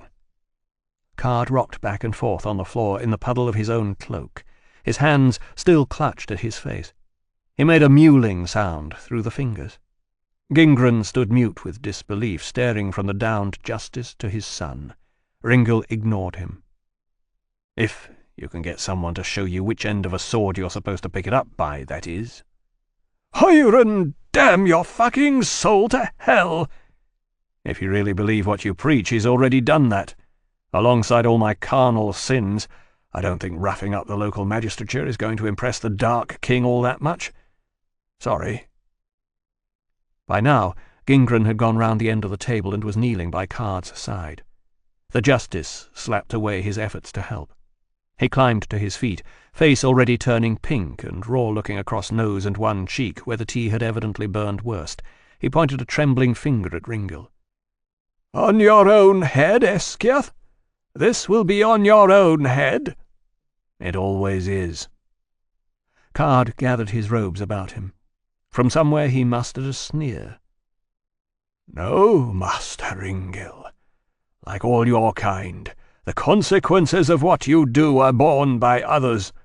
From Gallows Gap to the cages at the Eastern Gate, it is others, always others, who pay the carriage for your acts." Ringil twitched forward a quarter-inch, held himself back. "Now you'd really better get out," he said quietly. Card went. Perhaps he saw something in Ringil's eyes. Perhaps he just didn't see any way to salvage value from the situation. He was, after all, a political animal. Gingran hurried after him, one furious back-flung glance at his son in lieu of words. Ringil stood still a couple of moments after they'd gone, then slumped under the gathering weight of the come-down. He leaned flat palms on the table in front of him, gazed at the emptied flagon there. "Wouldn't have thought it was still that hot," he murmured, and chuckled a little to himself. He looked around for the serving girl, but she hadn't reappeared. He squinted down towards the door in from the garden, where the light was now getting bright enough to hurt his crin-stunned pupils. He thought about going to bed, but in the end he just sat back down at the table and sunk his head in his hands instead. A fading trace of the drug whined about in the back of his head. Gingran found him there unmoved, what felt like hours later. "Well, now you've done it," he growled. Ringil wiped hands down his face and looked up at his father. "I hope so. I don't want to have to breathe the same air as that fuck again." "Oh, Hiram's teeth! What is it with you, Ringil? Just for once tell me, what the fuck is wrong with you?" "What's wrong with me?" Suddenly Ringil was off the stool, scant inches out of his father's fighting space, his arms scythed out, pointing eastward. "He sent Jellim to die on a fucking spike! That was 15 years ago! And anyway, Jellim Dasnell was a degenerate. Then so am I, Dad, so am I! Fucking deserved the cage! Then so did I!" It screamed up out of him, the dark poison pressure of it, the same nagging ache that had driven him up the pass at Gallows Gap, like biting down on a rotten tooth, The pain and the sweet leak of pus behind it, the taste of his own hate in his mouth, and a trembling that now he found he couldn't stop. Gingren saw it, and wavered in the blast. "Ringil, it was the law!" "Oh, lizard shit!" But abruptly the force of his rage was no longer there. The Kryn drop was crushing it out, falling on him harder now with every waking second, bleaching away his focus. He went back to the stool and seated himself again, voice flung dull and disinterested back over his shoulder at Gingren where he stood. "It was a political deal, and you know it. You think they would have hung Jellim up at the eastern gate if his surname had been Eskiath, or Alanor, or Rothril, or any other name with a glade's punch behind it? You think any of those raping sadists up at the academy are ever going to see the sharp end of a cage?" "That," said Gingren stiffly, "is not something we—" "Oh, fuck off! Just forget it." Ringil dumped his chin into one cupped hand, defocusing vision of the grain in the table's wooden surface as the come-down leaned in on him. "I'm not going to do this, Father. I'm not going to argue about the past with you. What's the point? Look, I'm sorry if I fucked up your negotiations with the Chancellery." "Not just mine. Card could have helped you." "Yeah, could have, but he wasn't going to. He just wanted, you both just want me to stay away from the Salt Warren. The rest is just distraction. It isn't going to help me find Sherrin." "And you think thugging your way into Etterkal is?" Ringil shrugged. "Etterkal took her. That's where the useful answers are going to be." "Iron's teeth, Ringil, is it really worth it?" Gingren came to the table, leaned on it at his son's shoulder, leaned over him. His breath was sour with stress and lack of sleep. "I mean, one fucking merchant's daughter, barren anyway, and too stupid to look to her own welfare in good time. She's not even a full cousin." "I don't expect you to understand, any more than I understand it myself." "She'll be soiled goods by now, Ringil. You do know that, don't you? You know how the slave markets work." "Like I said, I don't expect—" "Good, because I don't." Gingren thumped the table, but with a despairing lack of real force. "I don't understand how the same man who helped save this whole fucking city from the lizards can stand there and tell me that getting back one raped and brutalized female is more important to him than protecting the stability of the very same city he fought so hard to save." Ringil looked up at him. "So it's about stability now, is it?" "Yeah, it is." "Want to expand on that?" Gingren looked away. "This is under seal of council. I can't divulge—" "Fine." "Ringil, I promise you. On the honour of the Eskiath name, I swear it. It may not seem like much, you stirring up trouble in Etterkal, but there's a threat at the heart of all this, and it's easily the equal of those fucking lizards you threw off the city walls back in 53. Ringil sighed. He rubbed the heels of his palms in his eyes, trying to dislodge the feeling of grit. "I had a rather minor part in lifting the siege, Father.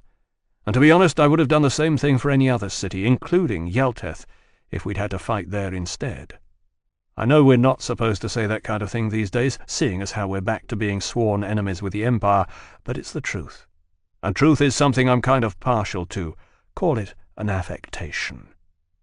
Gingren drew himself up. "Truth is not an affectation." "No?" Ringil summoned energy and stood up to leave. He yawned. "Doesn't seem any more popular around here than it was when I left, though. Funny. They always said it was one of the things we were fighting for back then. Light, justice, and truth. I distinctly remember being told that." They stood looking at each other for a couple of long moments. Gingren drew breath, audibly, as if it hurt to do. The expression he wore shifted. "You're still going, then? Into Etterkal? Despite everything you've just heard?" "Yeah, I am." Ringil tilted his head until his neck gave up its tension with a click. "Tell Card not to get in my way, eh?" Gingren held his gaze, nodded as if just convinced of something. "You know, I don't like him any more than you do, Ringil. I don't like him any more than the next Harbour-End cur, but curs have their uses." "I suppose they do." "These are not the most honourable of times we find ourselves in." Ringil hoisted an eyebrow. "You reckon?" Another silence, into which Gingran made a noise that might, locked behind closed lips, have been a laugh. Ringil masked his disbelief. His father hadn't laughed in his company for best part of 2 decades. Uncertainly, he let the trace of a smile touch his own mouth. "I've got to go to bed, Dad." Gingran nodded again, pulled in another breath that seemed to hurt him. "Ringil, He shook his head, gestured helplessly. You know, if only you Didn't like to suck other men's cocks. Yeah, I know. Ringil came to life, heading for the door, walking quickly past Gingran so he wouldn't have to watch his father's face twist in revulsion, or maybe just harden up again.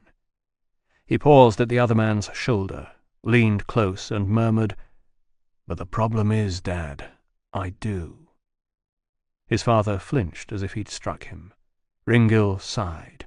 Then he raised a hand and clapped Gingran roughly on the chest and shoulder. "It's okay, Dad," he said quietly. "You've got 2 other red-blooded sons to make you proud. They both did pretty good at the siege." Gingran said nothing, did nothing, made no audible sound. It might as well have been a statue. Ringil sighed again, let his hand drop from his father's shoulder, and walked away. Sleep. Sleep would help. Right. Chapter 8. Kangset was still smouldering. Arketh sat in the saddle on the ridge above the town, spyglass forgotten in her hands, staring down towards the harbour and the damage. Her mount shifted beneath her, uneasy at the damp, acrid stink of ashes that came and went on the buffeting wind. The thrown eternal detachment spread out along the ridge around her, elaborately impassive and professional, befitting reputation. But Arketh had already heard a couple of bitten-back oaths in the breeze as they saw what lay below. She couldn't really blame them. Despite everything she'd been warned to expect, she was having a hard time believing it herself. She knew Kangset somewhat, had been there on several occasions with the Kiriath Engineering Corps during the war. The scaled folk had come ashore all along this coast in the early years of the fighting. They killed and burned everything they found with an efficiency that was almost human, and invariably they retreated against the waves again before the Empire's legions could respond. Akal, always a realist in tactical matters, swallowed his pride and called for Kiriath help. Grashgal sent the engineers. Now, along the harbour wall and beach line, the Kiriath fortifications were smashed through in a half-dozen places, smooth, glassy ramparts showing gouges whose exposed edges were jagged and rainbow-coloured in the early afternoon sun. Whatever had done the damage hadn't stopped there. Beyond each breach, the path of destruction tore into what lay behind with a totality Arketh hadn't seen since the war. Stone structures had been reduced to stumped ruins. Wooden buildings were simply gone, only charred ash and fragments to signal they had ever existed at all. The harbour waters were spined with truncated, listing masts from vessels that had gone straight to the bottom. Rubble from a toppled lighthouse lay along the wharf. The whole place looked as if it had been swiped by some reptile god's massive clawed hand. The dead numbered in the hundreds. She might have guessed that much from what she saw through the glass, but by then guessing was unnecessary. On the landward slopes of the ridge they'd come upon a tangled exodus of townspeople and beaten soldiery, commanded, if that was the word, by one of the few remaining officers from the Kangset Marine garrison. Shaken and wincing, the young lieutenant had given her his tight-lipped account of the raid. Unearthly shrieking from out to sea. Balls of living blue fire and ghost figures stalking the smoke-filled streets, slaughtering all in their path with weapons made of glimmering light. "Nothing worked," he told her numbly. "I saw our bowmen put shafts into them at 50 feet, full draw. Steel-tipped fletch at that range should go right through a man, full armor, the works. It was like the arrows just fucking dissolved or something. When they got 20 feet off our barricade, I led a charge. It was like fighting in a nightmare. Felt like you were moving underwater. And they were fast. They were so fucking fast." He stared off into the memory of it like someone 3 times his age. "What's your name?" Arketh asked him gently. "Golt," still staring emptily away. "Parnan Golt, Peacock Company, 50th Imperial Marines, 73rd Levy." 73rd. Like the messenger who'd brought the news to Hjalteth, he would have been a boy when the war ended. In all probability, he'd never seen combat outside standard anti-piracy policing and the odd bit of riot control. Few regular troops after the 66th had. Arketh pressed a hand on his shoulder, rose and left him sitting there with his memories. She didn't ask him to come on with them to the town. She detailed a thrown eternal sergeant and his squad to take charge of the refugee column where it was, then pressed on with the rest of the company, sceptical voices in her head, warring with a creeping sense that something really was badly wrong. That the young lieutenant and the original messenger actually had both been witness to something new and not easily explained away. That their terrified accounts were not just the babble of men who'd never seen battle in all its filth-caked finery. No? The skeptic in ascendancy now. "Remember your first battle, do you? Majak berserk skirmishes tearing through the lines at Baldaran. Howling across the field, panic in the ranks, grass slicked down like a pimp's hair with the blood. You went down that first time, grabbed at Arashtal's arm and found it severed in your grasp. You screamed but no one heard. You moved like sludge. Didn't that feel like a nightmare? And ghost figures? Glimmering unknown weapons? Dissolving arrows? Subjective impression. Night fight terrors. The archers freaked out like everybody else, shot wide or fucked up on the draw. And now, whatever the raiders had or hadn't been, Khangset lay below her, gashed and torn, and smoking like a freshly disemboweled belly on some chilly northern battleground. "Sacred fucking mother of the revelation!" Mahmal Shanta, distracted as he struggled to control his prancing horse at her side. It was unclear if he was cursing the animal or the destruction below. "What the hell happened here?" "I don't know," Arketh said thoughtfully. "Doesn't look good, does it?" Shanta glowered and struggled to sit his mount with a modicum of dignity. He was useless in the saddle, always had been. His age-knobbed hands clamped the reins like a rope he was trying to climb. "Looks like a fucking replay of Demla Rashan, is what it looks like," he growled.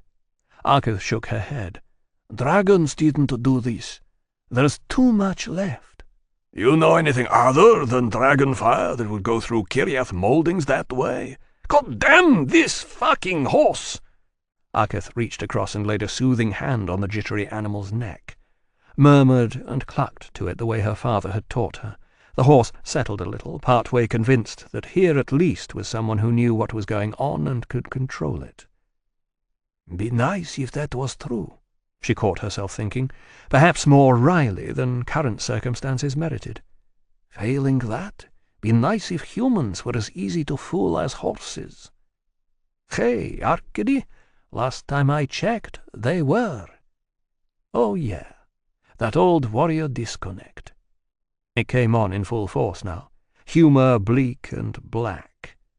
"While homes smoulder around you, and the unarmed afflicted weep for what's lost, so you don't have to. Pull on the cold, clinking mail of your professional detachment, Arketh Indamanenarmal.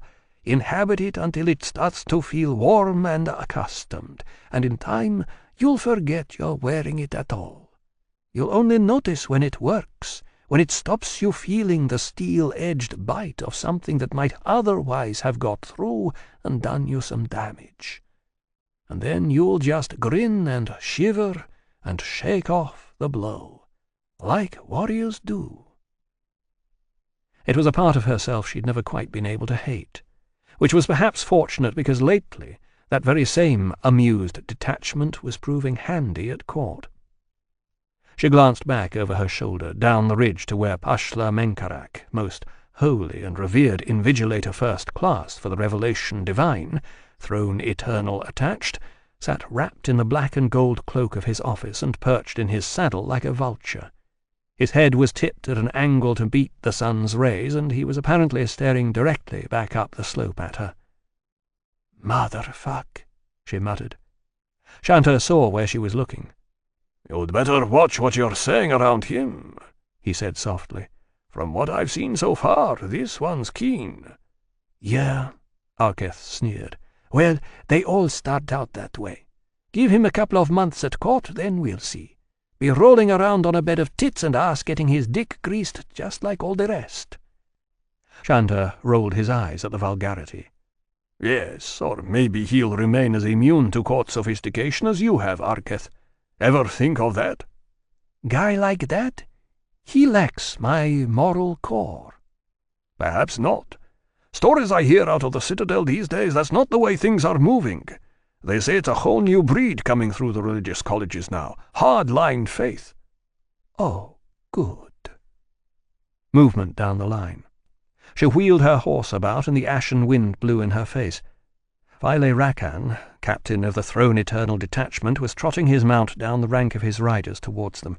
She sighed and put on the mask of command. Shanta sat his horse in expectant silence. Rakan reached Arketh and dismounted for respect. He took sword hilt in his right hand, capped it with his left, and bowed. "Commander, my men are deployed. We await your orders." Arketh nodded. "Right then," she said brightly. "I suppose we'd better go down and take a closer look." Once among the ruins, though, that counterfeit enthusiasm stained through into something that was almost the real thing. From long acquaintance, she recognized it for the same scavenger urge that fed her expeditions into the desert and, in earlier times, the Kiriath wastes. The same thirst that drove her, time and again, back to the uncooperative helmsman in the few remaining fireships. There was meaning to be gleaned out there, a transcendence of the surface of things that glimmered and beckoned like harbour lights seen through the wrap of foul weather at night. You saw an answer, steered by its beacon, and, briefly, the world seemed that much less pointless. You felt, for just that short time, that you might be getting somewhere. Tangled in with all of that and gaining force came another less assured sensation. One she supposed Phile Rakan and his men were all feeling, clean, upfront and handily fervent behind their stony, throne-eternal demeanour. Outrage. Slow-building, incandescent, the mighty and majestic insulted pride of empire. Rage that someone had dared, had felt at violent liberty in this time of agreed peace, to assail a designated imperial port and do harm to men and women under the revelation-inspired patronage of His Radiance Jiral Himran II. For Arketh, who'd seen rather more than she'd have liked of how the agreed peace had been hammered out, the same feeling was fatally tainted. But it hung around anyway, a bit like muscle ache after a long ride, or treacle on the edges of a poorly washed baking tray. She knew enough, despite what she'd seen, to rein in her cynicism. "Look, Yelteth unites a massive territory in comparison to any of its political competitors, you know. By and large, it treats those living within its borders with a degree of codified respect not popular elsewhere. I know that. All right, then, it might not be civilized universality the way Grashgal always liked to talk it up. It might not be the future he claimed to see in his dreams, but it's not a bad functional substitute. Hjelteth at least aspires in that direction." That much was true. A sort of rough-and-ready inclusiveness prevailed among the Imperials, something born in about equal measures out of the religious universalism of the Revelation, an ascetic warrior egalitarianism in the original culture of the 9 tribes. Now down to 7, yeah, I know, don't ask.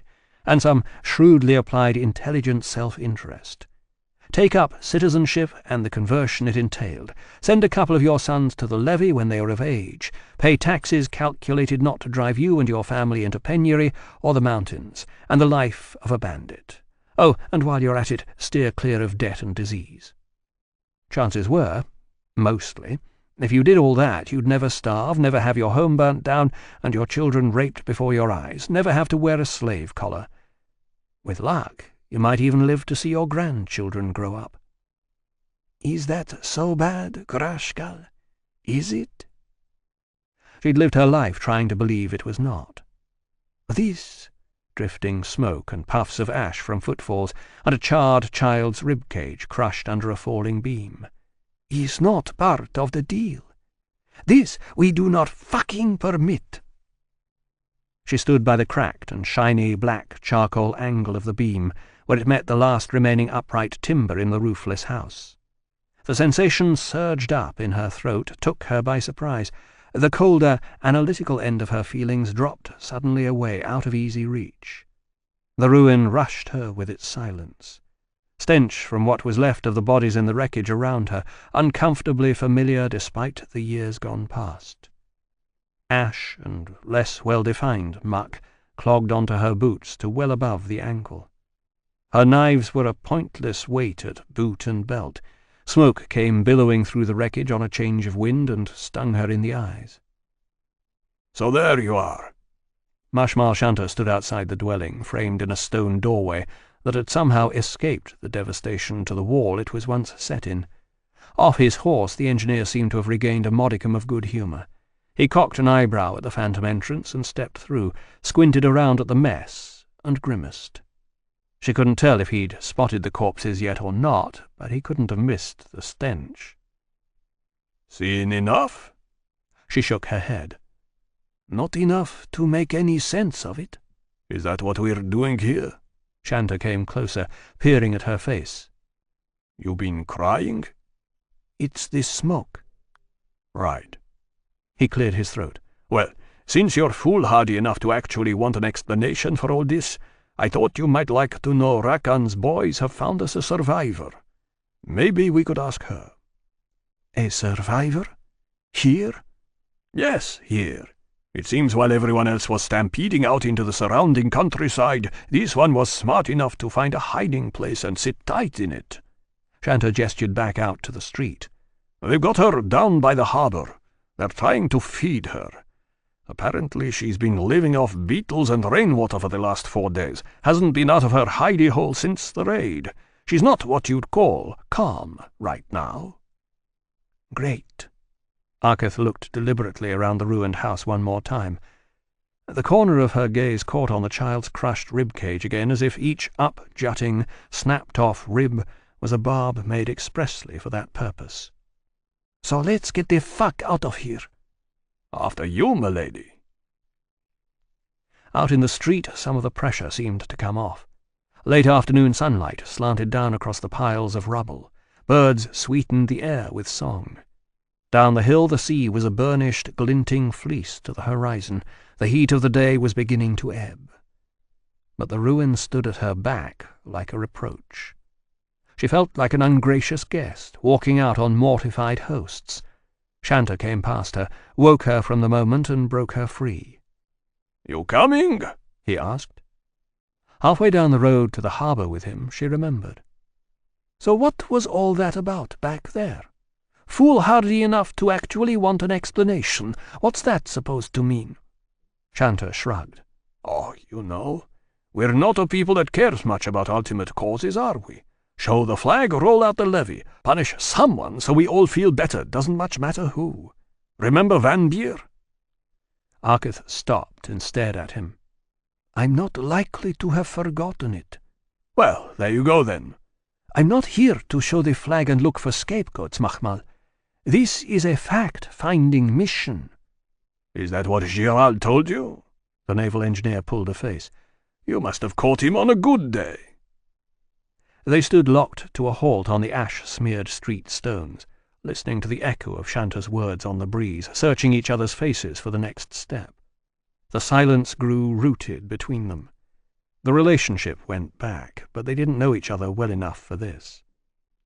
"I think," Arketh said finally, quietly, "that perhaps we'd best both concentrate on doing what we were sent here to do, and let our concerns for our emperor remain a matter for private thought and prayer." Shanta's lined, hawkish face creased into a well-worn court smile. "Indeed, my lady, indeed. Not a day goes by that General Chimran does not feature pointedly in my prayers." A slight but formal bow from the chest up. "As I am sure is the case for you as well." He made no mention of what it was he prayed for on his emperor's behalf. Arketh, who didn't pray at all, made an indeterminate noise of assent in her throat. And they went on down the ashen thoroughfares together, quiet and a little more hurried now, as if the ambiguity in Shanta's words stalked after them, nose to the ground, and a peeled glimpse of teeth revealed. Chapter 9. It was still light when he got up. Somewhat surprised by the fact, Ringil wandered yawning about the house in search of servants, found some and ordered a hot bath drawn. Then he went down to the kitchens while he was waiting, scavenged a plate of bread and dried meat, and ate it standing at a window, staring absently through the glass at late afternoon shadows on the lawn. The kitchen staff bustled about him in steam and shouted commands, carefully ignoring his presence, more or less as if he were some expensive and delicate statue dumped inconveniently in their midst. He looked about for the girl who'd served him tea, but didn't see her. When the bath was ready, he went back upstairs and soaked in it until the water started to cool. Then he toweled off without help, dressed with fastidious care from the new wardrobe Ishil had funded for him, put on the raven's friend and a feathered cap, and took himself out for a walk. The glades were suffused with dappled amber sunlight and thronged with strollers out enjoying the last of the autumn warmth. For a while he contented himself with drifting among them, ignoring the glances the sword on his back attracted and letting the last dregs of the Kryn rinse out in the glow from the declining sun. High in the eastern sky, the edge of the band arched just visible against the blue. Ringil caught himself staring blankly up at it, and out of nowhere he had an idea. Shalak. He picked his way down to the moss-grown glades quayside where there were tables and chairs set up for the view, stalls serving lemonade and cakes at inflated prices, and a steady traffic of small boats picking up and dropping off parties of expensively dressed picnickers from the upriver districts. Eventually he managed to find a boatman halfway willing to take him downriver to Ekalim, and jumped lightly aboard before the man could change his mind. He stood in the stern as they pulled away from the shore, watching the glades as it receded, face washed warm with stained-glass sunset light, and only faintly aware that he was striking a pose. He sat down, shifted about on the damp wood with due attention to his new clothes and the slant of the raven's friend until he was more or less comfortable, and tried to blink the sun out of his eyes. "Not many days like this left in the year," the boatman commented over his oars. "They say we're in for an Aldrain winter." "Who does?" Ringil asked absently. They were always predicting an Aldrain winter. It would be what passed for presaging doom among the entrail readers at Strov Market now that the war was over and won. The boatman was keen to expound. "Everyone thinks it, my lord. The fisher crews down at Harbour End all say it's harder to land silver fry this year than they've ever known before. The waters are colder flowing in from the Huronish Isles, and there've been signs. Hailstones the size of a man's fist. On the marsh flats at South Clist they've seen strange lights at dawn and evening, and people hear a black dog barking through the night. My wife's brother stands forward lookout for one of the Majak Urdin's whalers, and he says they've had to sail further north this year to sight spouts. One day, at the end of last month, they went out beyond the Huronish, and he saw stones of fire falling from the band right into the water. There was a storm that night, and so on. Ringil went ashore at Ekalim with the echoes of it all still in his head. He headed up Dray Street from the harbour, hoping a little belatedly that Shalak hadn't found occasion to move premises any time in the last decade. It was slow progress through the milling early evening crowds, but the cut and fabric of his new clothes helped open a path. People didn't want trouble, even at this end of the river. There were members of the watch, paired on street corners, watching the press and toying twitchily with long wooden day clubs. In resolving any dispute, they were going to see the same things in Ringil's clothing as everyone else. He'd get the rich man's benefit of the doubt, and anyone on the other side of the equation was going to get dragged down a side alley and given a swift, timber-edged lesson in manners. He reached the corner of Dray and Blubber and grinned a little. He needn't have worried about the passing of time here. 10 years on, Shalek's place hadn't changed any more than a priest's mind. The frontage was the same scoured stonework and dark coffee-stained windows lit dimly from within, the same heavy-browed eaves drooping so low across the front door you could bash your head if you'd grown up sufficiently well-nourished to gain the height. The same cryptic sign swinging outside on its rusted iron bracket. "Come in and see." Back in the early years, before the war, there'd been another set of words up on that sign. "Come in and look around. You might see something that likes you." Surrounded by a ring of arcane, and, Ringil always suspected, fake Aldrain glyphs. But then came the 50s, the war and the dragon fire and the alien invaders from the sea. What had once been a harmless come-on for the dilettante vanishing folk enthusiasts Shalek made his living from was now suddenly a statement of sorcerous intent that verged on treason. Some say it was the West that the Aldrain had vanished into, and it was out of the West that the scaled folk were coming now. Shalek had his windows smashed by angry mobs a couple of times, had stones thrown at him in the street on more occasions than he could easily count, was summoned repeatedly to appear before the Committee for Public Morals. He got the message. The sign came down, the glyphs were scrubbed off every surface inside the shop, and any claims of magical powers for the items Shalek sold were replaced with disclaimers stating that nothing was known for certain of Aldrain law, that no one had seen a duender in living memory, and that their whole existence was, in all probability, a bunch of children's fairy stories. Nothing more. Ringil always suspected how deeply it hurt Shalek to hand-letter those little notices. Whatever the affectations of his clients, the man himself had always been a true believer. But when, with youthful brashness, he broached the subject, Shalek had offered in return only a pained smile and good citizen platitudes. "We must all make sacrifices, Ringil. It's the war. If this is all I suffer, you will not hear me complain." "Oh, come on," Ringil, plucking a notice from a carving at random, brandishing it. "This shit? No one in living memory has seen a duender. Fuck's sake, Shal. No one in living memory has seen Hiron walk, but I don't notice them closing down the fucking temples. What a bunch of fucking hypocrites." "People are frightened, Ringil." There was a livid bruise around Shalek's left eye. "It's understandable." "People are sheep," Ringil raged. "Moronic fucking sheep." With that, Shalek had made no sign that he disagreed. He hadn't changed much either in the intervening years. The close-cropped beard was shot through with white now rather than grey, and there was less hair to balance it atop the lined forehead, but otherwise it was the same faintly lugubrious clerk's face that peered up from the leather-bound tomb it was bent over as Ringil opened the door to the little shop and ducked inside. "Yes, noble sir. How may I be of service?" "Well, you can knock off the ornate honorifics for a start." Ringil took off his cap. "Then you might want to have a go at recognizing me." Shalek blinked. He removed the eyeglasses he'd been using to peruse the book and stared hard at his new customer. Ringil made a leg. "Alice? No, wait a minute. Ringil? Ringil Eskiath? Is that really you?" Shalek hopped off his chair, came forward, and seized Ringil by the arms. "Hiron's teeth! What are you doing back here?" "Came to see you, Shal." Shalek rolled his eyes and let go. "Oh, please.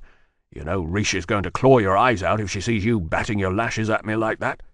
But you could see, despite it all, he was pleased. "Really? Why'd you come back?"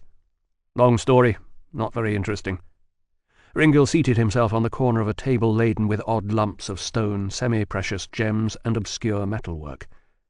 "Could use some advice, though, Shal." "Advice from me?" Hard to believe, huh? Ringil picked up a chunk of tangled iron wire with a glyph worked into its centre. "Where'd you get this?" "A source. What do you want advice about?" Ringil looked elaborately around the shop. "Take a wild guess." "You want Aldrain advice?" Shalak pulled a face, chuckled. "What's the matter with you, Gil? You come into some money you don't need all of a sudden. I'd have thought, a man like you, the Kiriath stuff has got to be more your thing." "I've got all the Kiriath stuff I need." Ringil gestured with 2 crooked fingers at the pommel jutting over his shoulder. "Anyway, I'm not buying anything. Just want your opinion on a couple of things." "Which are?" "If you had to kill a Dwender, what's the best way to go about it?" Shalak gaped. "What?" "Come on, you heard me." "You want to know how to kill a Dwender?" "Yeah."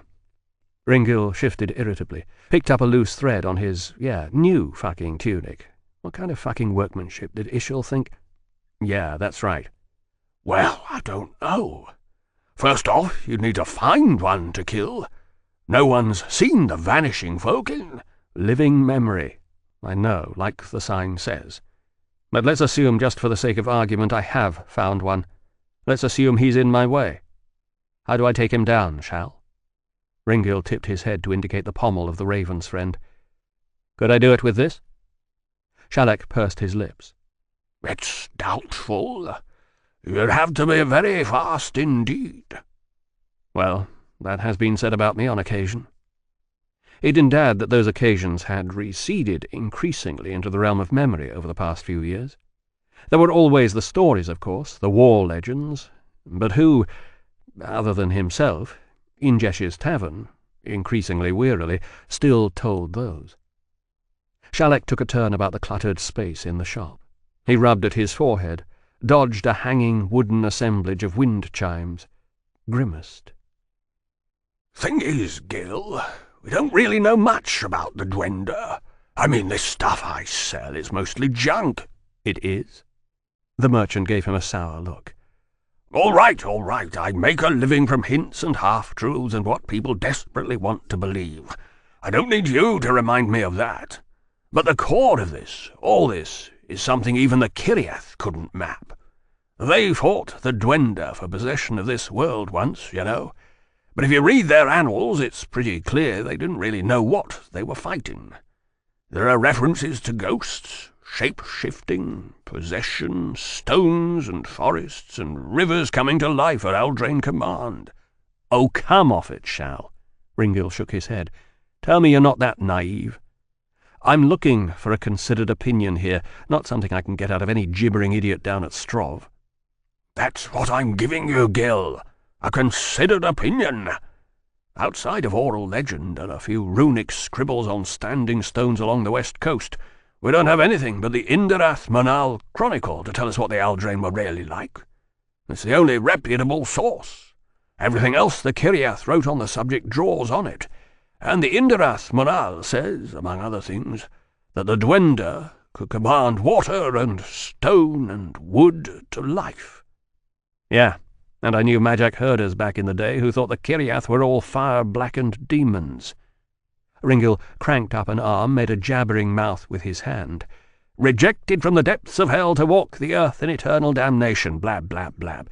Kind of shit gets made up every day by people too stupid to look for the realities. You should have heard the boatman who brought me up here from the glades. Fire in the northern sky, lights in the marshes, a black dog heard barking through the night. Doesn't occur to anyone to wonder how exactly you can tell it's a black dog just from the fucking bark it makes." Shalak cocked his head. He frowned. "What is this, Gil? What are you so angry about?" It brought him up short. He stared at the neatly swept floor of the little shop and raised an eyebrow at the strain in his own just silenced voice. "What's wrong, Gil?" He shook his head, sighed. "Doesn't matter. It's nothing. Late night, too much carousing, you know me. I'm sorry. Go on, you were saying." "You were saying the people are too stupid to look for the realities and they hide in superstition instead. And that's true enough. But you're missing the point. You're talking about humans, and ignorant humans at that. The scribes who wrote the Indarath Manal weren't either. They were the cream of Kiriath culture, highly educated and already well-travelled in places most of us have a hard time imagining. And the Dwenda scared those guys, that's the truth. It's there in the way the texts are written, clear as the face on a harbour-end whore. Ringil thought back to the Kiriath he'd known. Grashgal, Naranash, Flaradnam, Kalanak, and all the others, names gone blurred with the years. He thought of the impassive aura of command they'd carried into the war with the scaled folk, the methodical savagery with which they fought. It was a mask, Arketh insisted to him once, part of the courtly gravitas that informed Kiriath culture from its roots. But if she was right, it was a mask that never came off.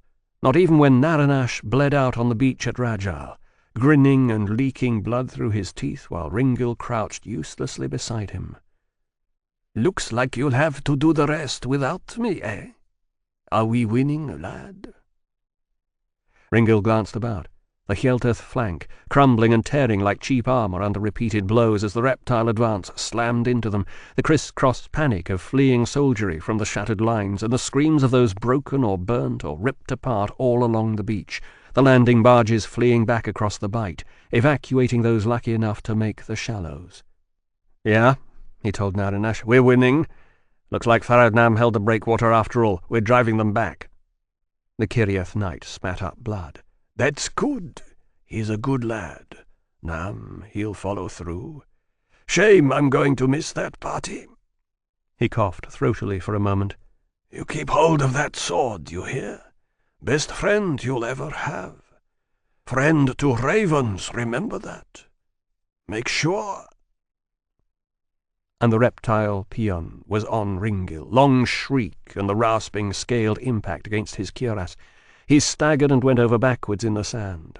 The long spiked tail lashed around, the claws dug in, and Ringil screamed back in the creature's face at the pain, smashed the pommel of the raven's friend into its eye.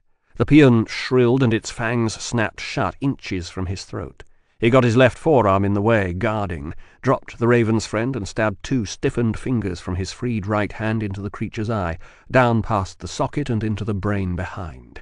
The peon thrashed and shrieked and snapped, and he rolled it over in the fountaining storm of sand it was making with its tail, pinned it there with his body weight while his fingers burrowed and shoved in up to the hilt. The eyelid flapped up and down on his knuckles like a trapped moth's wings scraping in the cup of a boy's closed palms. The tail lashed about. Damp sand came up in shovel loads, swiped him across the face, got gritty into this mouth as he sucked breath and snarled and fought, and then finally, with a high whining noise in its throat and a shivering convulsion, the fucking thing died. And by the time he staggered back to his feet, so had Naranash. He never knew if, in those last moments, the Kiriath knight had seen the peon attack, understood what was going on, and had drawn his own fading conclusions about the state of the battle. If at the end he'd known that Ringil had lied to him.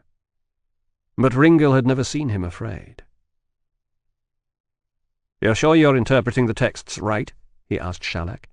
"I mean, maybe the language—" "I grew up speaking Tathan as well as Naomi Gill. My mother made me learn to read it as well. I've seen copies of the translations they made of the Indarath Manal in Hjelteth. I've seen the commentaries on it, and I know enough of the High Kier original to follow those commentaries.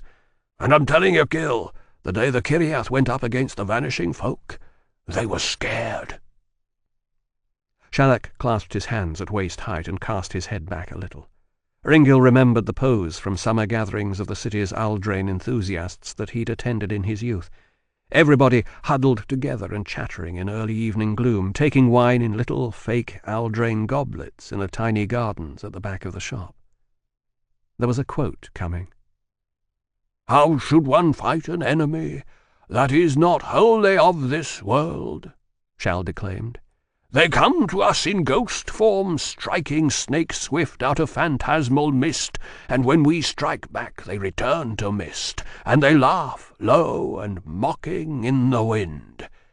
They—" But now the rest of it was gone. carried away on the cool breeze out of nowhere that blew up Ringil's neck. He snapped back to the previous night, the crin-skewed walk home from Grace of Heaven's place, and swooping laughter past his face like a caress. He felt the same shiver creep up his neck again, and found he'd raised a hand involuntarily to touch his cheek, where the laughter had seemed to touch. "Pretty conclusive, wouldn't you say?" Shalak finished now with his quotations, looking at him expectantly. Ringil blinked. Yeah." He scrambled to cover for his disconnection. "I guess. That bit about not wholly of this world. They say the Aldrain came from the band originally, don't they? And that's where they went back to. You think that's possible?" "With the Aldrain, anything's possible. But likely?" Shalak shook his head. "You talk to any decent astronomer, here or in the Empire, they'll tell you the band is made up of 1,000,000 different moving particles, all catching the sun's rays. That's why it shines.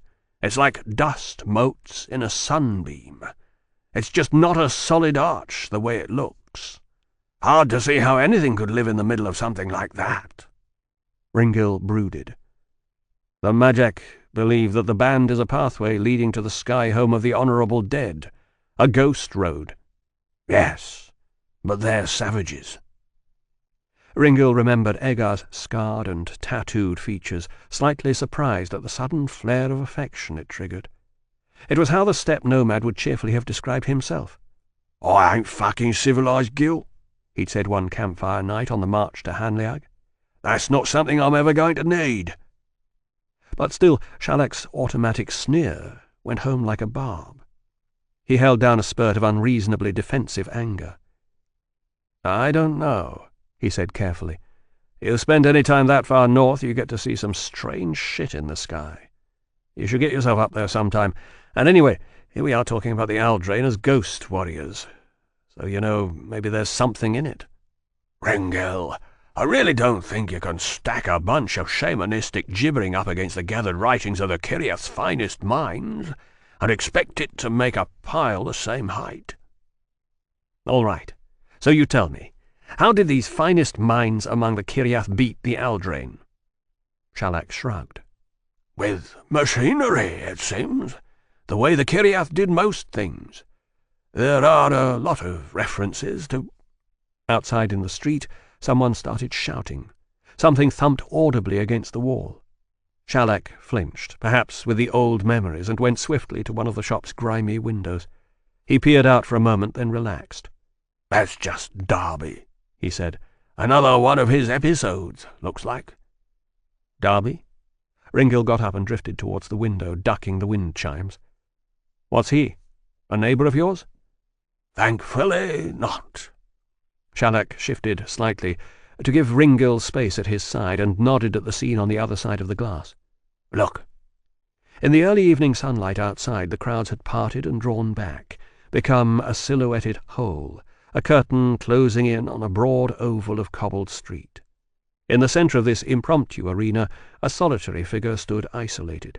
His clothing was obviously ragged beneath a longish, dirty blue coat that looked somehow familiar, and he brandished some kind of crude cudgel in a two-handed axe grip.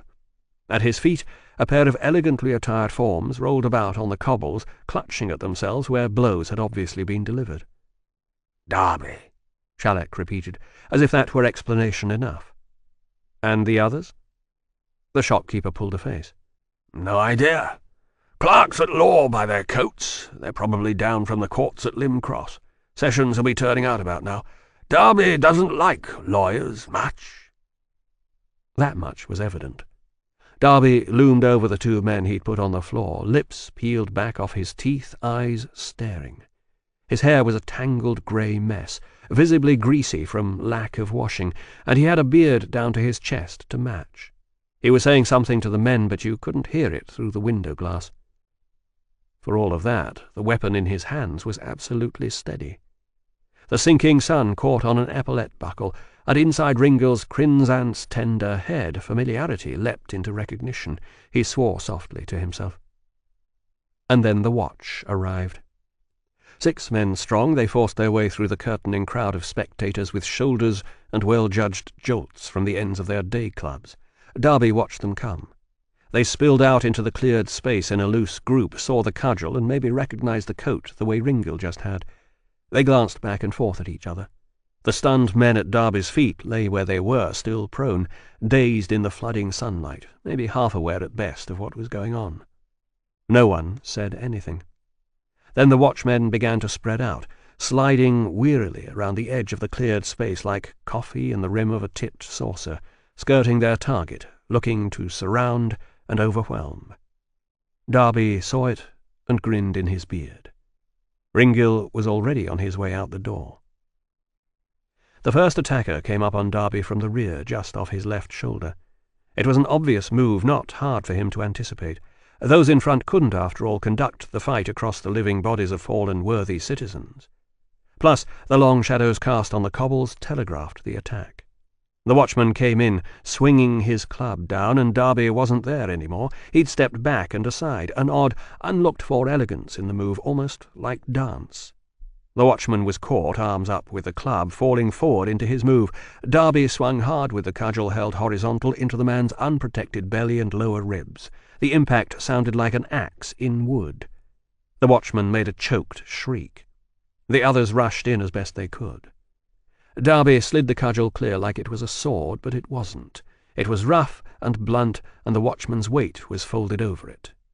In the moment the difference cost him, a second club-wielder slammed him across the shoulders. It was a mistake, not trying for the head. Darby staggered and snarled, but he didn't go down. The watchman tried to hook his feet out from under him, and Darby stabbed backwards with the cudgel, got the man in the face. Blood splashed in the sunlit air. Darby whooped at the sight of it, leapt the clerks' bodies, and landed cat-like between 2 of the other watchmen before they could register what was happening. The cudgel whirled about him in a blur. The crowd swayed back with a fairground chorus of excited yells. The cudgel caught one of the watch about the head and sent him staggering, but either it missed the other or the man was a cannier fighter than his fellows.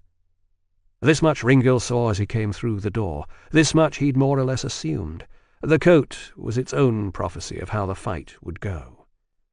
But now the untouched watchman nearest to Darby waded in, club held in a 2-handed sword grip, feinting and blocking, bellowing hoarse and low to those of his comrades still on their feet. "Get in behind him! Bring this fuck down, will you?" He was younger than Darby by a generation and faster. He blocked Darby's cudgel, looped it away, and got in a savage blow to the older man's elbow. Darby howled obscenities, gave up no fucking inch of ground, swung back. Something in Ringil cheered at the sight. The young watchman skipped outside the swing, then rushed in with his club braced baton style. He pinned Darby's arm to his body, pinned the cudgel, and shoved him back a solid pace. A second watchman saw his chance and jumped in behind.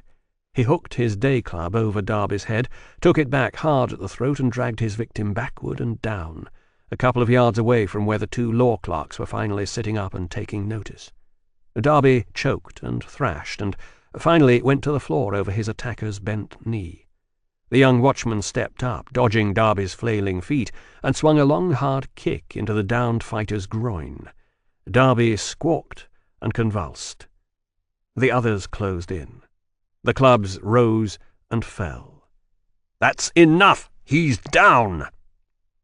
But now the watch's blood was up. The shout alone was never going to be enough, and Ringil, cleared in the knowledge, was moving forward even as the words left his lips. He reached up left-handed, grabbed a day club as it came up, and yanked hard on it. The surprised watchman lost his grip and stumbled. Ringil got a grip on the man's collar with his other hand, manhandled him impatiently out of the way. Then he waded in and used the commandeered club to break up the fun.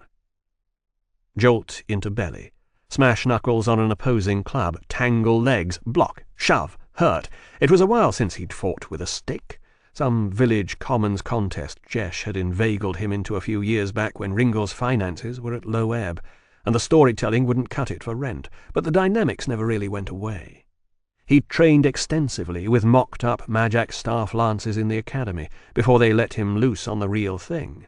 And then there were Hjelteth empty-hand techniques that spilled out into a form using a simple bamboo pole. The watch were trained as well, of course, but not with much care, and this new attack was the last thing they'd looked for.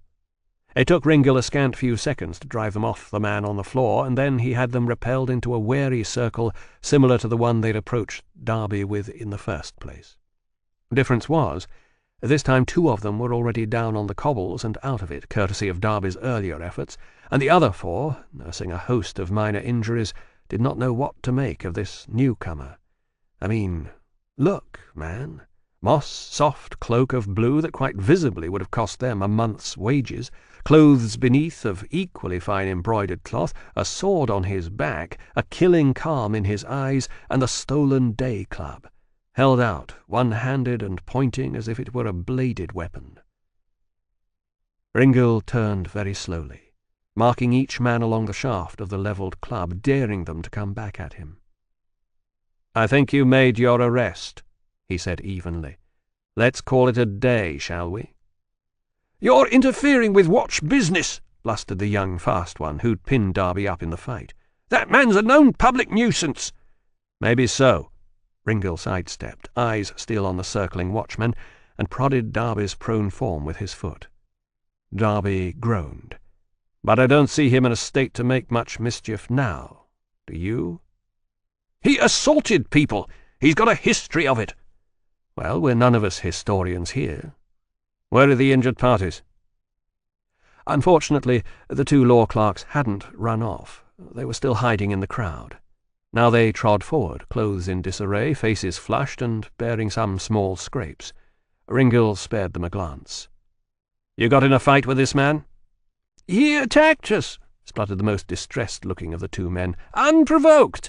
Started shoving us in the crowd, screaming abuse for no reason." "Lying fucks!" Slurring tones. At Ringil's heel, Darby had managed to prop himself up on one arm. The motion brought with it a heady stink of unwashed flesh, laced with piss and cheap wine. The man had clearly not bathed in a couple of months. "Called me an animal, a fucking marsh sloth. Not so long ago it was I fought to keep your mammas from being spitted on a big fucking lizard prick. That's the thanks I get. I made my living with honest fucking steel, not robbing a man's home and family with papers and ink." "I don't know what he is talking about," said the other clerk, somewhat calmer than his companion.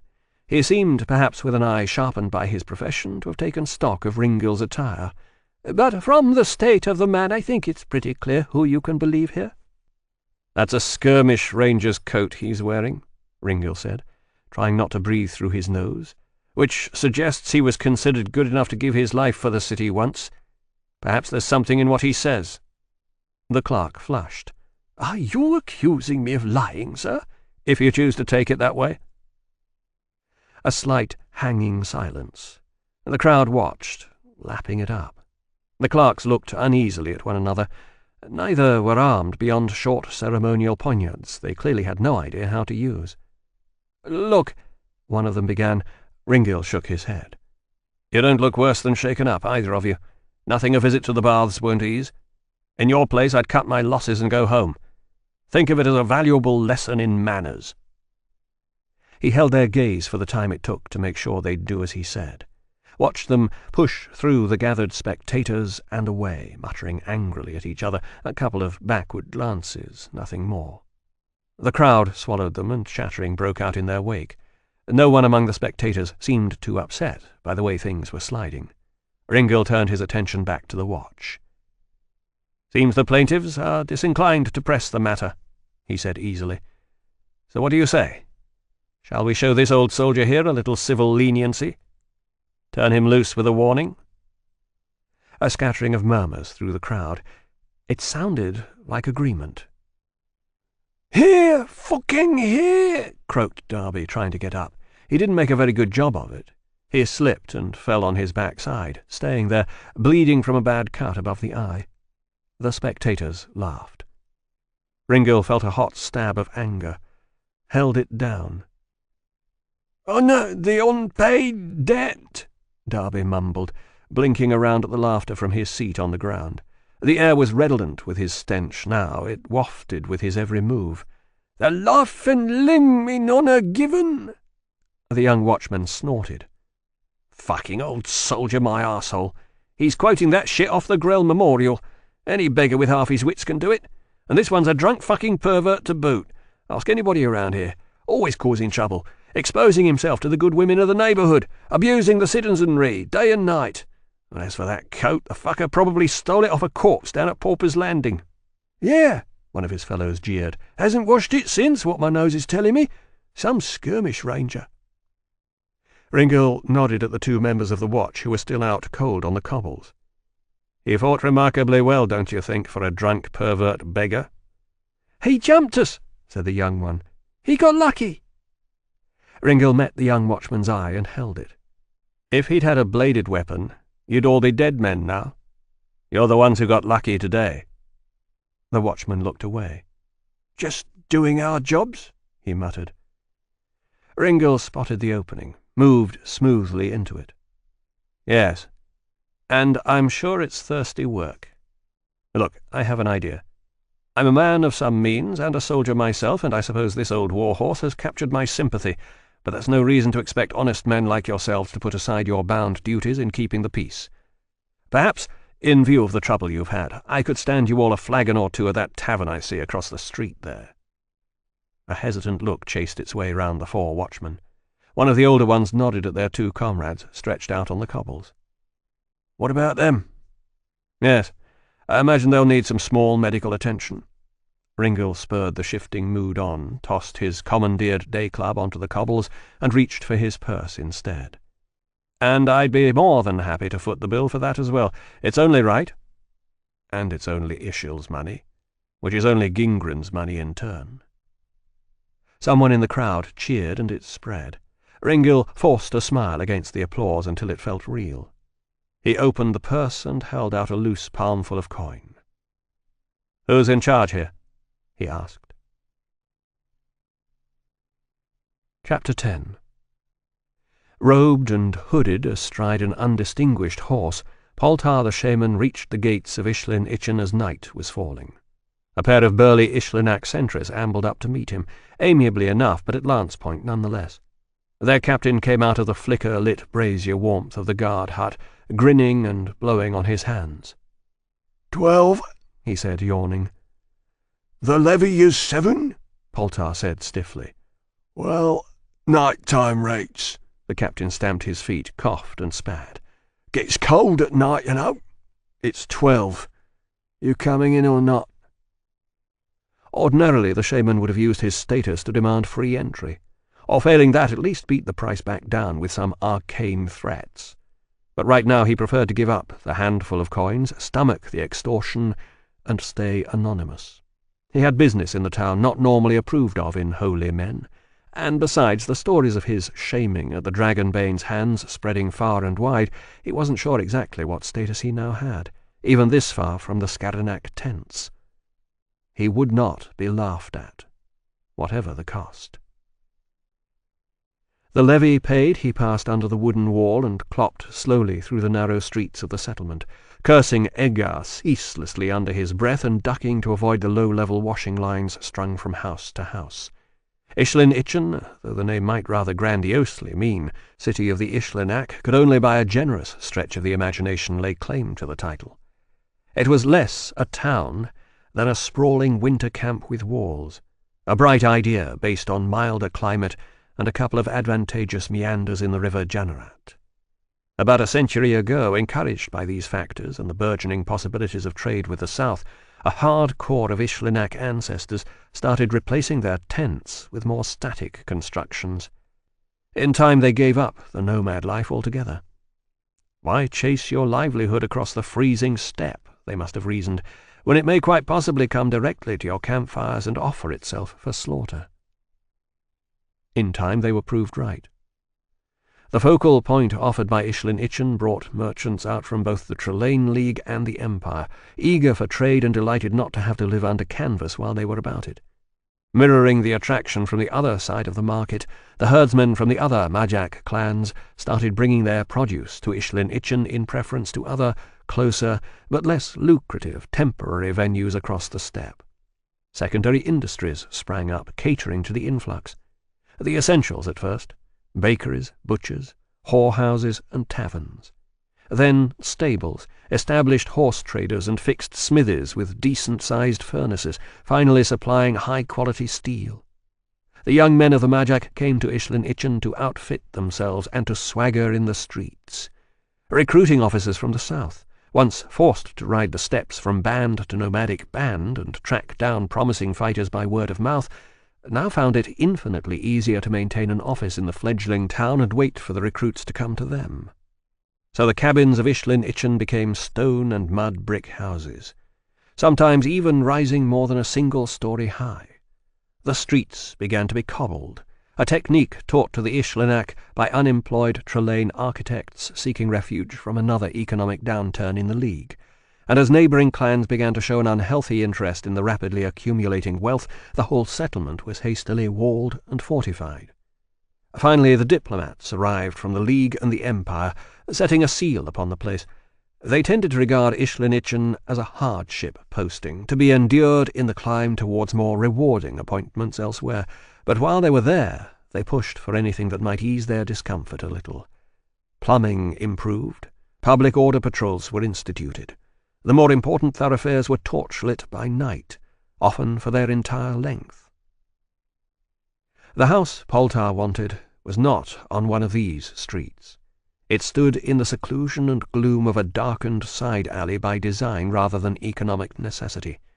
The alley ran alongside a section of the city wall, and Madame Ajana's rose 2 stories above the parapet, leaning there as if tired by the effort of hoisting itself up to see out across the plain. The height and position were also deliberate. From a mile out on the steppe you could make out the red, glowing lanterns of the whorehouse beckoning.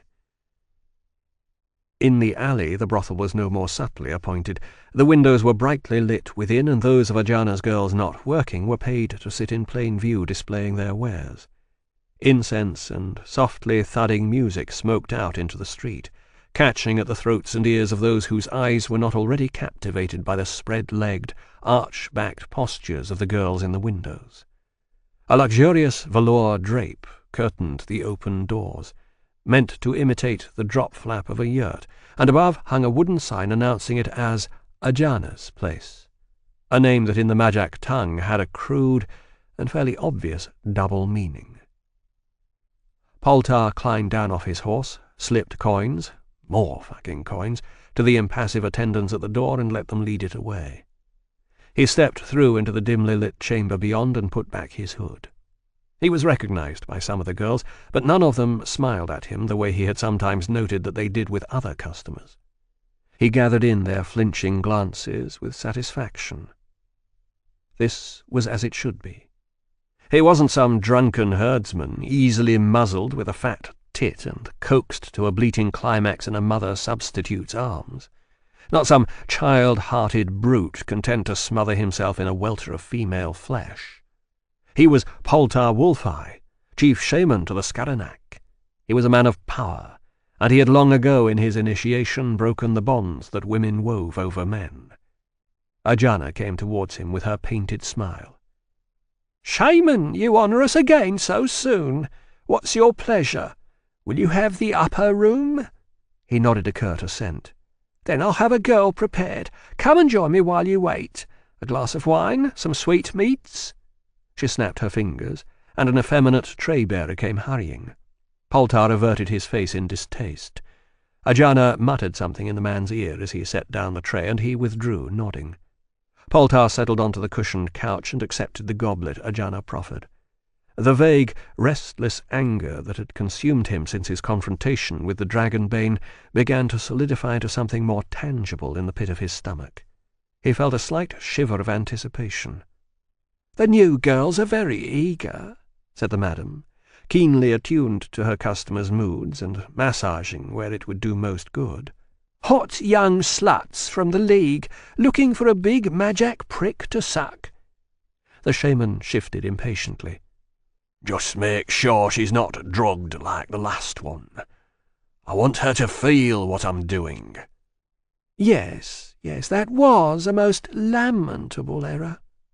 Ajana offered him a plate of spiced cake slices. Her voice purred, soft and cosy as wine from the flask neck. "But it won't be repeated. Ajana's place draws your pleasure from you exactly as you would most wish to give it up. All preparations are being made to this single end, Of that you may lie back and rest assured." It took half an hour to make the preparations, by which time the shaman was lightly drunk and swollen almost to bursting with Ajana's subtle verbal ministrations. The madam led him up the 3 flights of stairs with ritual slowness, pausing on each landing so that he could regain his breath, and witness through half-drawn curtains scenes of orgiastic abandon that would fuel his arousal. Finally, at the door of the upper room, Ajana took a key from her voluminous robes and handed it to him. "The lock is oiled and ready," she said. "Enter and enjoy." She left him facing the door. He paused a moment, then inserted the key, twisted, and let himself into the small, perfumed space beyond. Incense candles burned in the corners of the room, giving off more smoke than light. The shadows on the walls flickered like impatient observers as his entry moved the flames. One tiny window showed faint starlight over the plain beyond the city.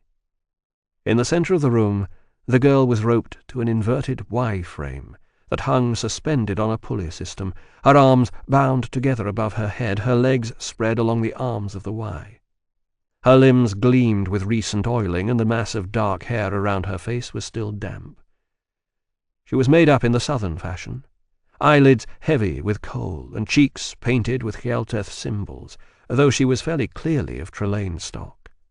Beneath it all she was very young, and, he saw, afraid. His grunt of satisfaction seemed to emanate from his stomach. "You do well to fear me, whore," he said thickly, pushing the door closed with his back, "because I'm going to hurt you, just the way you deserve to be hurt." On the stairs below, Ajana winced as the first cries floated down to her, and then hurried away to where she wouldn't have to hear them. By the time Poltar forced his way into the girl, he was panting from his efforts, and the palms of his hands stung from the slaps he delivered.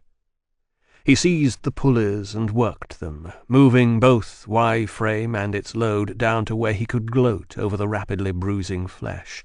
The girl's initial screams for help had changed to more intimate pleas when she realized that no one was coming to rescue her from this honored customer, but she still uttered one more little shriek as he stabbed inside her. He came almost immediately, the pent-up pressure gushing out of him before he had completed a dozen thrusts. His hands, which had been clenched around the girl's breasts, relaxed, and he sagged forward. A string of spittle drooled out of him onto her flesh. "Oh, Uran," he breathed, wiping his mouth. "Oh, ye gods!" The sudden pain was as intense as it was incomprehensible. It felt as if his prick had been clamped in a swordsmith's vice, and someone was tightening the screw. He yelped and tried to pull away from the girl, but that part of his anatomy would not go with him. He looked down at himself in confusion, and what he saw in the uncertain light brought a high, womanish scream to his lips. The girl's sex was gone, the flesh between her thighs replaced by a clenched fist whose fingers he could clearly see pulping his shrivelling member. "Don't go so soon," said a voice from the girl's lips. He looked up and saw that her eyes were open again, that now the kohl and face-paint mask of arousal had smouldered to genuine life. The eyes hooded and looked at him seductively, and then, as he watched, the girl's neck lifted sinuously from the frame against which it lay and lifted the head towards him.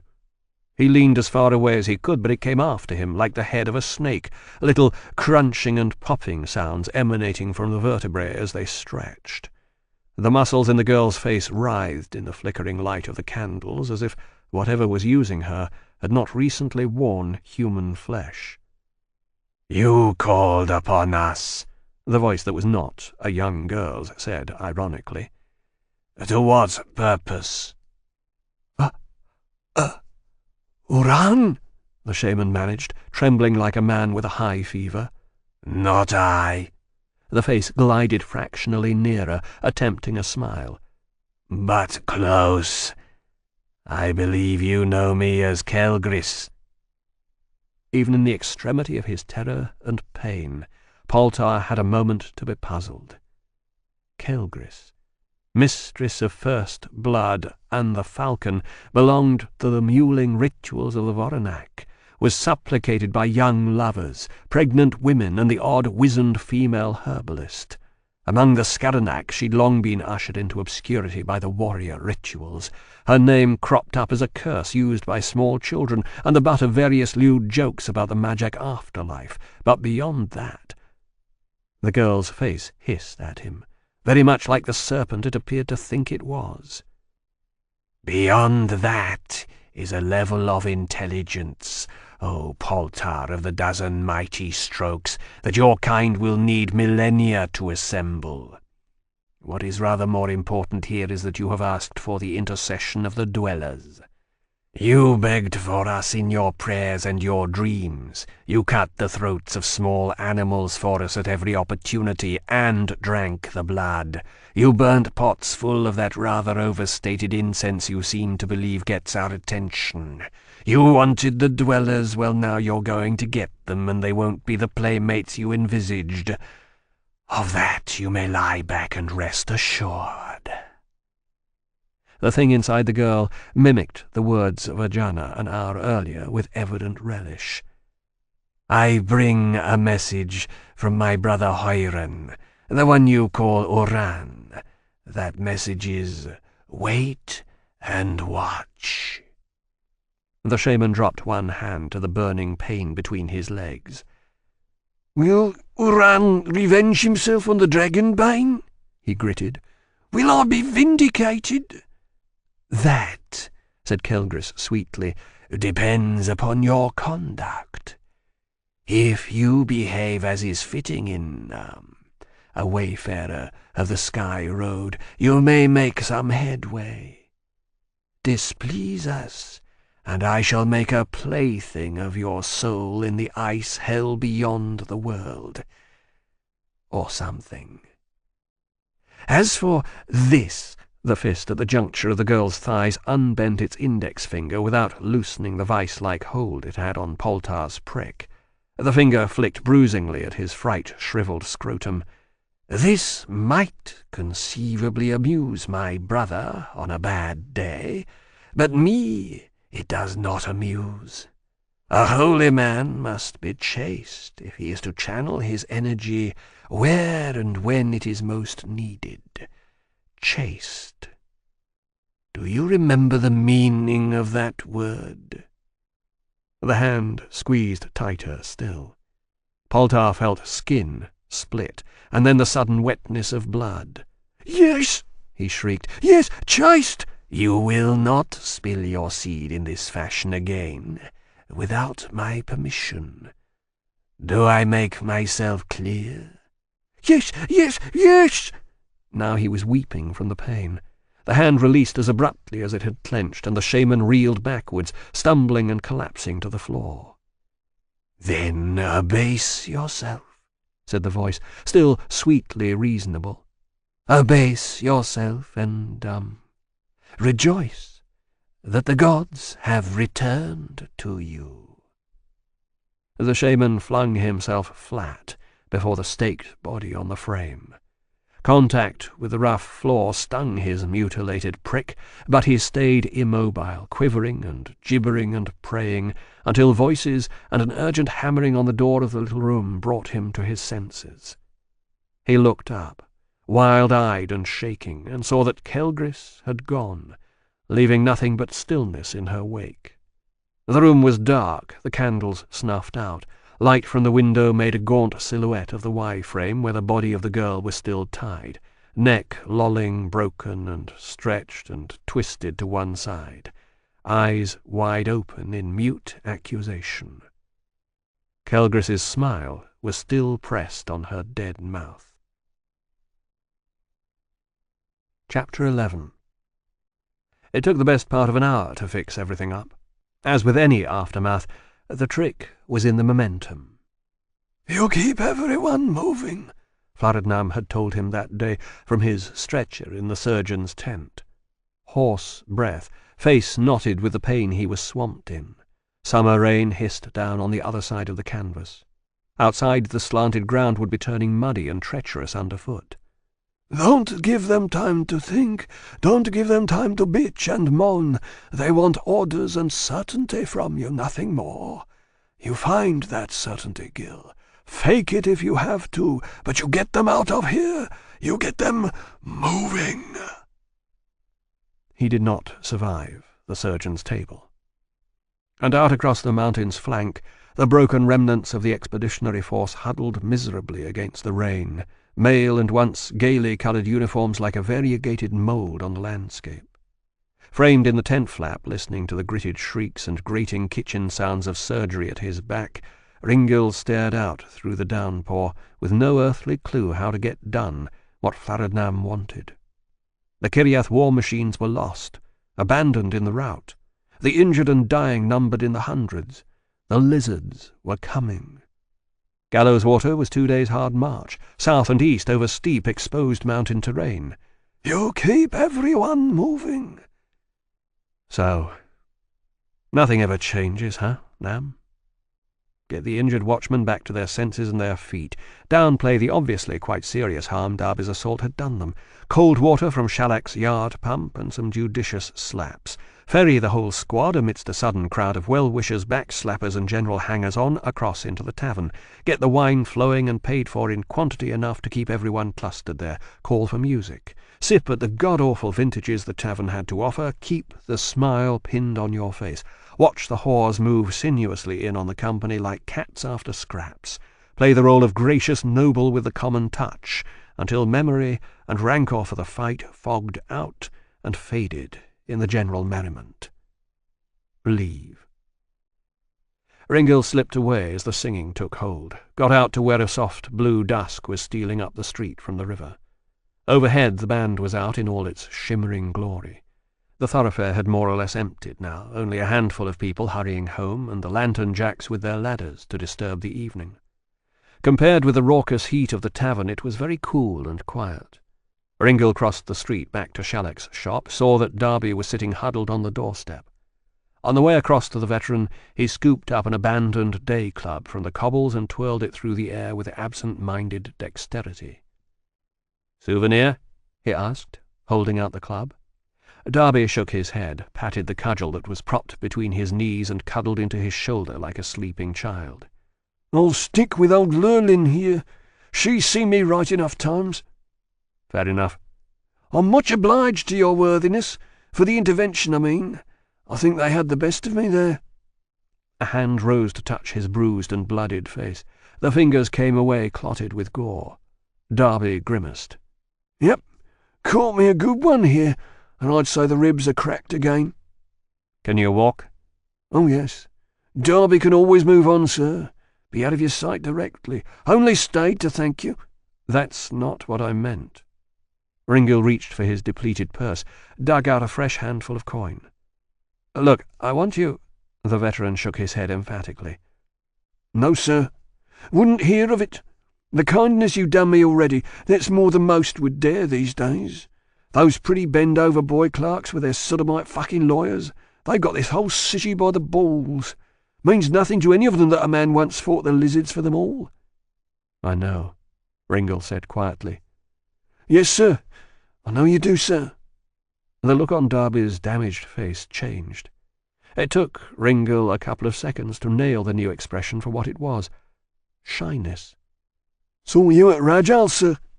I was fighting in the surf not 20 feet from you when the dragons came. Took me some time to place your face this time. My memory's not what it once was, sir, but I'd know that blade on your back anywhere." Ringil sighed. "Hard to miss, huh?" "That it is, sir."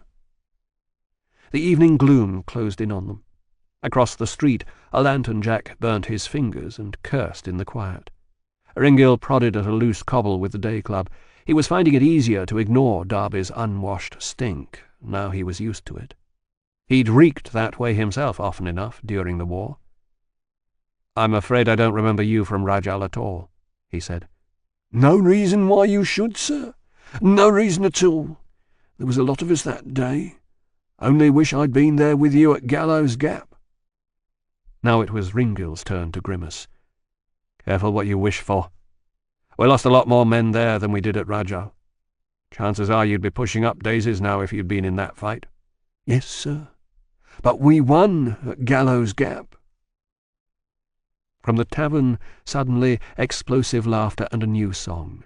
A war song, one of the classics, lizard blood like water to wash in. Stomping, martial rhythm, it sounded as if they were pounding on the tables in there. Darby levered himself to his feet, winced a little as he did. "Best be off, then," he said, voice tight with his pain. A knowing nod towards the noise, a crooked grin. "Wouldn't want to still be on hand when the old patriotic fervour gets beyond feeling up the whores and drinking. They'll be out looking for blood soon enough. Someone to take it out on." Ringil glanced at Shallak's windows, thought that he'd better get in there and help the shopkeeper douse the lights. "You're probably right," he said. "Probably am, sir." Darby squared his shoulders. "Well, I'll be going then. It was a real pleasure talking to someone who understands.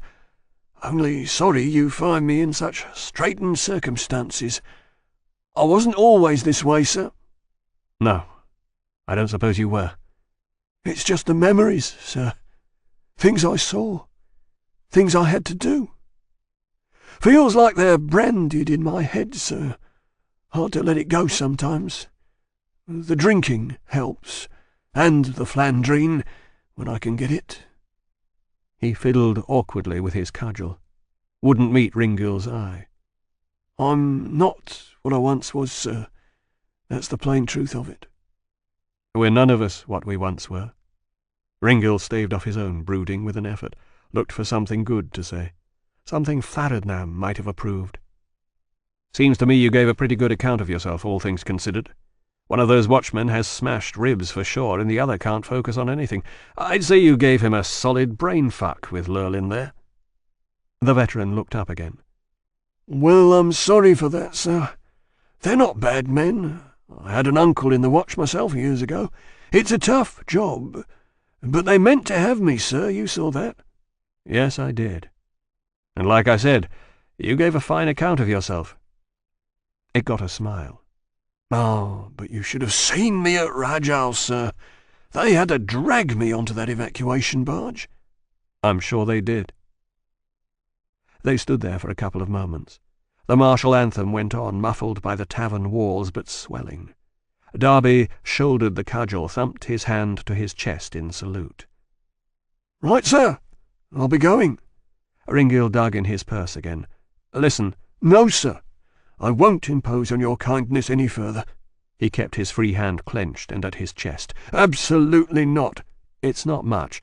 Just to get yourself, I don't know, some hot food, a hot bath, a place to stay." "It's a kind thought, sir, but we both know that's not what I'd spend it on." "Well," Ringil gestured helplessly, dug out the coin regardless. "Look, spend it on fucking wine and flandrine then, if that's what you need."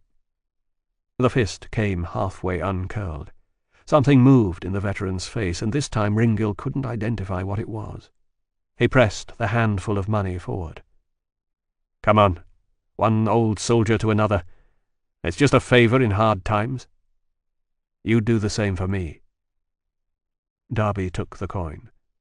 It was a sudden, convulsive move.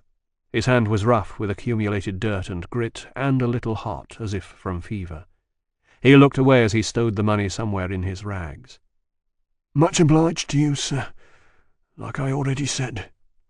But his tone was not the same as before, and he would no longer look Ringil in the eye, and when they'd said their farewell and Darby walked away up the street, there was a slump to his stance that had not been there before.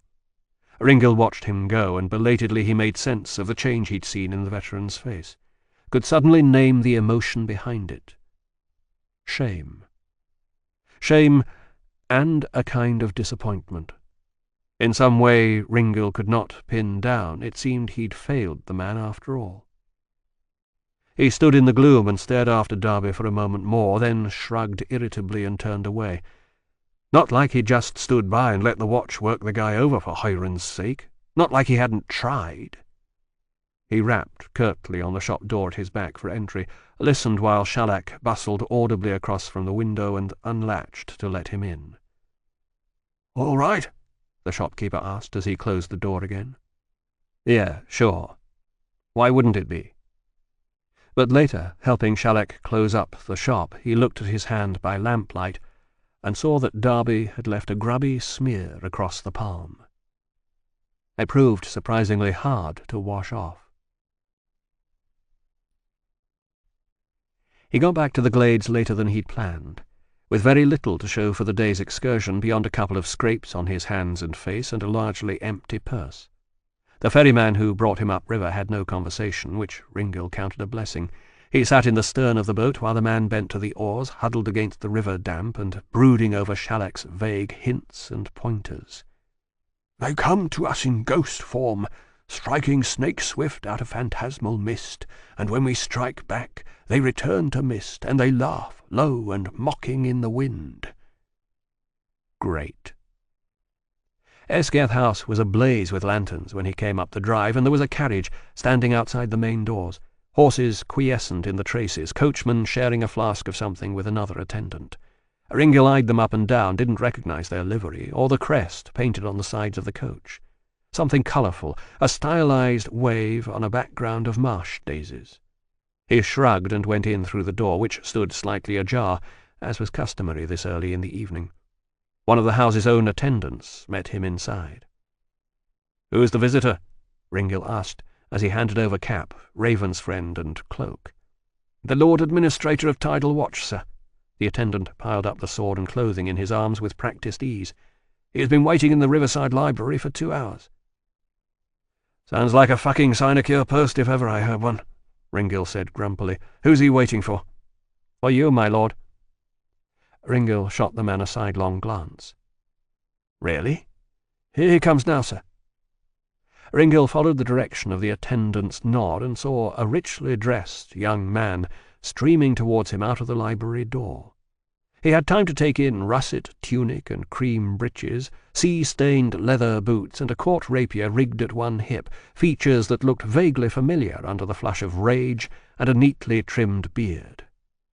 "Esgath!" he bellowed. Ringil looked elaborately around the entry hall. "Are you talking to me?" The Lord Administrator of Tidal Watch reached him and lashed out with his left hand. The move caught Ringil by surprise. It was unlooked for. There was no weapon apparent, just a pair of gloves. The rough, patterned leather stropped his cheek and stung. "I demand satisfaction, Esgath!" Ringil punched him in the face. The Lord Administrator went reeling backwards, hit the floor, and floundered there, blooded at the nose. He touched his upper lip, looked wonderingly at the blood for a moment, then clapped a hand to his rapier hilt. "You show that steel in my house," Ringil told him grimly. "I'll take it off you and shove it down your fucking throat." He hadn't moved forward, but the Lord Administrator let go of the weapon anyway, got rapidly back to his feet instead. It was smoothly done, too, an athletic, levering motion that Ringil recognized as blade salon drilled. He readied himself to step in and block the rapier's draw if necessary, but the younger man just drew himself up and spat on the floor at Ringil's feet. "What I'd expect from a degenerate like you. Street brawling in place of any real sense of honour." He wiped at the blood from his nose again, dripped some on the floor. He looked down at it and nodded, smiling hard and tight. "But you won't avoid the reckoning that way, Esgath. I call you out, before witnesses. Brillin Hillfields, day after tomorrow at dawn. Unarmoured, unshielded, light blade standards. We will settle this with clean steel, whether you like it or not." By now a small crowd was gathering in the hall. Nearby servants drawn from their duties by the sound of raised voices, and behind the Lord Administrator another liveried attendant, who now quietly proffered his master a handkerchief. "I don't suppose you'd care to tell me what this is about?" Ringil asked. "Why you're in such a hurry to get yourself killed, I mean." The Lord Administrator took the handkerchief and pressed it under his injured nose. The attendant tried to help and was shrugged off. "Degenerate, and coward too! You presume to put me off with your insufferable arrogance?"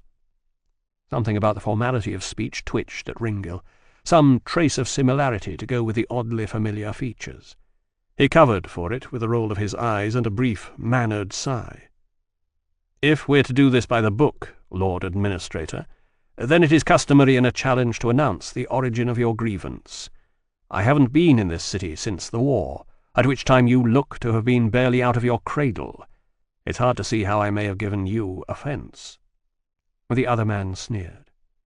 "You offend me by your simple existence, Esciath, with the corruption and vileness you exude in breathing Trelane air." "Don't be fucking ridiculous." "How dare!" "There are boy whores at the harbour end for you to vent your righteousness upon, if that's what you're looking for. They're young and destitute and desperate, easily frightened and easily hurt. Should suit you down to the ground." "You laid hands on my father!" The shout was agonized, echoing in the hall's vaulted ceiling. Silence settled after it like goose down from a ripped pillow drifting to the floor. In the quiet, Ringil saw the Lord Administrator's face again, as if for the first time, saw the resemblance, heard the similarity in the overworked speech patterns. "I see," he said, very softly. "I am Iskon Card," the Lord Administrator of Tidal Watch said, trembling. "My father's position on the council does not permit him to seek satisfaction by duel. He is unwilling." "Yes, of course. That's right." Ringil put on a slow-burning, derisory smile. "Not your father's style at all, that. Actual risk. He'd much rather cower behind the city walls and his robes of rank and have others do his killing for him. As he did back in the 50s, in fact, while the rest of us were up to our knees in lizard blood in the marshes. Your father was conspicuous by his absence then, just as he is now. Perhaps he was busy in the bedchamber, siring you from some floor-scrubbing wench or other." Iskon Card made a strangled sound and launched himself at Ringil. Unfortunately, he never made the gap. The attendant pinioned him and held him back. The Esciath doorman twitched towards Ringil in preventative echo, but Ringil gave him a hard look, and he twitched right back again. Card subsided in the attendant's grasp, then shook himself imperiously free. The attendant let him go. In the interim, the coachman and the other attendant had rushed in from outside, and the Lady Ishil had finally appeared to see what was going on in her hallway. Her face was unreadable. Ringil folded his arms and cocked his head. "You want me to kill you, Iskon Card? Fine, I accept. Brillin Hillfields, day after tomorrow at dawn. As the challenged party, I believe it's actually my right to the detail of combat, and not yours." He lifted his right hand and examined the trim of his nails, a gesture he'd stolen from Ishil while they were still both young. Across the hall his mother saw it, but her face didn't change. "But of course I wouldn't expect you to know that. Someone with your breeding, I mean. You can't be expected to have mastered all the finer points now, can you?" For a moment he thought the younger Card might try him again, but either the man's rage was temporarily spent, or he had it more firmly leashed now that Ringil had given him what he wanted. The Lord Administrator merely peeled his teeth in a gritted smile and waited. "Or maybe, Gil, it's just that Iskon Card is nothing like his sire. Ever think of that? Maybe growing up, wealthy and secure, the son of a noted and influential city councillor, he just lacks his father's thin skin for social insult, and instead he's turned out exactly the way you once were, an arrogant, overconfident, over-mannered young thug with delusions of knighthood. Not quite delusions. You see the way he got up? This one's been through the academy, or something similar at least. Well, so have you, knight graduate Esciath, so have you. Wonder if he had to take it up the arse from his pledge guardian as well." A lingering glance up and down the Lord Administrator's slim frame. "Wonder if he liked it." "Stop that." "Still, wouldn't do to underestimate him at Brillin day after tomorrow. If it comes to that." "Are you finished checking your manicure, degenerate?" Ringil looked up at Card and had to mask a sudden, unwanted sense of vertigo. "Very well," he said coldly. "We'll do it your way. No mail, no shields, light blades only. Seconds to attend. Now get out of my fucking house." When Card had gone, the gravelled crunch of his carriage fading down the drive, Ringil crooked a finger at one of the attendants nearest to him, a shrewd-faced lad who couldn't be much over a dozen years old. "What's your name, sir?" "Derry, sir." "Well, Derry, you know Dray Street in Eckerlym, right?" "Up from the river? Yes, my lord." "Good. There's a shop there that sells Aldrain junk on the corner of Blubber Row. I want you to go there first thing tomorrow morning with a message for the owner." "Yes, my lord. What message?" "I'll write it for you later." Ringil gave him a coin from the bottom of his depleted purse. "Come and find me in the library after supper." "Gladly, my lord." "Off you go, then." "And perhaps now," the Lady Ishil declaimed icily from the other side of the hall, "everyone would care to get back to the tasks for which they are retained in this household, and someone clean up that blood." It set off a scurry of motion, servants dispersing via the various doorways and the staircase. Ishil trod measured steps across the emptying floor space until she was in front of her son. She leaned in close.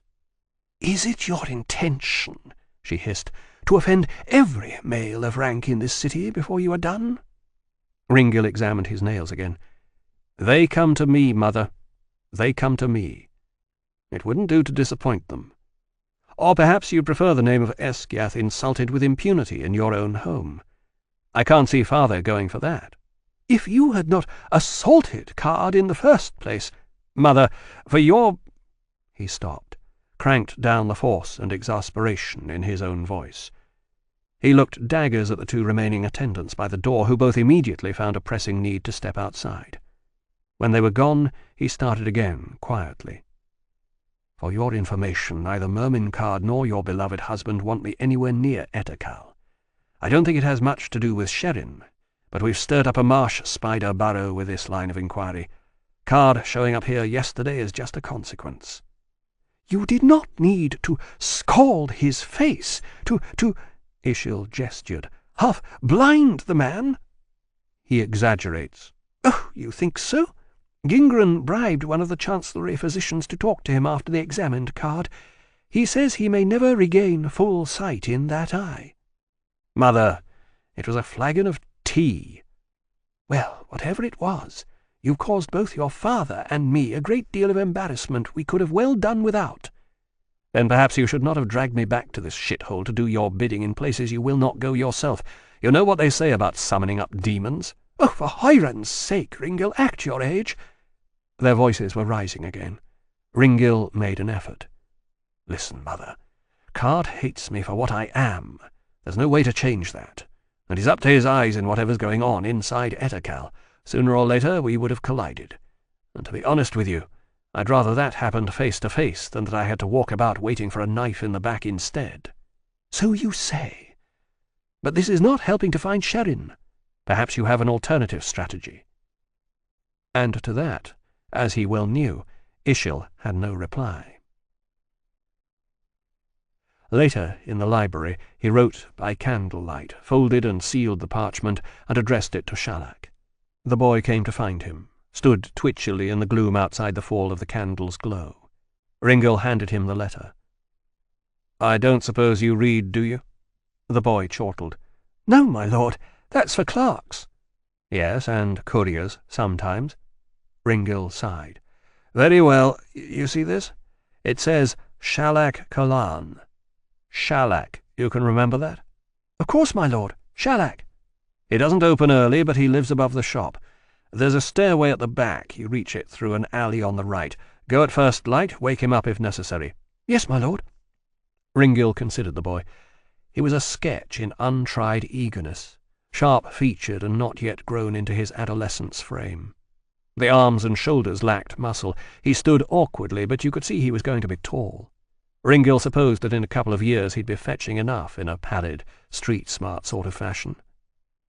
"How old are you, Derry?" 13, sir. 14 next spring." "Quite young to be in service in the Glades?" "Yes, sir. My father's a stable manager at Elanor House. I was recommended." A quick jag of pride. "Youngest retainer on the whole Esgiath estate, sir." Ringil smiled at the boast. "Not quite." "No, I am, my lord. Swear to it." Ringil's smile leached away. He didn't like being lied to. "There's a girl down in the kitchens who's not much more than half your age, Derry." "No, sir.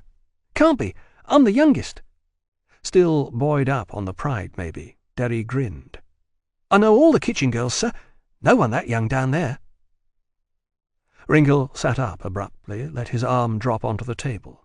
Flat thump of the impact. The ink pot and sealing wax jumped with it. The boy flinched. Shadows from the eddied candle flame scuttled over the walls of books. "Derry, you keep this up, you're going to make me angry. I saw this girl with my own eyes this morning early, first thing. She served me tea in the lower kitchen. She was tending the cauldron fires."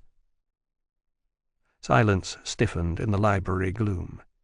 Derry's lower lip worked, his eyes flickered about like small trapped animals. Ringil looked at him, knew the truth when he saw it, and suddenly, out of nowhere, he felt a cold hand walk up his spine and into the roots of his hair. His gaze slipped off the boy's face and past his shoulder, into the darkened corner of the room where the shadows from the candle seemed to have settled. "You don't know this girl?" he asked quietly. Derry hung his head, mumbled something inaudible. "Speak up." The chill put a hard, jumpy edge on his voice. "I said I'm sorry, my lord. Didn't mean to gainsay you, nothing like that. Just I've never seen a girl so young working in this house." Derry stumbled over words in his haste to get them out. "Maybe it's, course, you must be right, my lord, and I'm wrong. Course, just never seen her, that's all I meant." "So maybe she's just new and you've missed meeting her." Derry swallowed. "That's it, my lord, exactly. Must have." The look in his eyes denied every word. Ringil nodded, firm and a little exaggerated, as if to a suddenly acquired audience beyond the ring of candlelight. "All right, Derry. You can go. First light to Ekelim, remember?" "Yes, my lord." The boy shot out of the door as if tugged on string. Ringil gave it another moment, then he looked elaborately around the shadowed chamber and settled himself back into his chair. "I could use another flagon of tea," he said loudly into the empty air. No response. But memory of the conversation with his mother in the kitchens draped itself over the nape of his neck like folds of cold, damp linen. "Not in front of the servants, eh?" "What's that supposed to mean?" And the girl, no longer there, materializing once more only when Ishil was gone and he was alone. "Could you not creep up on me like that, please?" He waited, frowning, and watching the almost imperceptible tremor of shadows across the spines of books on the shelves around him. Then, finally, he mastered the crawling sensation on the nape of his neck, leaned swiftly forward and blew out the candle. He sat in the parchment-odored darkness and listened to himself breathe. "I'm waiting," he said. But the girl, if she was listening, did not come. Nor, at this juncture, did anything else. Chapter 12. File Rakan's Find. A tangled mass of greying chestnut hair, face lined with hardship more than age, and frightened eyes that tracked the thrown eternal uniforms as they prowled about her, or stood and examined their weapons as if they might soon need use. Her hands were scabbed and scraped and still bled in a couple of places, coarse contrast with a worked gold band on one of her fingers.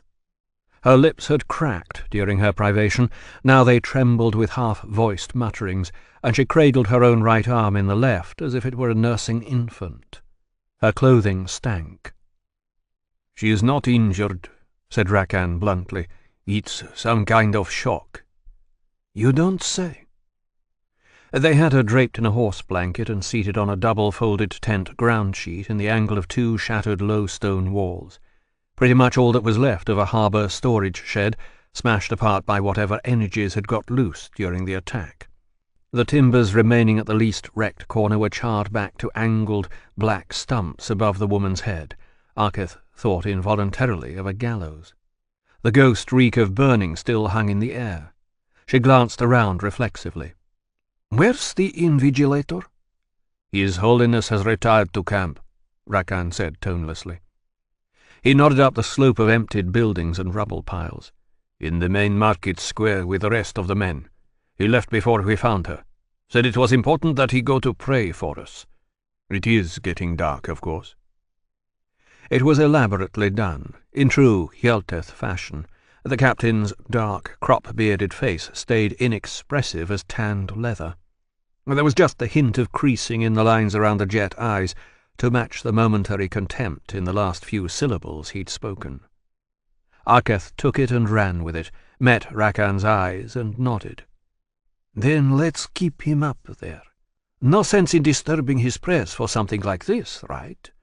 I can ask any questions we need answering right here." "We've already tried questioning her, my lady." The captain leaned in closer, as if to demonstrate something, and the ragged woman flinched back. "Not getting any sense out of her at all. Tried to feed her, too, but she'll only take water. I guess we could—" "Thank you, Captain. I think I'll take it from here." Rakan shrugged. "Suit yourself, my lady. I need to get a picket organized for the camp, just in case we have visitors tonight. I'll leave you a couple of men. Bring her up to camp when you're done. We'll try to feed her again." He nodded up past the charred timberwork at the sky. "Best if you don't take too long. Like the invigilator said, going to be dark soon." He made brief obeisance, turned and gestured 3 soldiers to stay. The rest followed him away up the street.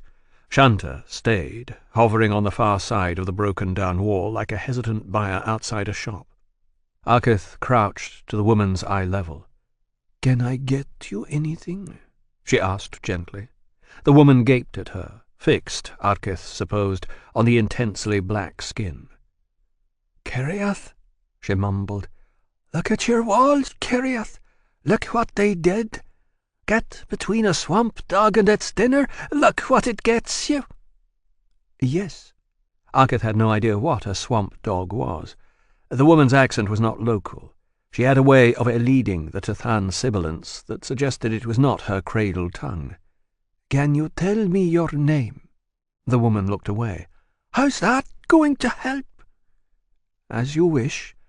I am Arketh Indamani Narmal, special envoy of His Imperial Radiance, Giral Kimran II. She made the Teth Horseman's gathering gesture, formally ornate, right-handed across her body to the shoulder. "Sworn in service to all peoples of the Revelation." "I'm not of the tribes," the woman muttered, still not looking at her. "My name is Elith. I'm from Anishmin." "Oh, ho." Arketh's lips tightened as if against pain, way before she could beat back the reflex. Her eyes darted across the woman's clothing, found the frayed edges of orange at the breast, where the Kartach, the sewn badge of non-convert citizenry, had been ripped away. No mystery as to why Elith would have done that. Marauders and criminals throughout the Empire took non-adherence to the Revelation more or less as license for their depredations. In any raid or other low-grade thuggery, the infidel was an easy mark. Imperial courts tended to concur. Outrages against the property or persons of non-converts were consistently under-punished, occasionally ignored. When iron clashed and hooves thundered through your streets, you were well advised to tear off the legally required identification of your second-class citizenship quick, before anyone with a blade and a bloodlust-stiffened prick spotted it. "We came south," Elith went on, as if blaming Arketh for something. "We were told to come, told we'd be safer here. The Emperor extends his hand in friendship. Now look." Arketh remembered the long, limping columns out of Enishman, the desolate tendrils of smoke from the burning settlements they left behind, scrawled on the washed-out winter sky like a writ in accusation. She sat her war-horse on a scorched rise and watched the weary faces go by, mostly on foot, the odd cart piled with possessions and huddled children seemingly washed along on the flow like a raft on a slow river. She listened to the boisterous clowning and squabbling of a group of Imperial troops at her back, as they rooted through piles of loot gathered out of the hundreds of homes before they were put to the torch. Shame was a dull heat in her face. She remembered the rage on Ringil's. "Listen to me, Elith," she tried again. "Whoever did this will face the Emperor's justice. That's why I'm here." Elith gave up the choked edge of a sneer. Aketh nodded. "You may not trust us, I understand that, but please at least tell me what you saw. You'll lose nothing by it." Now the woman looked directly at her. "What I saw? I saw the end of the world. I saw angels descending from the band to make good the prophecies told and lay waste all human endeavour and pride. Is that what you want me to say?" They were words out of the Revelation. On Repentance, 5th Song, verses 10 to 16 or thereabouts, Aketh seated herself tiredly on the stump of the wall. "I don't want you to say anything," she said mildly. "I could use the truth if you feel like telling it. Otherwise we could just sit here for a while, maybe get you some more water." Elith stared down at her own hands for what seemed like a very long time. The sky grew visibly darker against the fire-blackened timbers.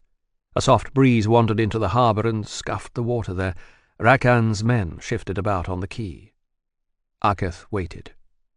At one point, Shanta opened his mouth, but Aketh shut him down with a savage glance and a single tight gesture.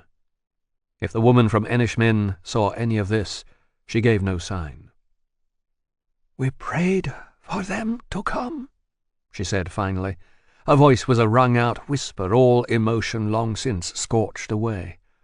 "All through that winter, we sacrificed and prayed, and your soldiers came instead. They burnt our homes, they raped my daughters, and when my youngest son tried to stop them, they hung him on a pike by his stomach in the corner of the room so that he could watch." Aketh leaned elbows on knees, pressed her palms together and rested her chin on the blade it made. "When they were done, they took Erlo down, because the soldier needed the pike back, and they left him there on the floor, bleeding to death. They didn't kill him. They said it was imperial mercy, and they laughed." Elith never looked up from her hands as she talked. It was as if they fascinated her, just by still being there at the ends of her wrists. "They killed Gishlith, my youngest, because she bit one of them when it was his turn, and they let the others live. Ninea killed herself later. She was pregnant. Mirin lived. She was always the strongest." A long, almost silent sigh scraped its way up Aketh's tightened throat. She swallowed. "Did you have a husband?" "He was away, fighting the scaled folk with our other sons. He came home after, burnt and broken from the dragonfire at Rajal Beach. He saw our sons die there. That's what really broke him. Not losing his arm and face like they said. He never—" Elith stopped and glanced up at Aketh. "Merin left. She's in Oranak now. She married a sailor. We don't hear from her." Which meant nothing good. Reliable mail was one thing the Empire was good for. The couriers ran like clockwork since Arkal's father's time, and Oranak wasn't that far down the coast. Aketh had been there a couple of times. It was a shithole. Damp, salt-scoured wooden buildings and boardwalks across grey sand, no paved streets beyond the port frontage, a raddled street whore for every corner, and plenty of business for all of them streaming from the merchant ships that jostled for berth space in the harbour. "He ran." Elith held Aketh's gaze this time, eyes suddenly flaring, offering to share a disbelief the black woman didn't yet understand. "They came. They finally came, and he ran, with the others, into the hills. I stood in the street and I screamed at them. I screamed for a reckoning, or death if they give it me, but Werlich ran. He ran." Aketh frowned. "A reckoning? We prayed," as if to an idiot, as if to someone who hadn't been listening to a word she'd said. "I told you. All winter we prayed for them to come. The scaled folk closing from the north, the Imperials from the south and east. We prayed for intervention, and they did not come.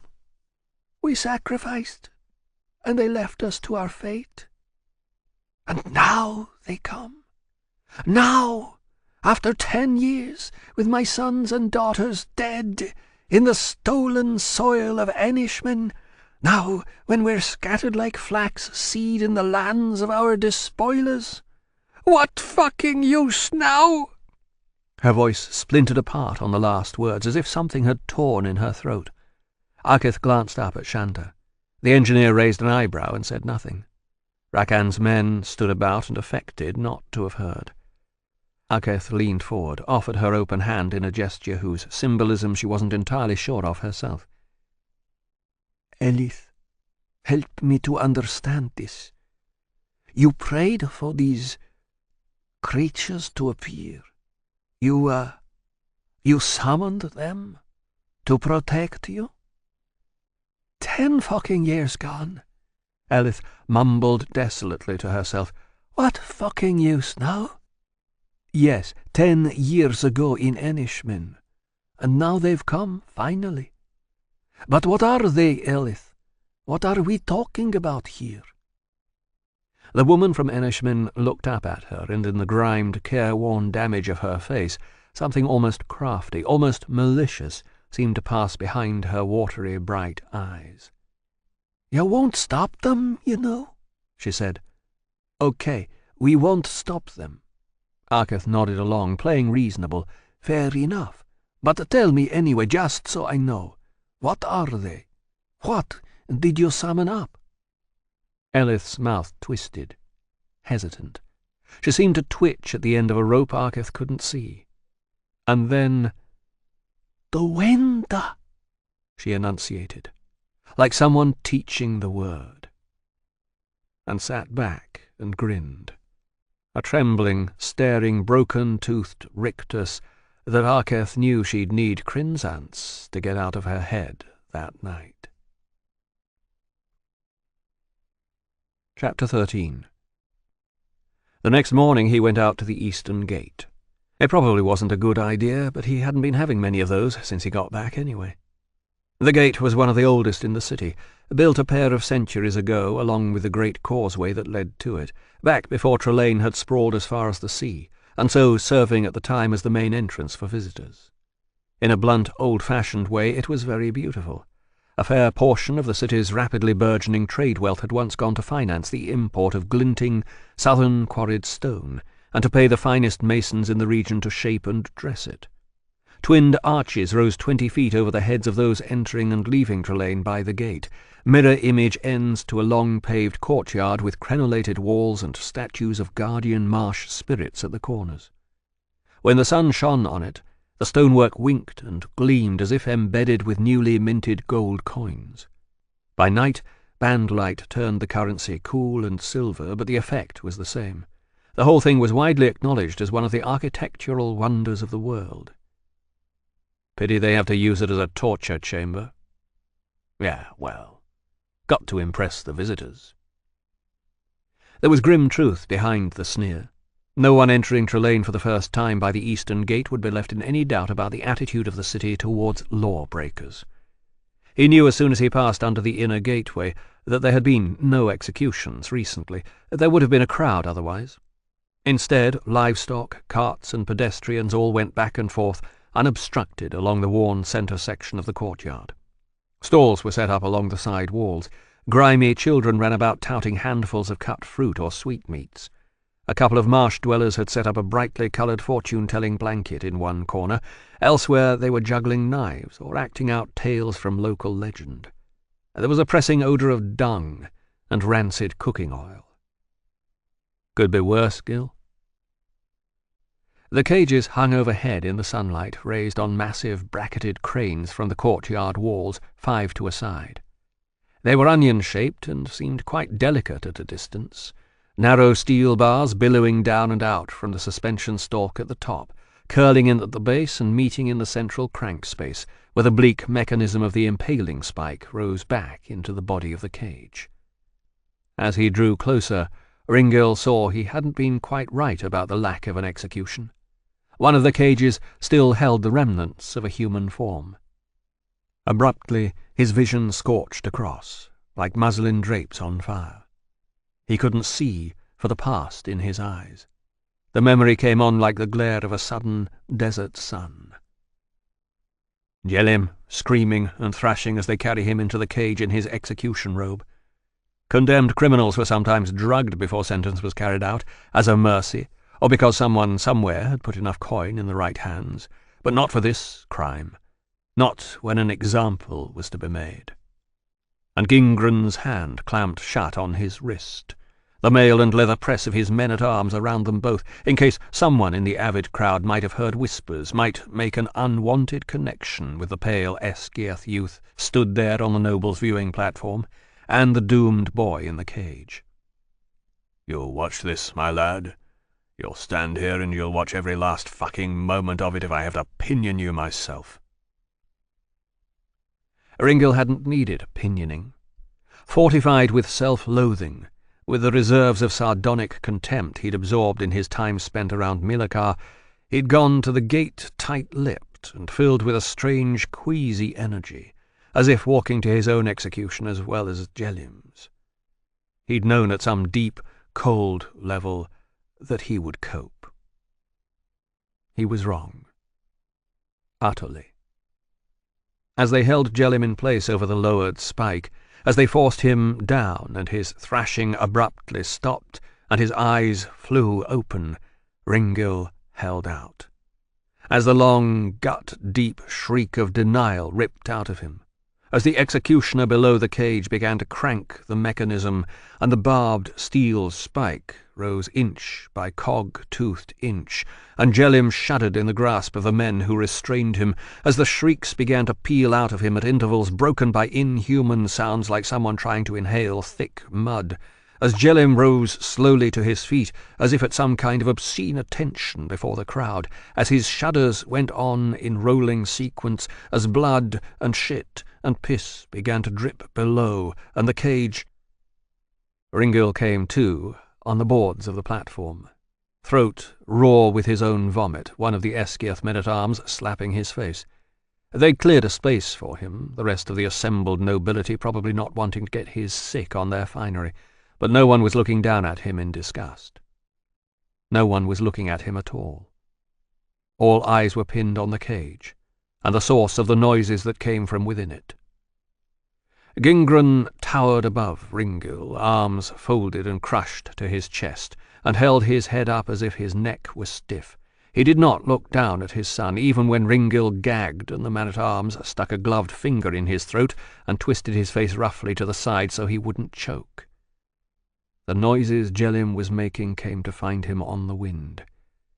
He passed out all over again.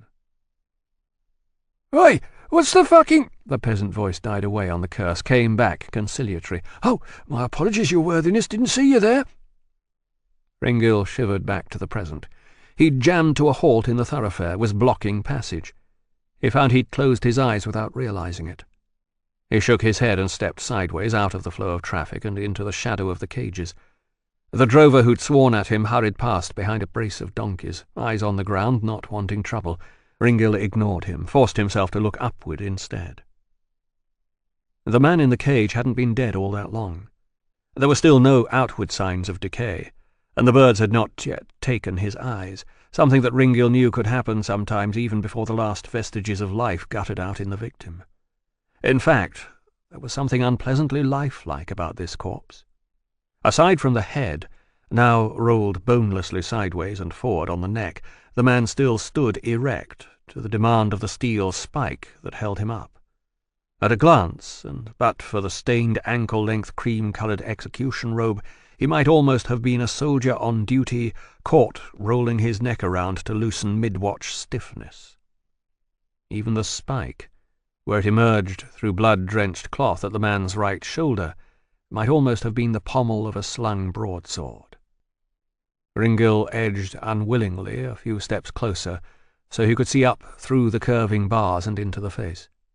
The sun blocked out behind the head gave it a soft halo. He felt himself grimace as he met the frozen eyes. "Fuck are you looking at?" He staggered back, rigid with shock. The corpse lifted its face to follow, kept the sun behind its head, the dead eyes on him. The lips drew back from blackened teeth. He saw a dry shred of tongue flicker between them. Yeah, you, pretty boy. I'm talking to you. Pretty fucking brave back in the comfort of your own home last night, weren't you? So now what? Ringil locked his teeth behind lips clamped shut. He breathed hard through his nose. He thought he caught the faintest sickly sweet hint of the charnel house. Who are you? The corpse grinned. Don't you know? Ringil's hand slid up towards his neck and the pommel of the raven's friend. The corpse's grin widened to snarling, inhuman proportions. Come off it, Gil. This is a Crinzant's flashback. You know that. And gone. The corpse stood unmoving on the spike, head hung once more, silent. Autumn sunlight spilled down over its shoulder through the cage and laid the shadows of bars across Ringil's face. He drew a deep, shuddering breath and let his sword hand drop. He glanced around surreptitiously and saw no one paying him any attention. Well, almost no one. "Oh, he was my daughter's husband, my lord." A shawl-wrapped marsh-dweller woman had appeared beside him, one of the ones with the fortune-telling gig in the courtyard corner, carrying with her an odour of salt and damp, hand already out for coin. Ringil reckoned her no older than Ishil, but life out on the marsh had already turned her into a crone. The characteristic dweller delicacy of her features was not yet completely worn down, but the hand she held out was already knobbed and wrinkled with age, and her voice was cracked and coarse. "Woe is upon us! He left 9 hungry mouths to feed. 8 little ones and my own widowed daughter. No help for us, but—" What was his name? "His name, was Ferdin." Out of the corner of one eye, Ringil almost thought he saw the corpse shake its lowered head in sanguine and slightly weary denial. Right. He ignored the outstretched hand, gestured at the blanket laid out by the wall, and the other old woman sat on it. "I'm curious, madam. Could you read my future?" "Oh, yes, my lord. For no more than—" Her eyes flickered about. 7 florins I shall cast the scrying bones for you." 7 florins, eh? It wasn't quite daylight robbery. The woman lifted one grubby, sunburnt arm so her shawl fell back from it. She touched a long vein in her wrist. "The blood that flows here belongs to the marsh clans at Oshirin, the children of Nimineth and Yolar. I am not a cheap spell chanter from the stalls at Strov." "You're certainly not cheap, no." It was water off a duck's back, no impediment at all to the fortune-teller's pitch now it was rolling. As he watched, she freed her other arm from the wrap of the shawl and crossed her wrists in front of her, palms cupped upward. "I trace my family line back 86 generations undiluted to those among the people who mated with the Aldrain. I have the eye. The shape of things to come opens before me. It is no more mystery than the shape of that which has already been." Pity you didn't throw the bones for your son-in-law then, isn't it? Ringil nodded up at the corpse. He could have used a little insight into the shape of things to come, don't you think? It brought the woman up short. Her eyes narrowed, and he saw the hate come up in them. No surprises there. He was almost pleased to see it. Beneath their garish, played-for-the-crowd affectations of fey, the true marsh-dwellers had a thin spine of pride that was mostly extinct in the rest of the Naom clans. They lived outside the city in more senses than the merely physical, and that brought its own detachment. There was a marked lack of deference in their manner when confronted with the trappings of wealth or political power. It was the one quality that Ringil could find to admire amidst what was otherwise a fairly grubby and brutal cultural hangover from Naom's pre-urban past. Like most kids, he dreamed often enough, smarting from a tanning Gingren or one of his tutors had given him, of running away to live out on the marsh with the dwellers. Often enough he'd seen the faint, flickering lanterns of their encampments out across the plain, had felt the distance and escape under open sky that they promised, just like any other kid. Nice image. But the reality was altogether too back-breaking, damp, and smelly to seriously entertain. And fucking freezing in winter. The fortune-teller dropped her crossed wrists abruptly. Her arms hung at her sides, her shawl fell back and covered her hands. Her eyes nailed his. Nothing of her moved but her lips as she spoke.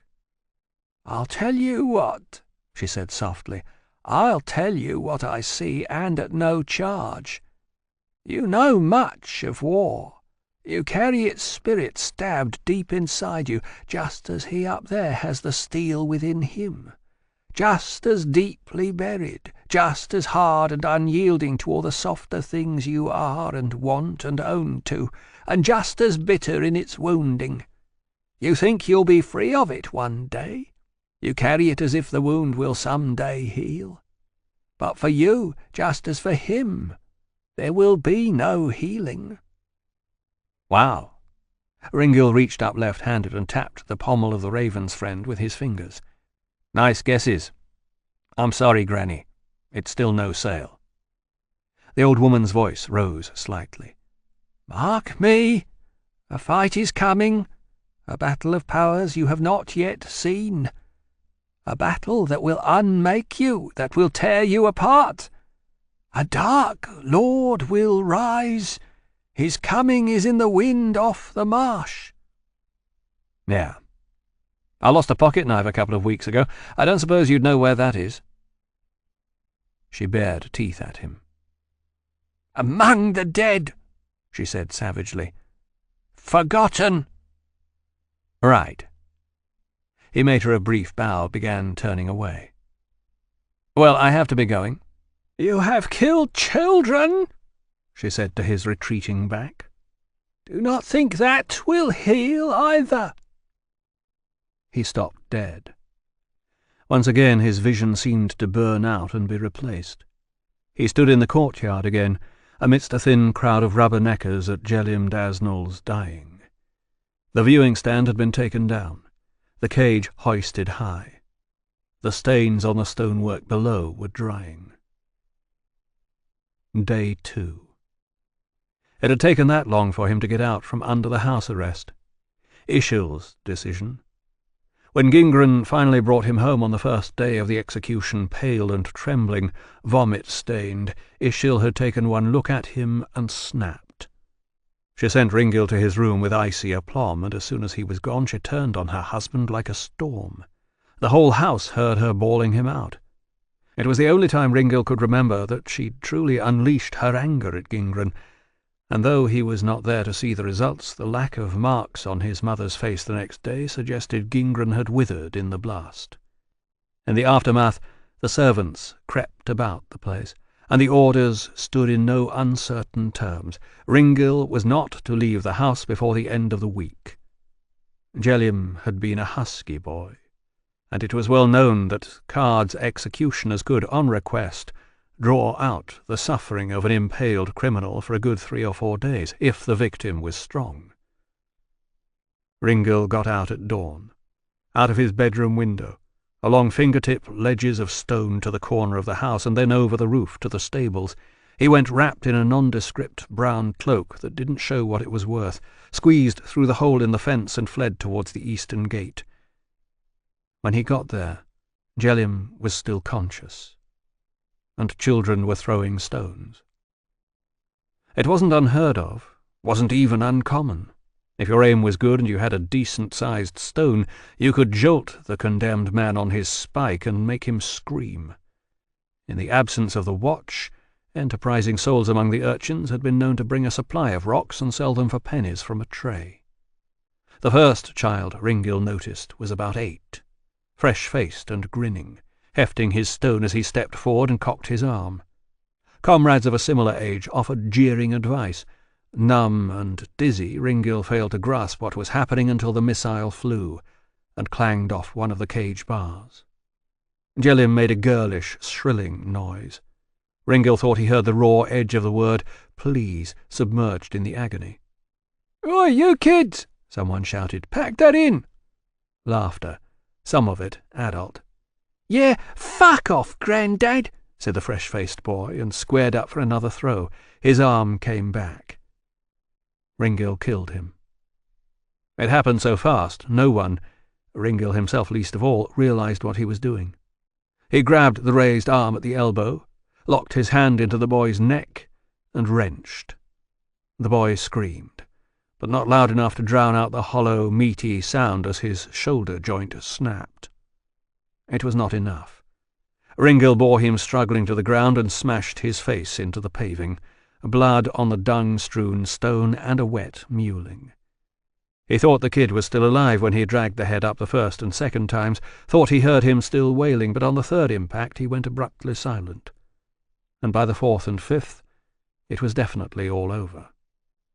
He kept on pounding.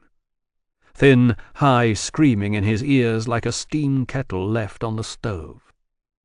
By the time they dragged him off, the kid's features were pulp, barely recognizable as human. It was only then, as they hauled Ringil bodily away, thrashing and snarling and lunging out at the open-mouthed terror of the other urchins, that he registered the high-pitched shriek in his ears for what it was. His own voice, like nails scraping at the doors of madness. "You have killed children." He shook it off. "Lizard shit and safe guesses, Gil, just like the rest of it. The war is furniture. Anyone able-bodied your age or older was in it." A man with a blade on his back and a warrior stance. A man with a distance in the eyes that he knew he had. A shrewd fortune-teller could read the implications of it all just the way you'd read a path through the marsh. He walked away. At his back, he thought he heard her cursing him. He was almost back to the glades when he remembered the last time he'd seen that pocket-knife. He'd put it in a pocket of his leather jerkin in Gallows Water the night of the corpse mites. The jerkin he wore out to the graveyard, and lost there in the fight. Left there, among the dead. Chapter 14. It was on greasing night of masking and unmasking, night of yin-prapral walking, and the cold that strikes through like a blade, night of acknowledging the wheel of the seasons and inevitable change, that the sign Poltar had been waiting for finally arrived. He supposed it was appropriate in its way. He grudgingly approved of the symbolism it drove home. Mostly, he was just glad the waiting was over. He'd watched the sky for weeks after his encounter with Kelgris, gnawing on his hate and his lurid dreams of vengeance. "The dwellers make their will known for those with eyes to look above," his father had schooled him, long before Poltar had properly understood that he too would one day wear the wolf-eye robe.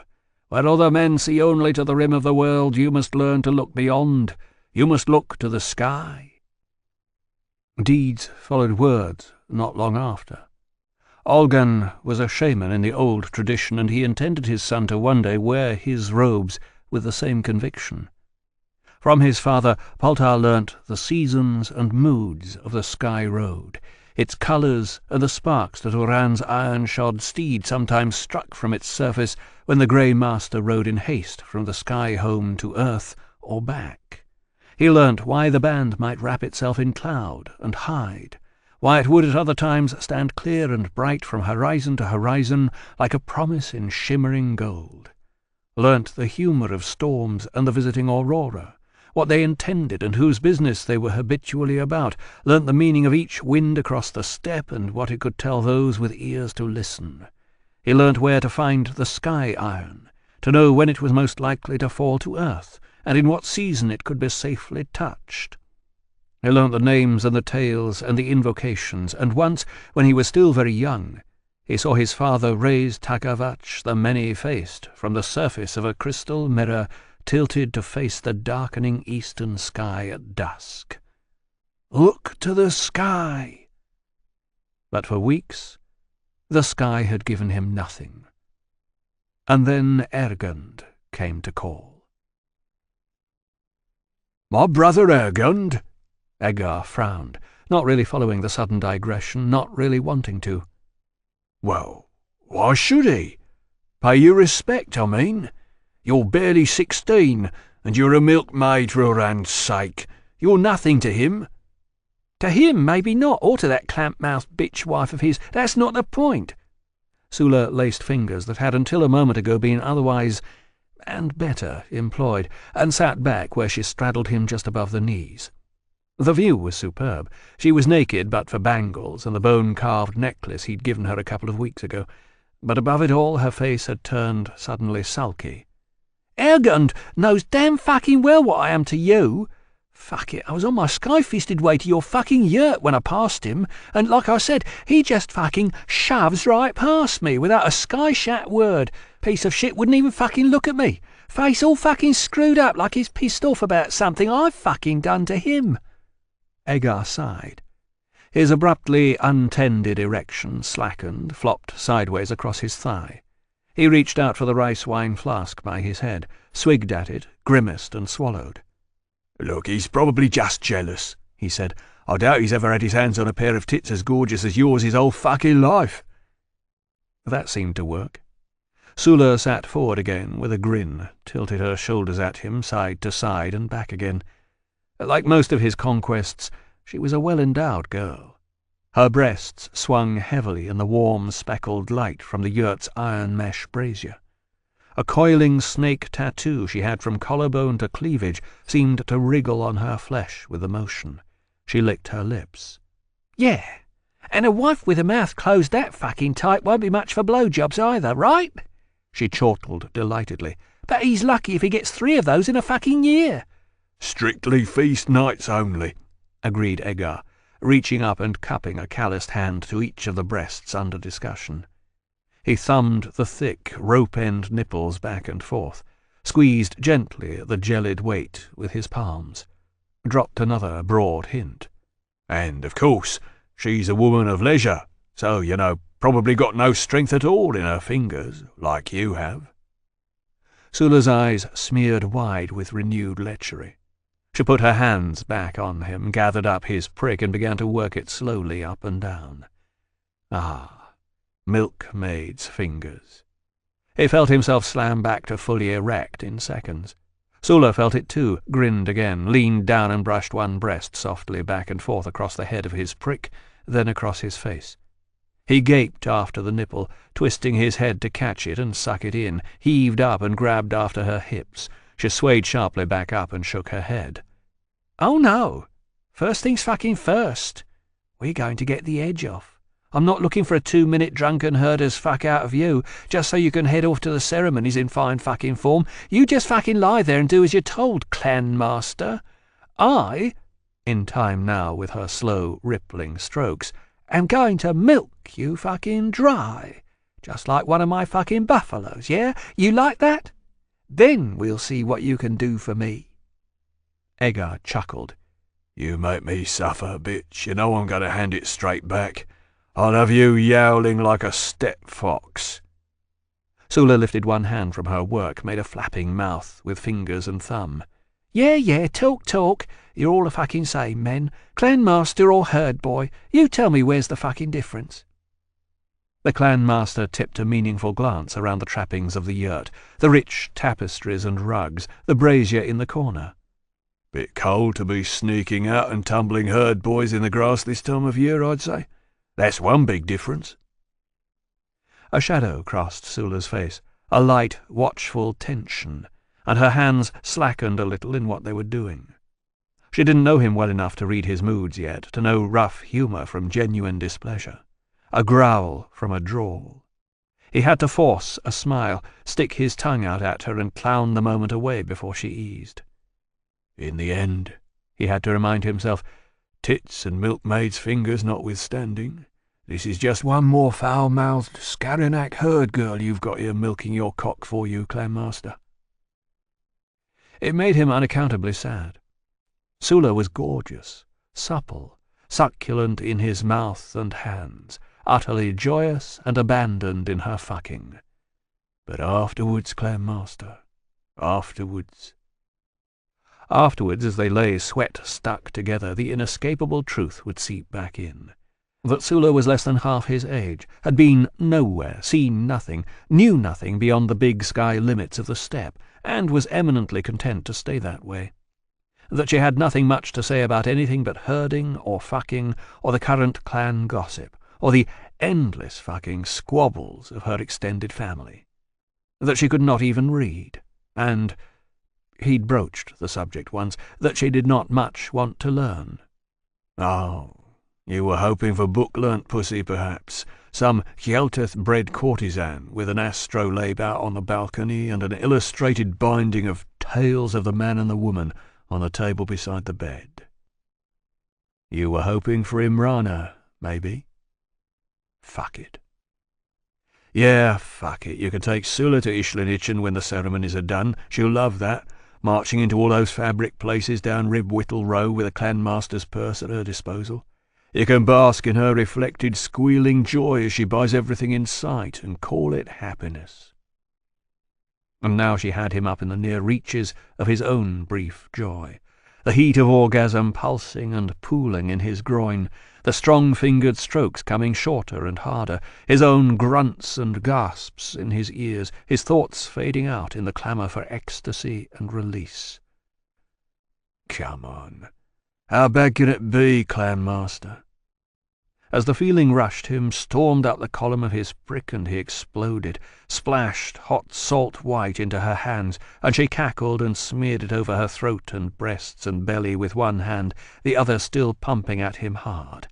How fucking bad can life be?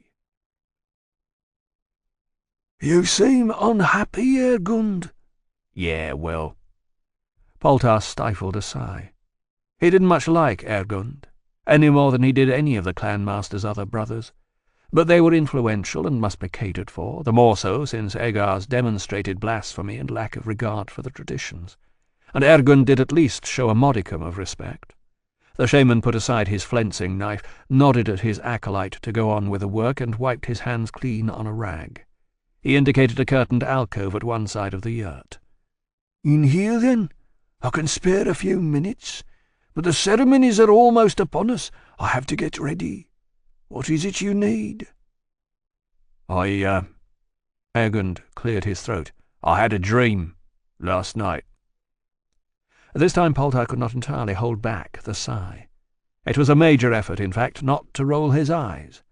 In a couple of hours he had to go out into the chilling northern breezes and caper about, dressed only in buffalo grease, his wolfskin robe and a yinproprol mask that weighed as much as an axe. He had to squawk and screech himself hoarse and be chased around by small children and submit to being ceremonially driven out of the camp, where he'd have to squat for at least an hour in the cold until the celebrations got well under way and everyone was too drunk to notice him slip back in. In his father's day, of course, the shaman stayed out on the steppe the whole night. But in his father's day there was respect. In his father's day the self-same children who chased Yinproprol from the camp went out later with food and wine and blankets for the shaman's vigil. Later still, the younger warriors might come and keep Olgan company, shyly ask him advice on how to garner or keep the attention of this girl or that, how to bid shrewdly for a horse or a sword, how to resolve tricky issues of honour and family and ritual. But Olgan was long gone on the Sky Road, and there would be none of that old respect in these times. Stay out all night for vigil, the most Poltar was likely to get was some stumbling drunk herd boy come out to take a piss and drivelling inebriated nonsense at him. Everyone else would be busy cavorting. Since Egar returned from the south, the old ways simply held no sway. There was no sense of honour or tradition now. No respect. Ishlinitchen beckoned. The young men went there often, and the girls around camp acted like the whores they mostly were these days. No one felt the need to listen to the shaman any more. They'd rather have cheap advice and tales of the south from those Skaranak who'd been there and returned, as if riding a horse over the horizon and back was some kind of fucking achievement. And this moping idiot wanted to talk about his dreams. Poltar got them both seated in the alcove, pulled the curtain, and put on a show of patience he didn't feel. "Dreams are the path onto heights we may see afar from," he intoned tiredly, "but the view can be uncertain. A rock may look like a horse and rider, a river like beads of glass. Tell me what you have seen." "It was outside the camp. At night." Ergund was clearly uncomfortable with all this. He was, Poltar knew, a blunt, pragmatic man, a herdsman all his life, and pretty much content to stay that way. "I think I'd gone out, for a piss. But the weather was warm, like spring, maybe even summer. I was barefoot and I kept going, kept walking into the grass, trying to find a good spot. A good spot to piss? Well, that's what it felt like, yeah. Then I turned around and the campfires were gone. There wasn't even a glow on the sky where they'd been. It was cloudy, so there was no band light, or not much anyway. There's this cold wind blowing. I can hear it in my ears all the time. And there's something in the grass. And it's watching me. Watching you? Yeah, I could feel its eyes on me. I wasn't worried at first, you know. I had my knife. And I got the feeling this thing was a wolf. And they generally leave you alone unless it's a bad winter. Ergund stared at the ground, held up his hands. He seemed to be trying to frame his thoughts between the blades of his palms. But then I see it. I see the eyes in the dark. And just like I thought, they're wolf eyes, but they're, like, way above the height of the grass. I mean, 4 or 5 feet off the fucking ground. He shivered a little, tried on an unconvincing little smile. That's got to be the biggest fucking wolf anybody's ever seen, right? Poltar made a non-committal sound. He'd heard sightings of every kind of monster out on the steppe in his time, from the long runners to spiders the size of horses. A gigantic wolf wasn't all that original. So now I'm worried, right? I pull my knife, I stand there, and then this fucking thing just comes walking right out of the dark towards me. And was it a wolf? Yeah. No, I mean... Ergund's expression was still queasy. It looked like a wolf. A she-wolf, I think, but it was walking on its hind legs, man. You know, like one of those beggars' trick dogs you see in Ishlinitchen, but big, tall as a man. Did it attack you? The herdsman shook his head. No, it fucking talked to me. I mean, its mouth didn't move or anything, but I could hear this voice in my head like really soft snarling.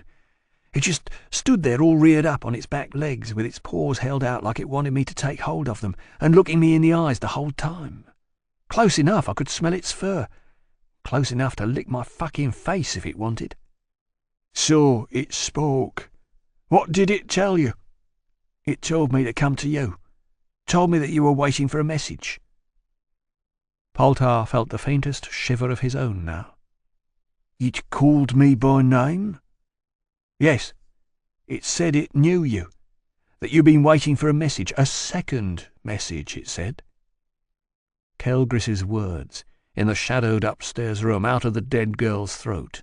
I'll bring a message from my brother Hoiron, the one you call Uran. That message is wait and watch.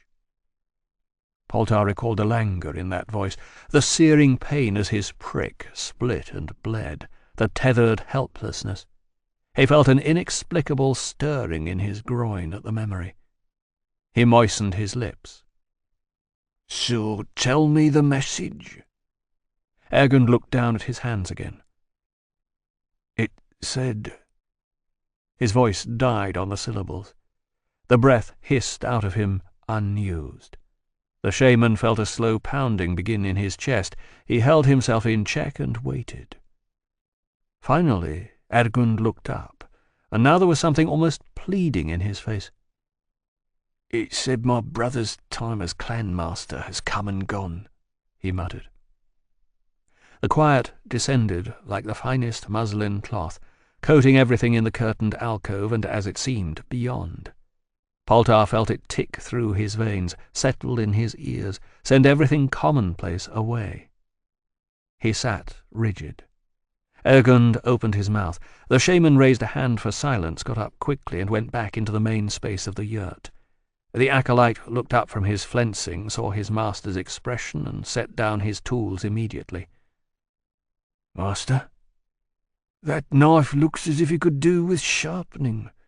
Why don't you take it over to Namdral and see if he can't put a decent edge back on it? Or better yet, see if he'll dig you out a couple of fresh blades and edge them off for us. Tell him I'll settle with him after the ceremony. The acolyte frowned. There was nothing wrong with the flensing gear, and they both knew it. And new knives weren't cheap. But he knew better than to argue with Poltar, or expect explanations. He bowed his head. As my master desires. Poltar waited until he'd gone, watched from the yurt's entrance as the man moved away through the fire-lit bustle of the camp, then pulled the hangings tight and went back to Ergund. He found the clanmaster's brother getting to his feet. "Where are you going?" "Look, I shouldn't have come. Greela talked me into it. She said you'd know what to do." "Yes, she's right. I do." "Well," Ergund grimaced, "I mean, it was just a dream, right?" "Was it?" "It felt like a dream." The shaman trod closer. But Ergund shook his head. It was like watching a buffalo only halfway stunned by some incompetent butcher. "When I woke up, there was grass matted on the bottom of my feet, still damp, like I'd really been out there." "You were really out there, Ergund?" "In this cold?" The herdsman snorted, common sense shouldering through the press of arcane fear. "In bare feet? Come on, I'd have fucking frostbite by now. My toes would be turning black." Poltar crowded him back to his seat, stood over him, kept his voice low and hypnotic. "The dream world is not this world, Ergund. It echoes this place, but it is an otherness, another aspect. It has its own seasons, its own natural laws. You did walk there. The grass on your feet is a sign. It's the dweller's way of showing you what you dreamed is real. It's a warning to take this seriously. Your wife was right to send you to me. This is a path we must walk together." "But I mean this thing, the upright wolf. It might have been a demon sent to trick me, sent to sow discord in the clan."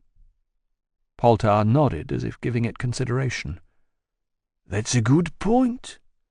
But demons do not have the power to cross the expressed will of the dwellers. If it was a demon that drew you out there and spoke to you, then it did so with the Sky Home's blessing." And inwardly he recalled something his father had once said in an unguarded moment as they sat out at vigil together one spring night. Poltar's mother had passed away the previous winter from the coughing fever, and Olgan had changed with her passing in ways the young Poltar was still trying to fathom. "Common men make a distinction between gods and demons, Poltar, but it's ignorance to talk that way. When the powers do our will, we worship them as gods. When they thwart and frustrate us, we hate and fear them as demons. They are the same creatures, the same twisted, inhuman things. The shaman's path is negotiation, nothing more. We tend the relationship with the powers so they bring us more benefit than ruin. We can do no more." And quickly, glancing guiltily up from his brooding, "Never speak of this to anyone. Men are not ready to hear this truth, though sometimes I think women may be. Sometimes I think—" But he lapsed into brooding silence again, staring at the fire and listening to the ceaseless wind off the steppe. And he never spoke of the matter again. "You really think," said Ergund uncertainly, "that the Sky Home has taken against my brother?" Poltar seated himself with care. He leaned forward, spoke softly. "What do you think, Ergund? What does your conscience tell you?" Greela says—" Ergund stared down at his hands, and his expression suddenly turned harsh. "Fuck it, he doesn't behave like a clan master any more. You know, coming here, I passed that little slut Sula on her way to his yurt again. I mean, she's what, 15? What's he doing with a girl like that?" "I don't think you need a shaman to answer that," Poltar said dryly. Ergund didn't appear to hear him. "It's not even like it will last. This is going to end up just like that half-Voronak bitch that threw herself at him last year. Couple of months, he'll get bored and drop her. If there's a child, he'll use his mastery privileges to claw settlement for it out of the clan herds, and then he'll move on to whichever big-titted slut next widens her eyes at him across a feasting board." He stopped, appeared to rein himself in. He got up and tried to move about in the alcove. He threw out the blade of one open palm. "Look, if that's how Egar wants to piss his time away, I won't gainsay him. A man pitches his yurt where he will, and then he has to lie in it. I'm not some fucking southern priest trying to nitpick every ball-scratching moment of every other man's life, but this isn't just about Edgar and how he lives. I mean, it's fucking greasing night, for Uran's sake. It's a ceremony. He should be out there with his people, showing himself, setting an example, showing the children how to do their faces for the cold, inspecting the masks, not getting greased in private between the legs. It got a weak laugh out of Ergund. That's right. Taking greasing night all the wrong way, isn't he? He is neglecting his duties, yes. More seriously now. Not all men are born to lead. There is no shame in that. But those who are not must accept the fact and cede to those who can carry the responsibility better. Ergund's eyes darted to the shaman's face and then away. I don't want it, he said quickly. I'm not. This isn't. I know. Soothing now. You have always been content to tend your herds and your family, Ergund, and be driven and harried by that nagging, malcontent bitch of a wife. To raise your voice in council only where necessary, and otherwise stay out of such matters. You are a man who understands his strengths, the paths the powers have laid out for him. But don't you see? That is what makes you the perfect intermediary for those powers. A hard stare. No, I don't see that at all. Look. Poltar tried to quell a rising sense of moment, of destiny that must be handled with painstaking care.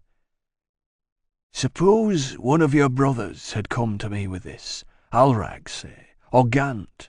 Then I would have to question whether this dream were true, or... My brothers don't lie. Right, of course. You misunderstand me. I say true in the sense of meaningful, truly sent by the dwellers. Alrag is an honourable man, of course, but it's no secret he's always wanted the clan mastery for himself, and Gant, like you, questions Egar's suitability to lead, but he is not circumspect like you. He speaks openly of these things. The word in camp is that he is simply jealous. Ungoverned women's tongues, said Ergund bitterly. Perhaps. But the fact remains that both Gant and Alrag might well dream such a dream because it speaks to their own personal desires. With you, I know that's not true. You want no more than what is best for the Skaranak. Through such vessels, the dwellers speak best. Ergund sat, head down. Perhaps he was dealing with the weight of Poltar's words, perhaps simply with the unwelcome idea that a steppe wolf really had got up on its hind legs and walked out of the darkness to find him. When he finally spoke, his voice shook slightly. So what do we do? For the moment, nothing. Poltar kept his tone carefully neutral. If this is the dweller's will, as it seems it is, then there will be other signs. There are rites I can perform for guidance, but they take time to prepare. Have you spoken to anyone else about this? Only Grayla. Good. It wasn't. You could trust Grayla about as far as you could herd campfire smoke, but Poltar knew she had little enough love for Egar. Then let's keep it that way. We'll talk again after the ceremonies. But for now, let all three of us be servants of the sky home with our silence. Later, when the children had faced down Ynprpral with their grinning, freshly greased, fire-lit faces, and their pummelling barrages of half-delighted, half-terrified shouting, and their running about at their parents' urging, when they chased the ice demon from his flapping, haunting circuits of the great bonfire, and back out into the cold dark he belonged to, when all that was done, and the Skaranak had settled to their customary drinking and singing and tale-telling, and staring owlishly into the spit-crackle warmth of the flames, then Poltar crouched out in the wind-swept chill of the steppe, staying later away from the camp than he could remember himself doing for a dozen or more years, biting back his shivers and hugging himself beneath his father's wolf-skin cloak, muttering under his steaming breath and waiting. Out of the darkness and bending grasses and the wind and the cold she came walking. And light broke through cloud and touched her. Grinning, tongue lolling, all sharp, white, puncturing fangs and eyes, balancing back on legs never made for walking upright, wrapped head to foot in wolf the way she had in Ishlin Itchen wrapped herself in Hor. She did not speak. The wind howled on her behalf. He rose, the chill in his bones and on his face forgotten, and he went to her like a man to the marriage bed. Chapter 15. Gingren was installed in the western lounge when Ringil got in, pacing noisily up and down and barking at someone whose responses were much softer. They'd left the door ajar, which seemed invitation enough to eavesdrop. Ringil hovered for a moment in the corridor outside, listening to his father's gruff tones and a low, diffident voice that he made as that of his oldest brother, Gingren Jr. A cold memory gusted through him at the sound. A long corridor. He was about to slip away when Gingren, showing a quite remarkable sixth sense, looked up and caught him there. "Ringil!" he bellowed. "Just a man. Get in here, will you?" Ringil sighed. He took a couple of steps inside the room and stood there, barely over the threshold. "Yes, father." Gingren and Gingren Jr. exchanged a glance. Ringil's brother was sprawled on a couch by the window, rigged for the street in boots and court-sword, clearly on a visit from his own family home over in Linardin. It was the first time Ringil had seen him in nearly 7 years, and changes weren't flattering. He'd put on weight and grown a beard that didn't really suit him. "We were just talking about you." "That's nice." His father cleared his throat. "Yes. Well, Ging's been saying we can probably nip this idiocy in the bud. Card doesn't want it any more than we do. Looks like Iskon just went overboard on his own account. It's not the right time for the notable families of Trelane to be squabbling over trivia like this." "The Cards are a notable family now, are they?" Gingren Jr. chortled, then shut up abruptly as his father glared at him. "You know what I mean." "Not really, no." Ringil looked at his elder brother, and Gingren Jr. looked away.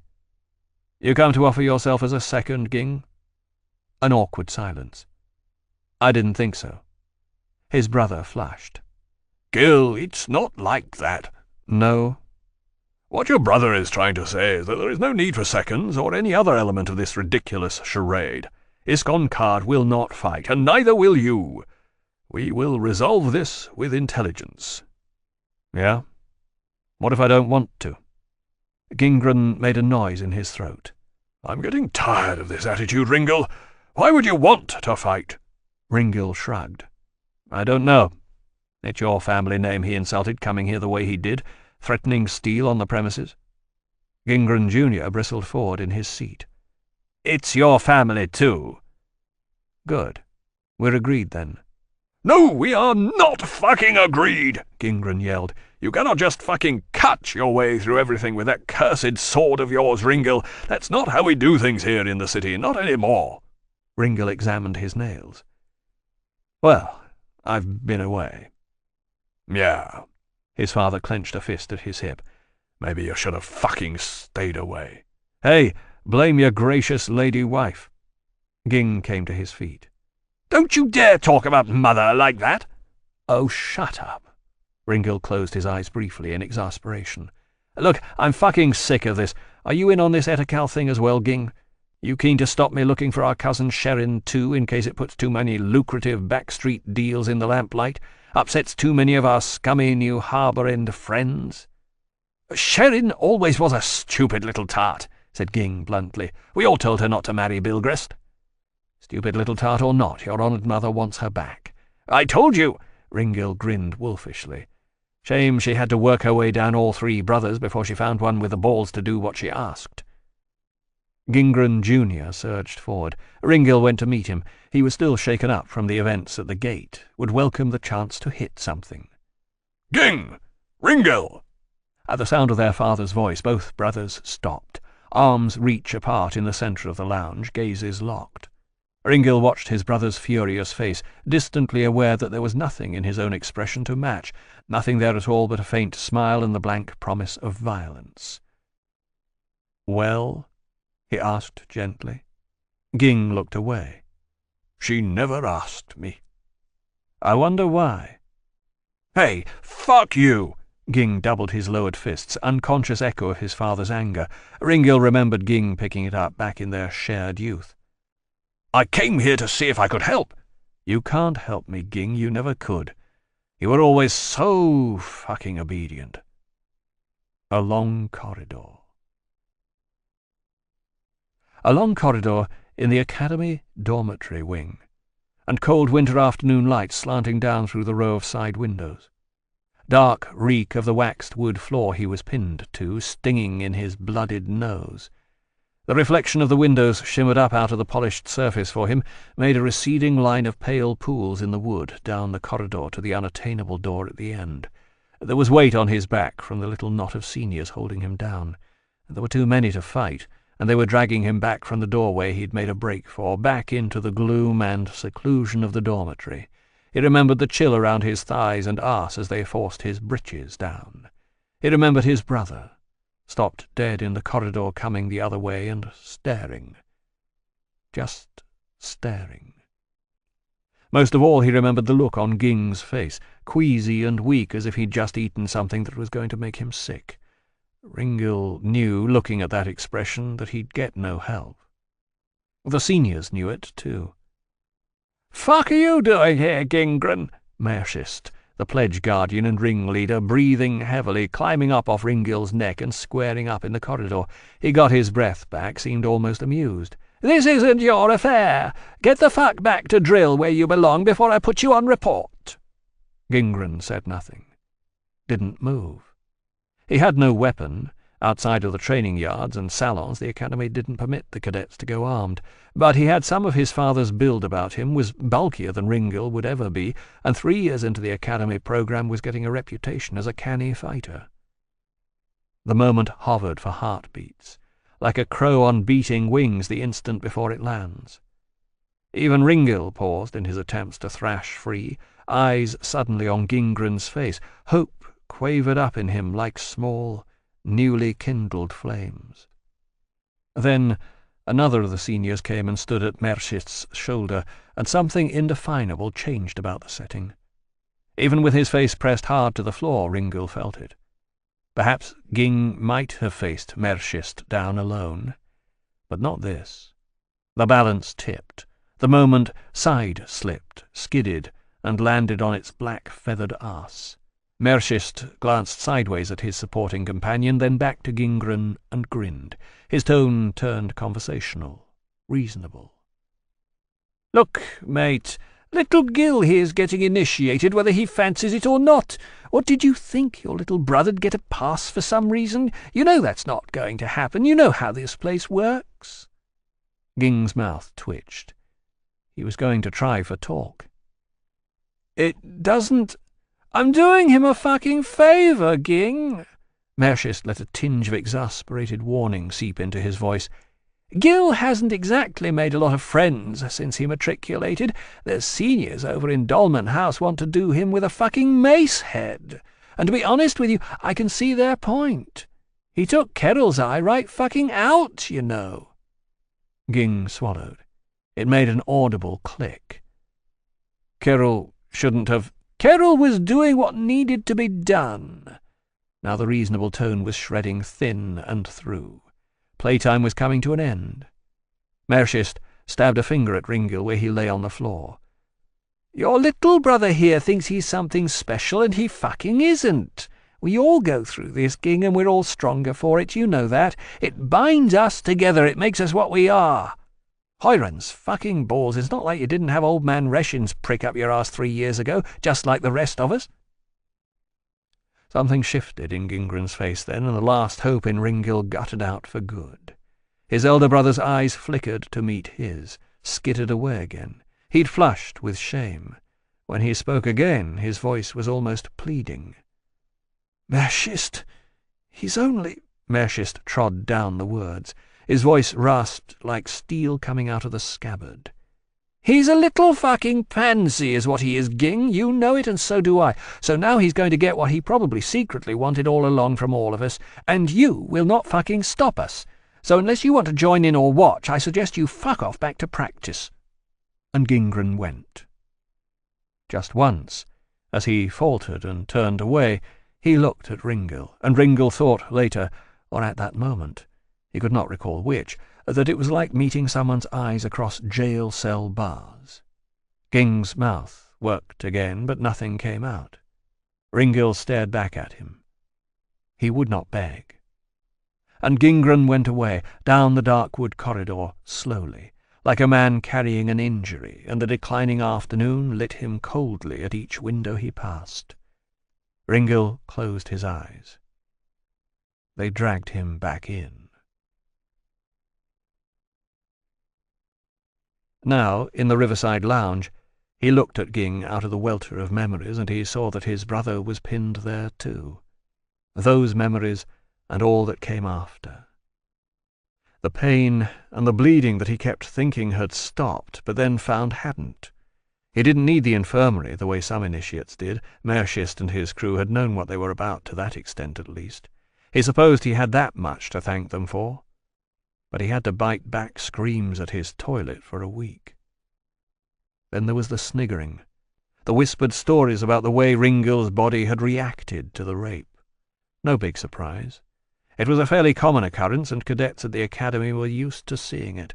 But coupled with the gossip about Ringil's preferences, it provoked an entirely predictable set of minor myths. "Should have seen him," they would mutter as Ringil limped past on the other side of a courtyard. "Came like a fucking fountain, man, all over everything. You could fucking see he was loving it, every minute of it. Didn't even scream once." That much was true. He hadn't given up a single cry. As they crammed brutally inside him, one after the other, as he was at first just scraped, and then torn, and then for what seemed like a long time, far too long, searingly raw at each stroke, and then finally just increasingly numb to it all, as they dragged clawed hands through his long dark hair and caught it up in savage fistfuls, as they grunted into their own climaxes and spat on him and whispered excited filth in his ears.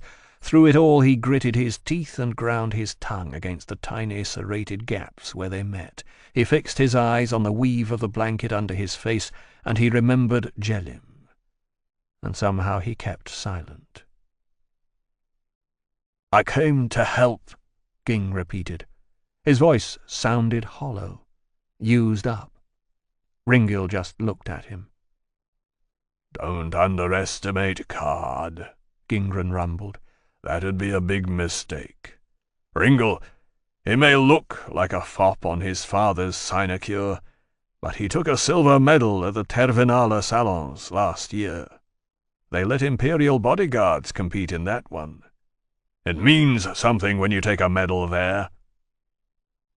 "All right." Brief pause.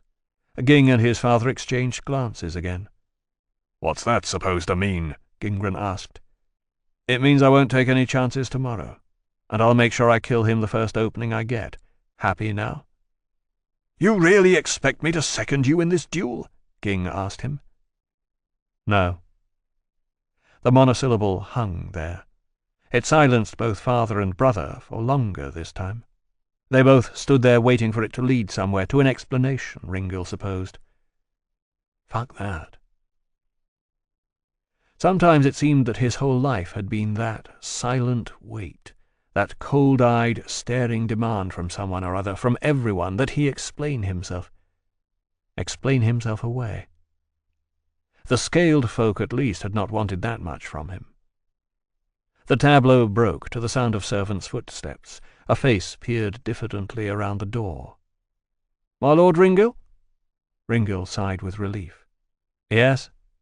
"A messenger for you, from the Millikar residence." Chapter 16. They got back into Hjelteth just as the lamps were coming on across the city.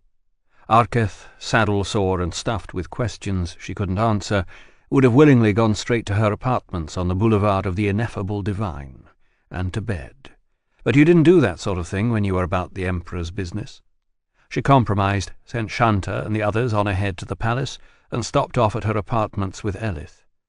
She handed the old woman over to her mayor domo, told him to put her up in the guest chambers.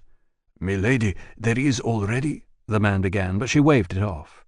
"Later, Kefanin, later. His Imperial Radiance awaits my presence at the palace. I speed to do his will, you know." She swung back on her horse and clattered back out of the house's courtyard, under the arch and onto the main thoroughfare. Sunset made a dusty furnace glow in the west, backdrop for the blackening silhouettes of minarets and domes across the city. The evening crowds pressed around her trudged onward towards the end of their labouring day. She felt a twinge of envy. If she knew anything at all, Giral would probably keep her waiting a couple of hours before he'd even see her, just to make a point. And even without that expected pettiness, his imperial radiance didn't habitually rise much before noon anyway. It wasn't uncommon for him to hold long council with bleary-eyed advisers right through to dawn, and then send them directly off to their usual daily duties while he retired to bed. He'd likely have Arketh telling and retelling the details of her report a dozen different ways until the small hours. She stifled a yawn with the back of a gauntleted hand, dug in her pouch until she found a small pellet of crinzance, slipped it into her mouth and chewed it down to thin saliva-laced mulch, grimace at the bitter, granulated taste, and swallow. She rubbed the residue against her gums with a leather finger, and waited for the gloom of evening to recede a little from her eyes, for the drug to prop the weariness away and lend her its counterfeit lust for life. Doors banged back for her. Pikemen came to attention as she passed them down long marble halls. She tugged off her gauntlets impatiently, muttering to herself as she strode the familiar path to her emperor's presence. From the walls, representations of the prophet and other notables of imperial history glowered down at her. The Kryn Buzz made some of the better-executed portraits quiver with a simulacrum of hostile life around the eyes. It was scrutiny she could have done without, and it didn't help that there was not a single Kiriath face among those pictured. "You'll have to make it work without us," Grashgal had told her towards the end. "I can't hold the captaincies any longer. They want out. They've consulted the helmsmen, all the stable ones anyway, and the answer keeps coming back pretty much the same. It's time to go." "Oh, come on," hiding her desperation in a snort. "Fucking helmsman'll give you 60 different answers to the same question depending on how it's phrased. You know that. We've been here before, at least twice that I can remember, and I'm only a couple of 100 years old. It'll pass." But Grashgal just stood there at the balcony's edge and stared down into the red glow of the workshops. "The engineers already have orders to refit," he said quietly. "They'll have a fleet that works by year's end. I'm sorry, Arkady. This time it's real." "But why? Why now?" A shrug that came close to a shudder. "These fucking humans, Arkady. If we stay, they're going to drag us into every squalid fucking skirmish and border dispute their short-term greed and fear can invent. They're going to turn us into something we never used to be." These fucking humans. "The Lady Kier Arketh Indamani Narmal," bellowed the herald, as the last set of doors opened before her, and across the vaulted and pillared space of the throne room all the fucking humans turned to stare as she came in. "Ah, Arketh, you grace us with your presence after all." Giral was propped at a sardonic angle in the grandiose architecture of the burnished throne, one heel laid foursquare over his knee. Light from the Kiriath-engineered radiant stones set into the walls of the chamber behind him conferred the borrowed glow of divine authority. He flashed her a boyish grin. "Almost on time for once as well. I understand you had to go home before coming to see us. Did you find everything there to your satisfaction?" Arketh shrugged it off. "I thought it best to come before you fully prepared, my lord. I am ready to deliver my report." "Oh, good. We have in fact already been hearing from my other loyal servants." a casual gesture to where Mahmal Shanta, Faile Rakan, and Pashla Menkarak stood before him in a loose arc, just a hint of a pause after other, the lightest of accents on loyal.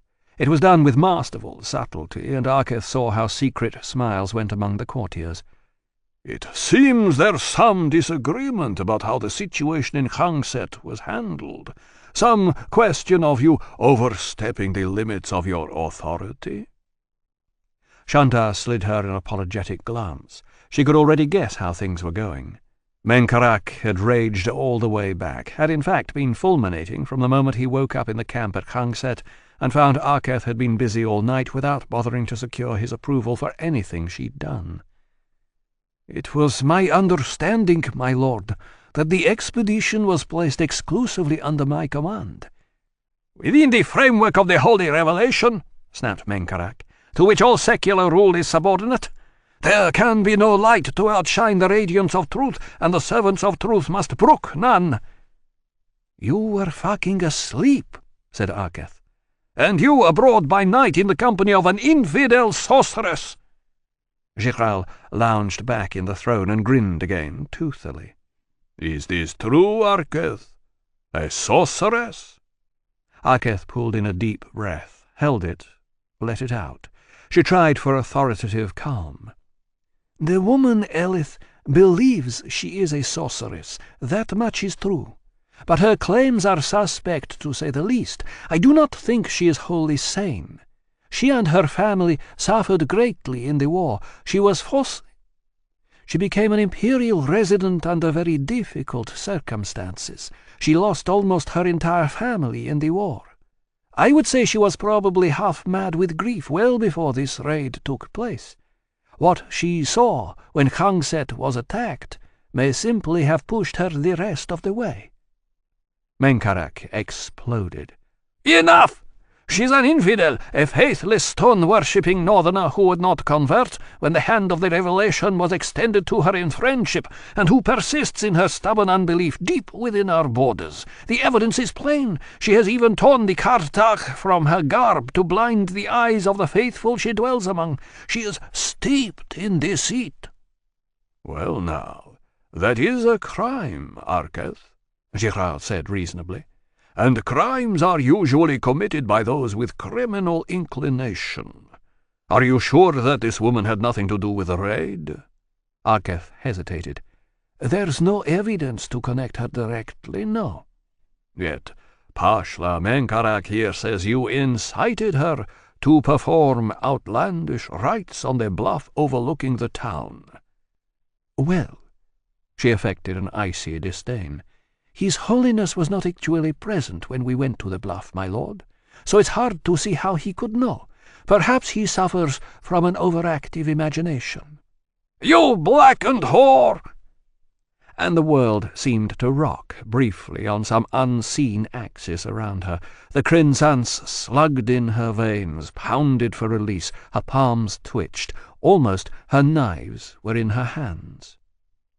But she heard the rustling murmurs run through the courtiers as well, saw the way even the urbane Giral blinked, and she knew Menkarak had overreached himself, knew that in some hard-to-define fashion she'd won whatever ritualized combat Giral had wanted to see here.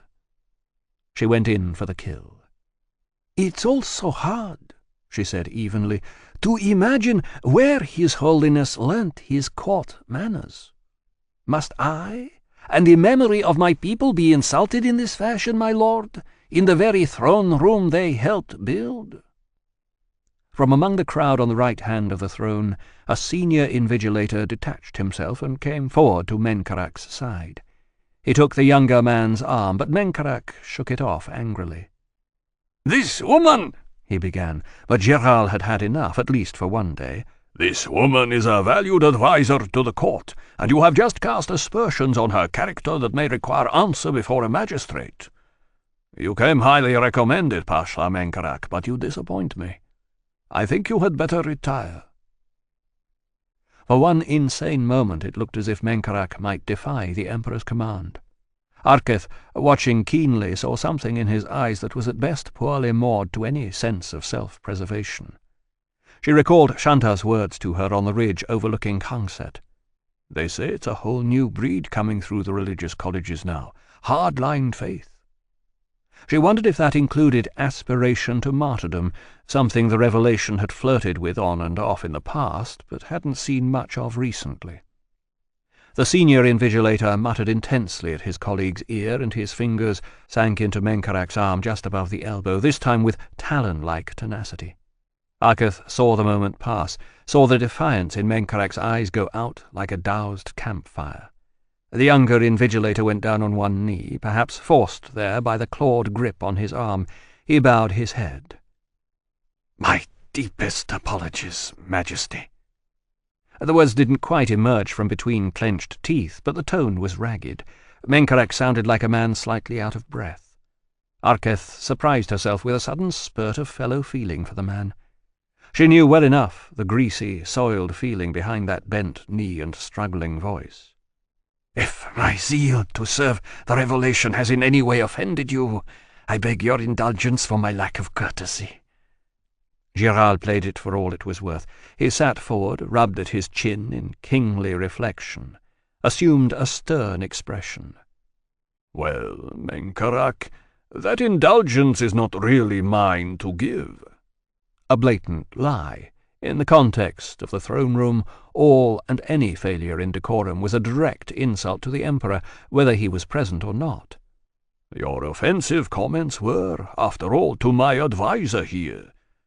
Perhaps you could abase yourself to her instead." More grabbed breath gasps around the hall. The senior invigilator looked startled.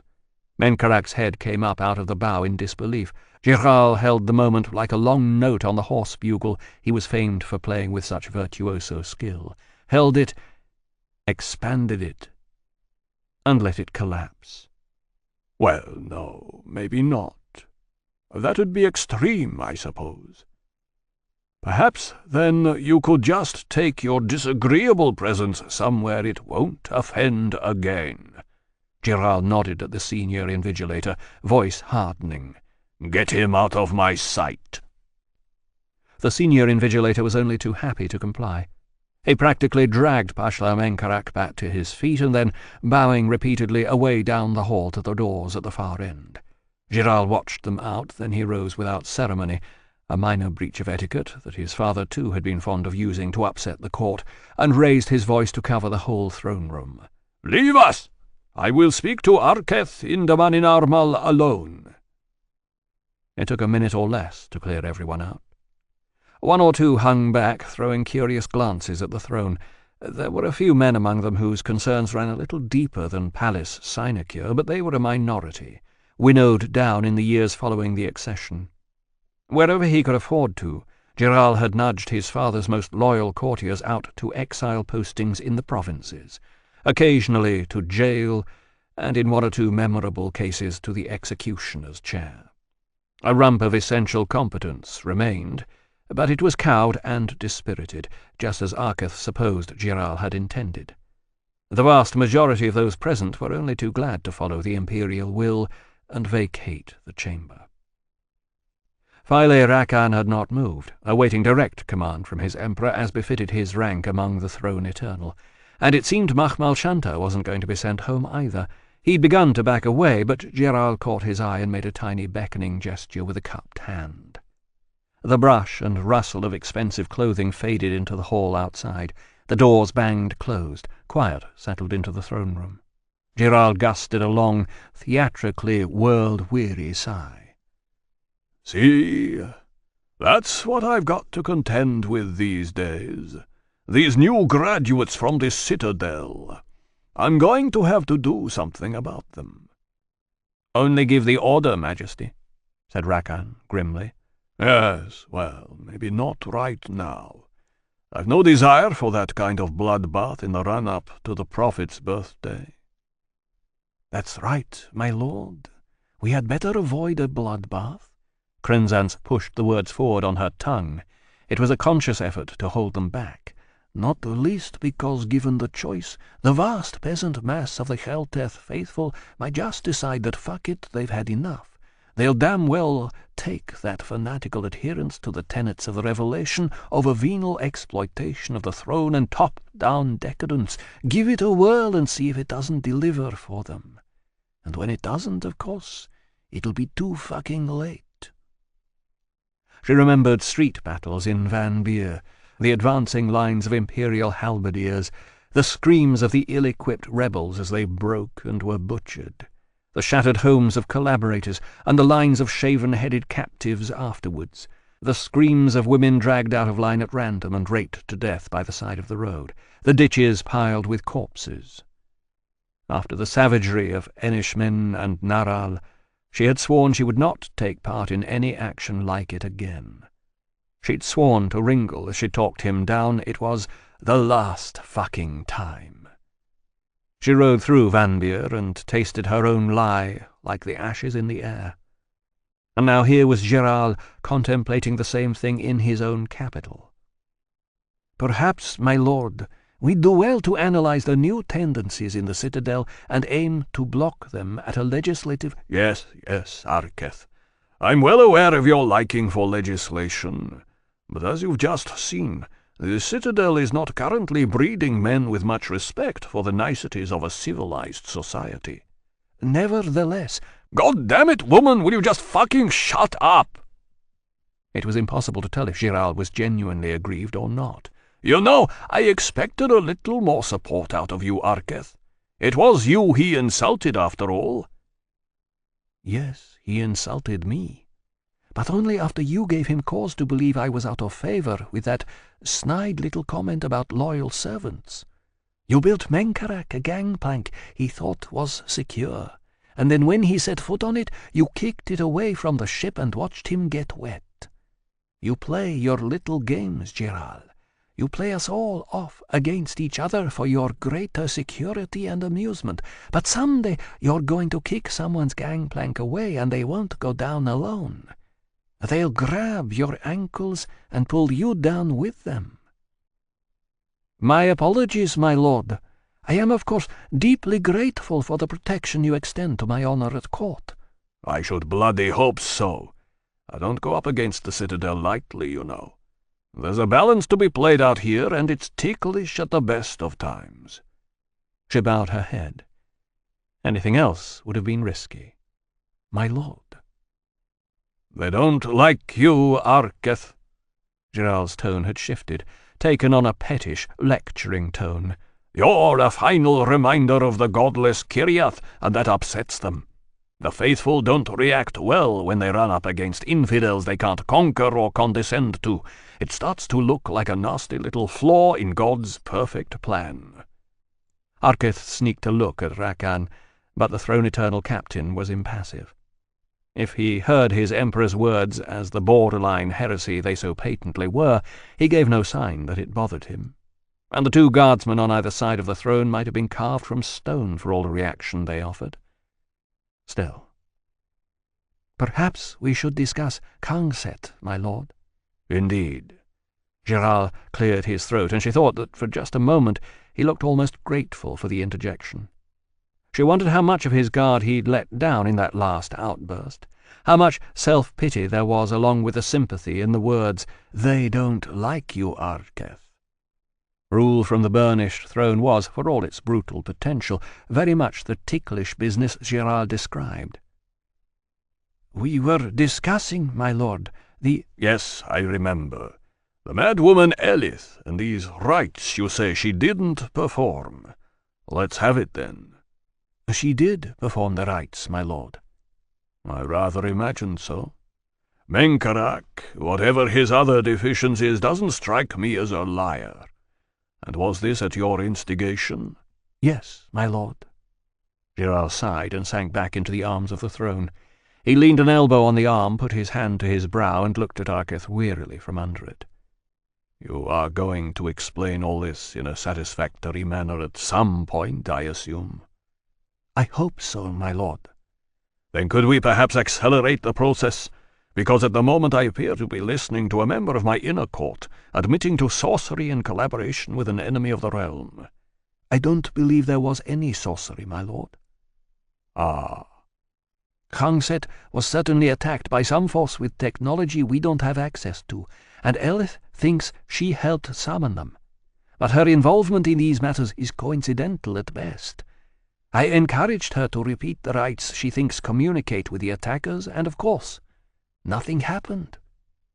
Nothing, that is, if you don't count the creep of flesh on the back of your neck as Elith stands erect before the crudely hewn stone figure on the cliff's edge in the hour before dawn, arms held out to mimic its patient cruciform beckoning, singing a wild arrhythmic incantation, fluid northern syllables stretched to shrieking and thrown out into the whoop and roar of the sea wind, until it's hard to tell any more who's making which sounds.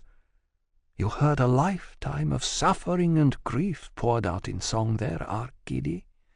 And for more than just a moment or two, it seemed to you, didn't it, that something stony and violent must answer from beyond the curtains of gloom and gale. Arketh, come on. Giral shook his head. That doesn't in itself prove anything. Perhaps these forces she attempted to summon just weren't interested in an encore. Sorcery is an unreliable business, you said so yourself enough times. And Rakan and Shante here both say the destruction was pretty overwhelming, the worst they've seen since the war. Who'd come back after a successful sacking like that? What point would there be? My lord, what point would there be in attacking a garrisoned port in the first place, if nothing of value is taken and there is no onward assault? Giral frowned. Is this true, Rakan? Nothing was taken? No, Majesty, it appears not. We found the interior possessions of houses untouched where they had not been destroyed by fire. And the Port Authority strong rooms contained silver bullion, paymaster's bagged coin, and several crates of confiscated valuables, all of which were still in place. A hint of emotion crept into the Throne Eternal's dispassionate voice, the faintest tinge of confusion. Though each door had been ripped off its hinges as if by a team of horses. And I take it, said Giral dryly, that you could not possibly introduce a team of horses in the lower levels of the Port Authority. No, Majesty. Shanta, any alternative explanation you can think of? The naval engineer shrugged. Perhaps some system of pulleys, sufficiently well anchored, they might. Thank you, I think we'll take that as a no. Giral scowled and looked at Arketh again. It seems to me we're back to the sorcery that you're so firmly of the opinion did not occur. I don't say that sorcery, or some form of science of which I'm ignorant, did not occur, my lord. I say only that the woman Elith had no hand in it, that I did not see her perform sorcery at any time, nor do I believe that she has ever had the ability to do so. She is merely a spectator to these events, a spectator with just enough specialized cultural knowledge to give the impression of involvement. Giral made a small, exasperated noise in his throat and threw himself back in the arms of the throne. You see, I didn't follow any of that last sentence, Arketh. Can you please spell it out for us in terms a pure-blooded human would understand? She ignored the veiled insult, swallowed it, marshalled the facts at her disposal, and once more built up the facade of professional detachment that kept her sane and out of jail. Very well. Elith, in common with a lot of the transplanted peoples from annexed territories in the north, believes in a broad pantheon of different gods and spirits. It's a tradition that bears some resemblance to the Majak nomads' framework of faith, but it's far more ordered. It's been written down, modified, embellished, and shared among the Naomic tribes for long enough to become codified. Among this pantheon there is a figure, or more correctly, a whole race called the Duenda. Duenda? Giral mangled the unfamiliar word. Duenda, or the Aldrain, depending on which tribe's tales you prefer. It comes to the same thing. A race of beings close to human in form, with supernatural powers, access to realms beyond human reach, and close links to or even shared blood with the gods. Giral coughed a laugh.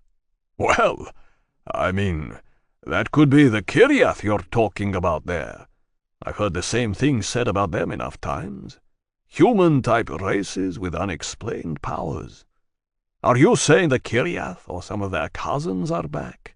That they've taken to sacking my cities? Clearly not, my lord. Though she found suddenly she could not make herself hate the idea. The return and the final exasperated turning on these fucking humans. And she wondered fleetingly where Giral had derived the idea from. Out of what guilt and half-suppressed fear of the race who had served his father but turned their back on him. The Kiriath are gone, yes, but they are probably not the only near-human race ever to have visited this world. In the great Northern Chronicle, the Inderath Monal, there is some mention of an enemy that fits the description of Elith's Duenda. I'm not overly familiar with the text, I'll need to look back through it, but one thing I do recall is that these Duenda were reputed to have a specialized relationship with the elements, that they could, for example, summon up storms or command the earth to open and vomit up its dead, and certain types of stone and crystal were supposed to have powers they could draw out. Crystals? Gerald's face was a study in disdain. Oh, come on, Arketh. No one with a halfway decent education believes that powers of crystals shit. That's for the peasants on the Northern March, the ones who never learned to read or add up. I agree, my lord, but at the same time it is a known fact that my own people were successful in utilizing certain structural peculiarities of geology for navigational purposes. It simply occurs to me to wonder if the Duenda might not have done something similar. Navigation, eh? Gerard glanced shrewdly across at Shanta, who looked embarrassed. Arketh had run her theory by him, but he hadn't reacted all that well to it. Go on, then. I'm listening. Yes, my lord. On the bluff overlooking Khangset Harbour from the north there was, I've had it removed now, a stone idol, very roughly human in form, about the size of a small woman or a half-grown child. It is made of a black crystalline rock called glirsht, commonly found in northern lands but almost unknown further south. Elith brought the figure with her from Eneshmin in a cart with her family's other possessions. She set it on the bluff, and periodically she climbs the coastal path to make offerings to it. The look of disdain flowed back, this time on Rakan and Shanta's faces as well. The revelation and its adherents had scant time for idol worship. At best it was primitive nonsense, to be discouraged with a more or less heavy ecclesiastical hand. At worst, it was a first-category sin and deserving of death. Imperial conquest was built on a centuries-old assumption of the right to suppress the practice and instruct those conquered in the error of their ways. Specifics varied from emperor to emperor and how well-financed the levy was at the time. The way I see it, my lord, this idol may have acted as some form of beacon. Elith believes it was her prayers and offerings that brought the Duenda to Khangset. I'm inclined to think those rituals are beside the point, but the stone itself, the glirsht, may have some kind of... A shrug. She had not fully convinced herself of all this, let alone Shanta. A structural resonance, perhaps. Something for the Duenda to steer by. Even in her own ears the words sounded limp. Gerard looked back at her for a couple of moments, then down into his lap, then back up. When he spoke, his voice was weary, almost plaintive, imploring the simple explanation. Look, Arketh, could this not just be a case of pirates, albeit sophisticated pirates, pirates with a flair for disguise, for exploiting the terrors of our less worldly citizens? Maybe even pirates with some sorcery adept crewing with them. The imperial fingers snapped. Abrupt inspiration. Come to that, they might even have been in league with this northern bitch you brought back with you. What if she was spying for them on shore, going up to the bluff to signal to them? They took nothing, my lord, she reminded him, and no pirate vessel I've ever heard of mounts weaponry sufficient to damage Kiriath-engineered defences. If it were the Duenda, said Rakan, perhaps in an attempt to back his emperor up. "Then they also took nothing. Why would that be?" Girard nodded sagely. "That's a very good point. Arketh, are these creatures not interested in gold or silver?" She bit back a sigh. "I don't know, my lord. I'm barely familiar with the mythology as it is, but it does seem clear that these raiders, whether they were duende or human, came for something other than loot." "Such as? Not their local priestess, that's for sure. They left her high and dry for us to pick up." "Revenge, perhaps," said Shanta quietly. There was a brief, prickly silence, during which you could see the naval engineer transparently wishing he'd never spoken. "Revenge on whom?" asked Girard with dangerous calm. Arketh cleared her throat. Someone had to say it. "Elith was not well treated by Imperial forces during the war. Members of her family were brutalized. One died, and the rest were resettled against their will." "Well, we all suffered in the war," Girard said in clipped tones of affront. "We all had to play our part in the struggle. That's no excuse for treachery or betrayal of the realm." Girard's part in the struggle and the suffering had been confined, Arketh seemed to recall, to riding behind his father at troop inspections and saluting. For all his training, he never saw combat. "I don't think Mahmal Shanta is referring—" "I don't care what you think he's referring to, Arketh." Affront now building to genuine anger. "We've pussyfooted around this long enough. If there is even the slightest suspicion that this woman Elith might have given aid or comfort to our enemies, sorceress or otherwise, then I want her put to the question." Arketh's flesh chilled. "That won't be necessary, my lord," she said rapidly. "Oh, won't it?" Girard leaned bodily out at her from the throne, voice an inch off, shouting. It was the most aggressive stance he'd taken all evening, the confrontation with Pashla Menkarak included. "How refreshing that you're suddenly so certain of something. Perhaps you could explain to us, in this mess of mythological mumbo-jumbo and conjecture you've cooked up, how you can be so bloody sure of that." Seconds ticked away. She could almost hear the clockwork of their passing.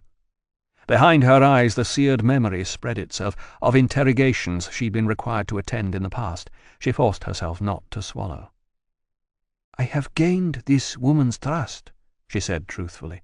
"In the days since we found her, her madness has begun to recede.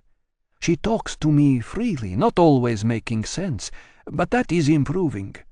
I don't believe any degree of inflicted pain will help the process. If anything, it will simply thrust her back into her delusions. I need more time, my lord. But given that time, I am wholly confident I will discover everything of value that she can tell us." More quiet. But she no longer heard the clockwork in it. Girard still looked sceptical, but in a mollified sort of way. "Rakan?" he asked. Arketh's gaze leapt to the Throne Eternal's face. She should have known better. There was nothing to hang on to in that impassive face. Philae Rakan considered for a moment, but the only indication that there was anything going on behind the narrow features was a slight distance in the normally attentive eyes. "The woman is talking," he said finally. "The Lady Kir Arketh does appear to have won her trust." "Yes, you fucking beauty, Rakan." Arketh could have kissed the Throne Eternal Captain's impassive face for him, could have punched the air above her head and whooped. She held it down and watched her emperor. Girard saw her watching. He made a tired gesture. "Oh, very well. But I want regular reports, Arketh, with something substantial in them." "Yes, my lord." "Rakan, who did you say you left in charge at Kangset?"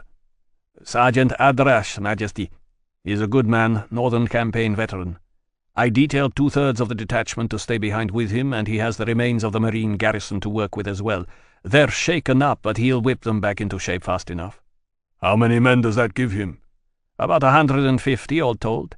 Enough to put a cordon around the town, make sure word doesn't get out about the raid until we want it to. We've posted penalty warnings about seditious talk and unlicensed meetings.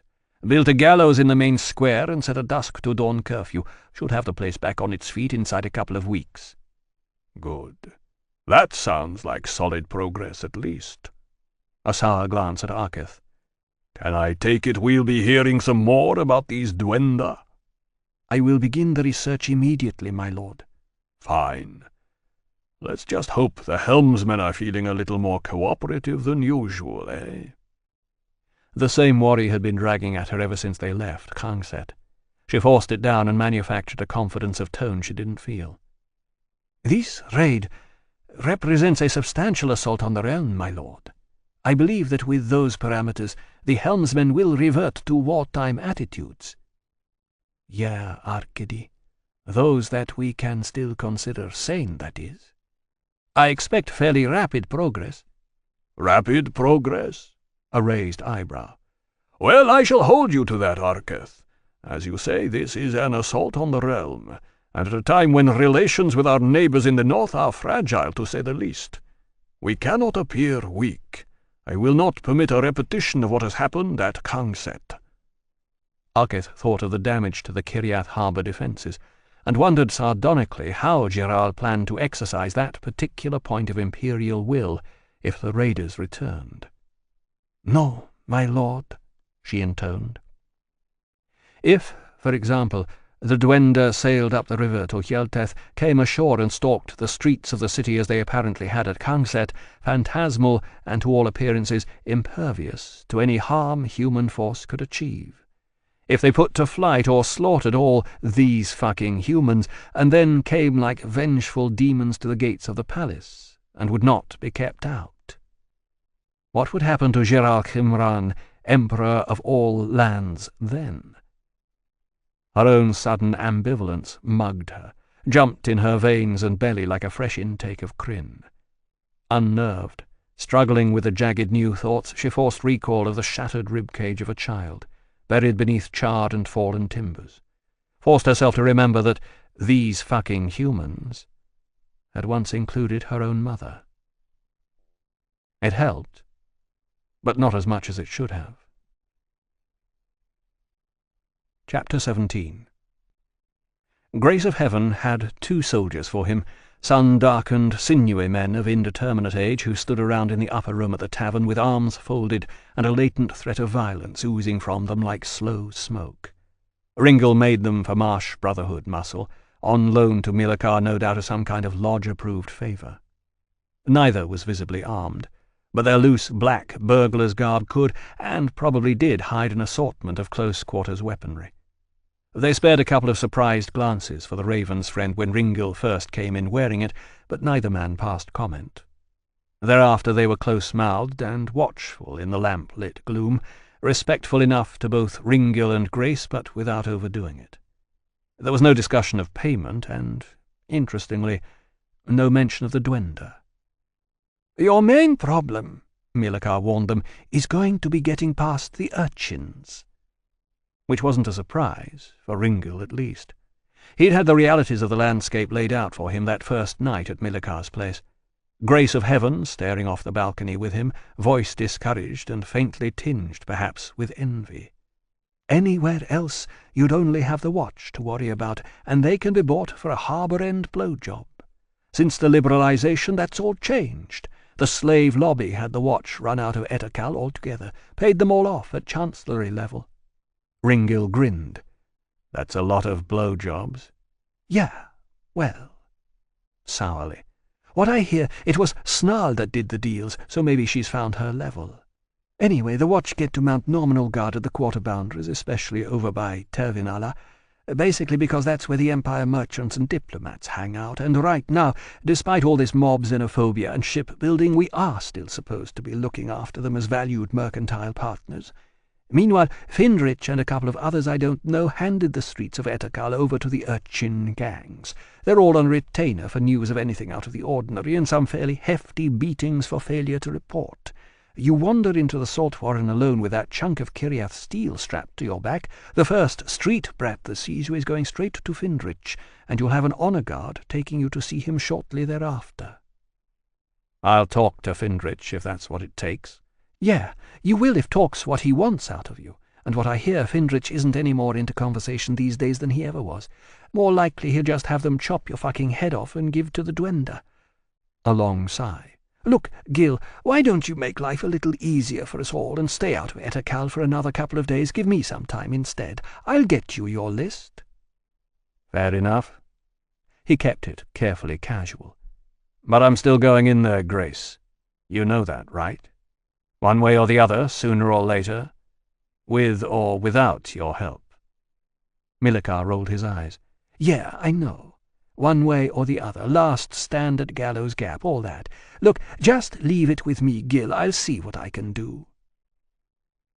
What Grace could do, it turned out, was supply high-end clothing and even a few forged documents identifying Ringil as a Hjelteth spice merchant, domiciled in Tervenala for the winter, and in the market for something to sweeten his stay.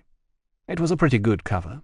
With his mother's blood and the years of rural living in Gallows Water, Ringil was dark-skinned enough to pass, and Hjelteth merchants of any means would hire local enforcers to accompany them through the streets as a matter of course, so Millikar's on-loan muscle wouldn't look out of place either. And nor, fortunately, will that ridiculous sword of yours.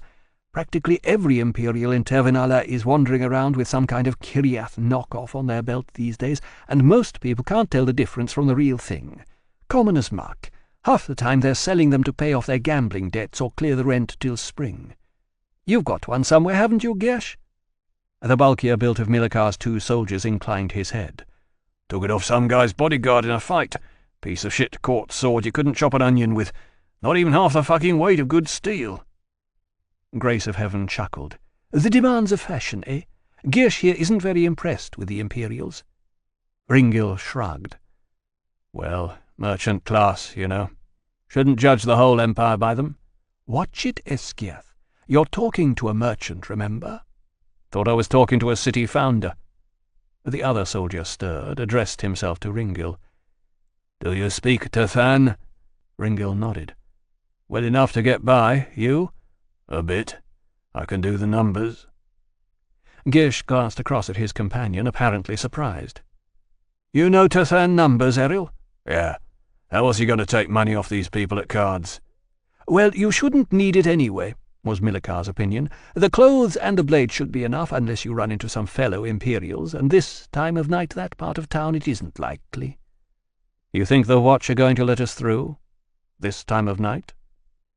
Errol made a significant gesture, with one open hand, thumb rubbed across fingers. "If we treat them right, sure, they'll be amenable." Ringil thought briefly of his scuffle on Dray Street, the way his purse had cleared up what his fighting skills could not. He nodded. "Nothing ever changes in this town, huh?" Which proved accurate. At one of the makeshift street barricades on Black Sail Boulevard, where Tervenala nominally ceased and the Salt Warren began, a squad of 6 watchmen stood about in war-surplus hauberks and open-face helmets, yawning and looking so amenable they practically had their hands out. Their barricade was cobbled together out of old furniture. Its most useful function seemed to be as a place to lean and pick your teeth.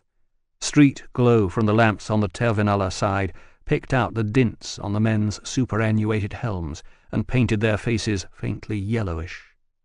They mostly wore short skirmish swords, though one or two had pikes, and to a man they were all visibly sick of the duty.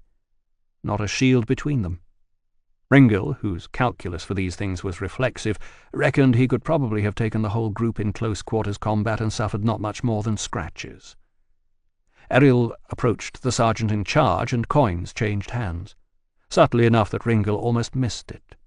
Most of him was focused on the gloom on the other side of Black Sail Boulevard, where there were no lamps, and the ancient torch brackets were either empty or held torches long since burnt down to a blackened wick. The Watch had set up a couple of braziers beside the barricade, presumably more to ward off the gathering autumn chill than to throw light, but the light they gave barely stretched across the paved street. The houses beyond were sunk in shadow. Vague shapes moved about in windows at the 2nd and 3rd floor, in all probability urchin gang lookouts, but the darkness and the distance painted them shifty and unhuman, all hunched posture, sharp features, and oddly angled bones. "Well, here are your duenna already then, Gil." and all it took to see them was an overworked imagination. But his smile faded as soon as it touched his lips.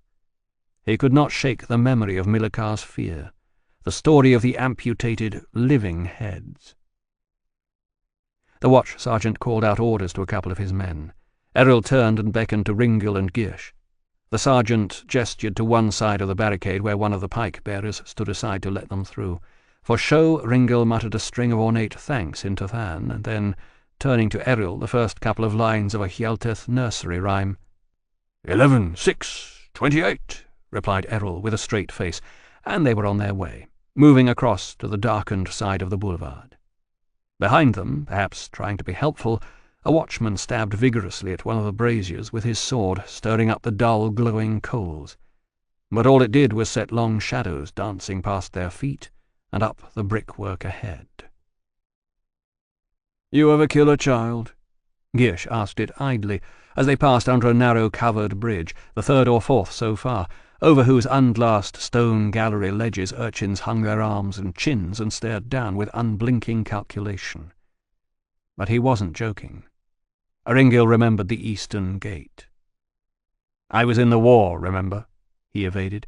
"Yeah, I don't mean lizard pups. I mean humans. Kids like those ones back there watching us." Ringil looked at him curiously. He supposed it wasn't Gish's fault.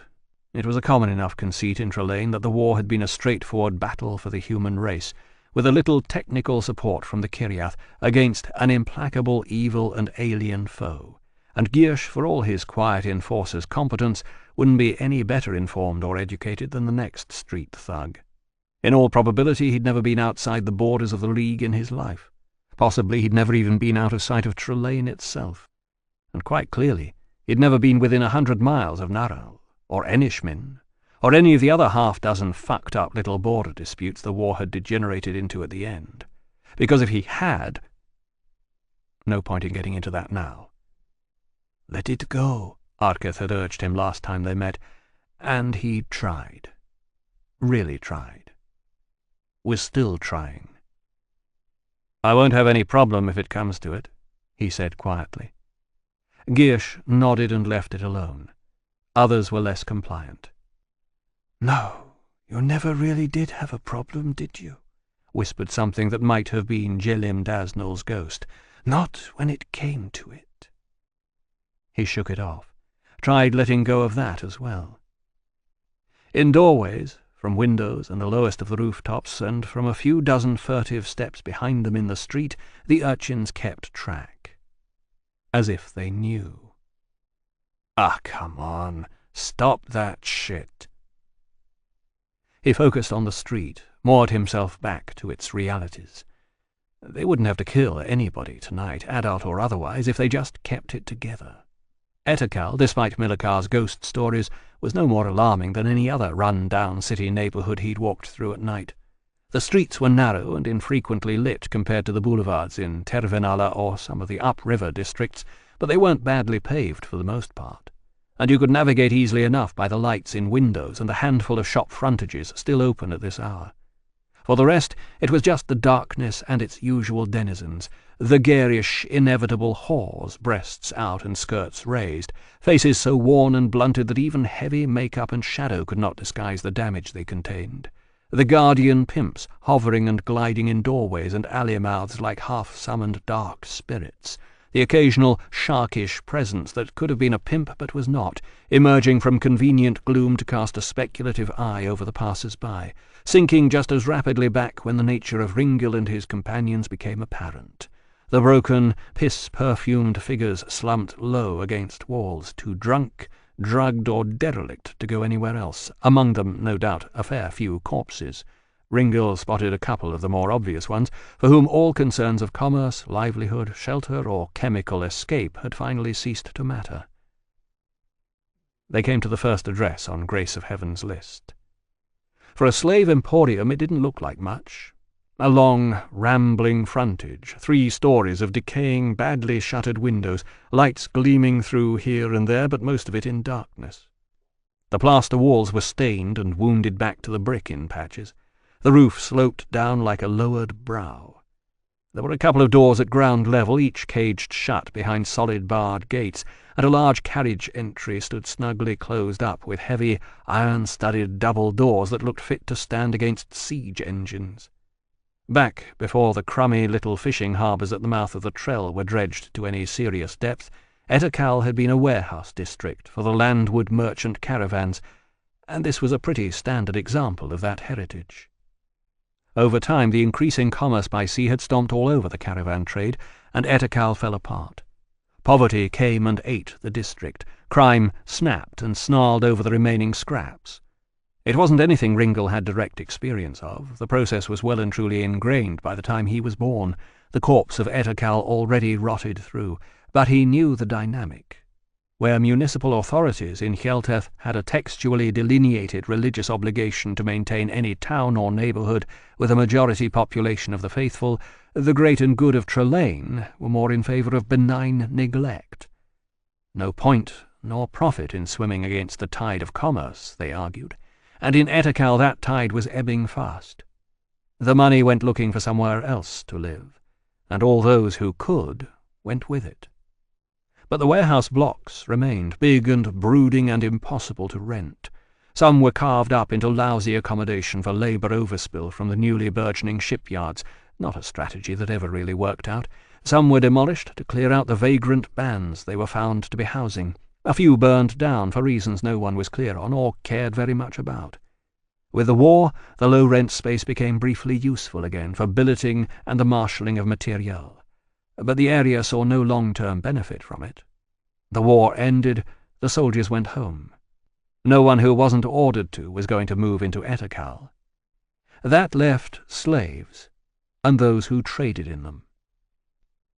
Gish found a small hatch cut into the body of the carriage entry door and commenced banging on it with a compact, well-worn mace he produced from his burglar's clothes like a conjuring trick.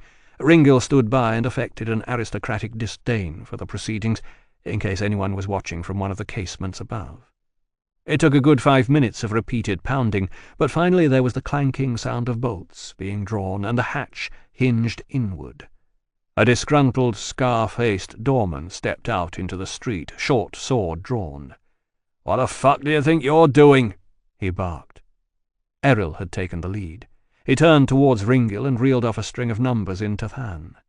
Ringil inclined his head and pretended to consider, then spoke back a couple of random sentences. Errol turned back to the doorman. "This is my Lord Laraninthal of Shenshanath," he said. "He is here on recommendation to examine your wares." The doorman let a sneer creep across his face. He put up his sword. "Yes, well, my master doesn't do business at this hour," he told them. "You'll have to come back." Stone-faced, Errol punched him in the stomach. "And my master," he informed the downed minion as he curled up on the floor, whooping for breath, "does not like to be told to come and go like a common stevedore, especially not by harbour-end curs like you." The doorman made gagging sounds and groped around on the cobbles for his sword. Gish kicked it casually out of his reach. Errol crouched down and grasped the man by his collar and balls. "We know," he said conversationally, "that your master deals in the exotic end of things, and we know that he likes to conduct that business at exotic hours, if the price is right. Get up."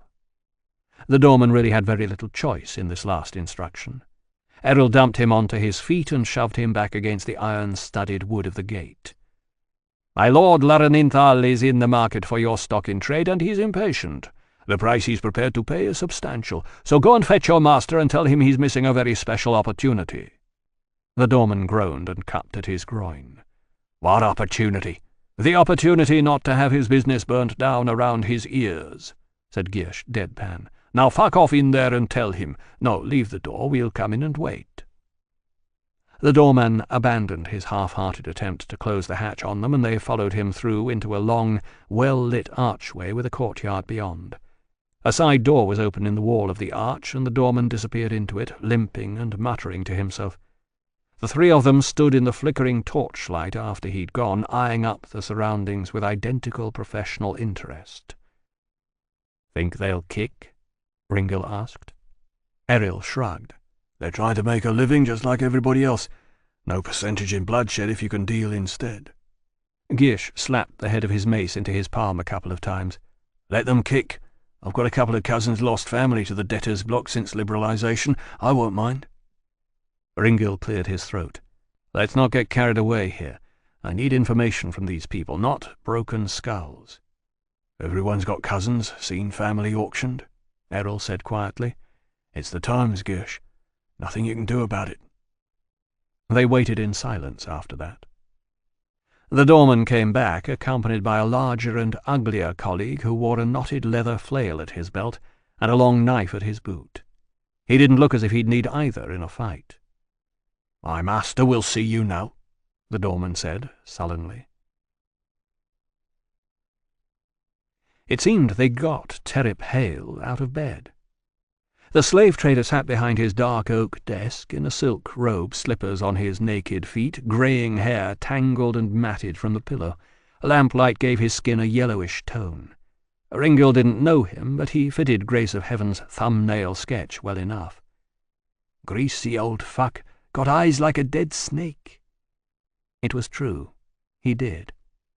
Once a small-time trafficker working various illicit trades through little-known marsh routes in and out of the city, Hale had apparently done well under liberalisation. A legacy of his prior success as a supply-and-demand criminal, he knew men's appetites inside and out. A shrewd buyer's sense at the auction blocks gave him his initial edge, it seemed, and a tightly maintained web of onward contacts in other cities of the League kept him out ahead of the pack. He was dangerous in his way, Millikar reckoned, but he wasn't an unreasonable man. He fixed the expressionless black eyes on Ringil. "This had better be good." "I thank you, honoured sire, for the—" For the sake of appearances, Ringil had begun in Tathan. Now he coughed diffidently and switched to Naomic, stamped through with a guttural edge common to Imperials who'd learnt the Trelane tongue but not ever lived in League territory. He spotted the doorman and the flail-equipped muscles smirking at each other as he spoke. "Honoured sire, I thank you for seeing me at this late hour." He shuffled his feet, playing up a timidity of stance and tone he'd sometimes liked to put on in games with Grace of Heaven. Silk-skinned, kidnapped Hjelteth youth begs his captor, in vain, of course, not to corrupt him. "I, would not have come so late, you see, but this visit is not one my father would countenance if he knew of it.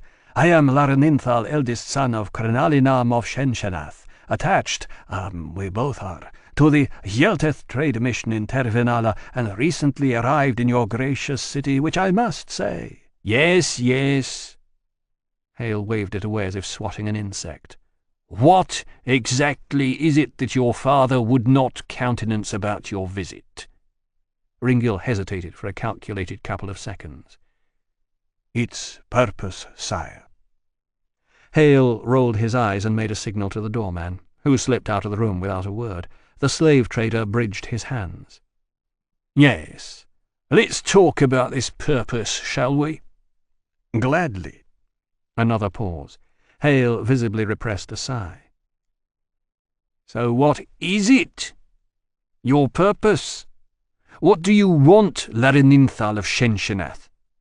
"I desire," Ringil cleared his throat and looked about the room, "a bedmate, a woman for my use here in Trelane." A small smile leaked out of the corner of Hale's mouth. "I see. And your father wouldn't approve of this?" "My father is a conservative man. He would not wish me to spill my seed among women not of the tribes." "Well, fathers can be difficult like that, can't they?" Hale nodded sagely. "Of course, at a price, I could probably provide you with a Hjelteth girl, perhaps even of your specific tribe. You'll be surprised how easy—" Ringil held up a hand. "I am not drawn to women of the south. I want pale skin, paler than mine. I want—" He gestured graphically. Terep Hale grinned. "Indeed. That's something the girls up here are usually good for, isn't it? Not the first time I've heard one of your countrymen remark on the matter either. Difference is the spice, I always say." A small sound from the door. "Ah, speaking of which, here we are."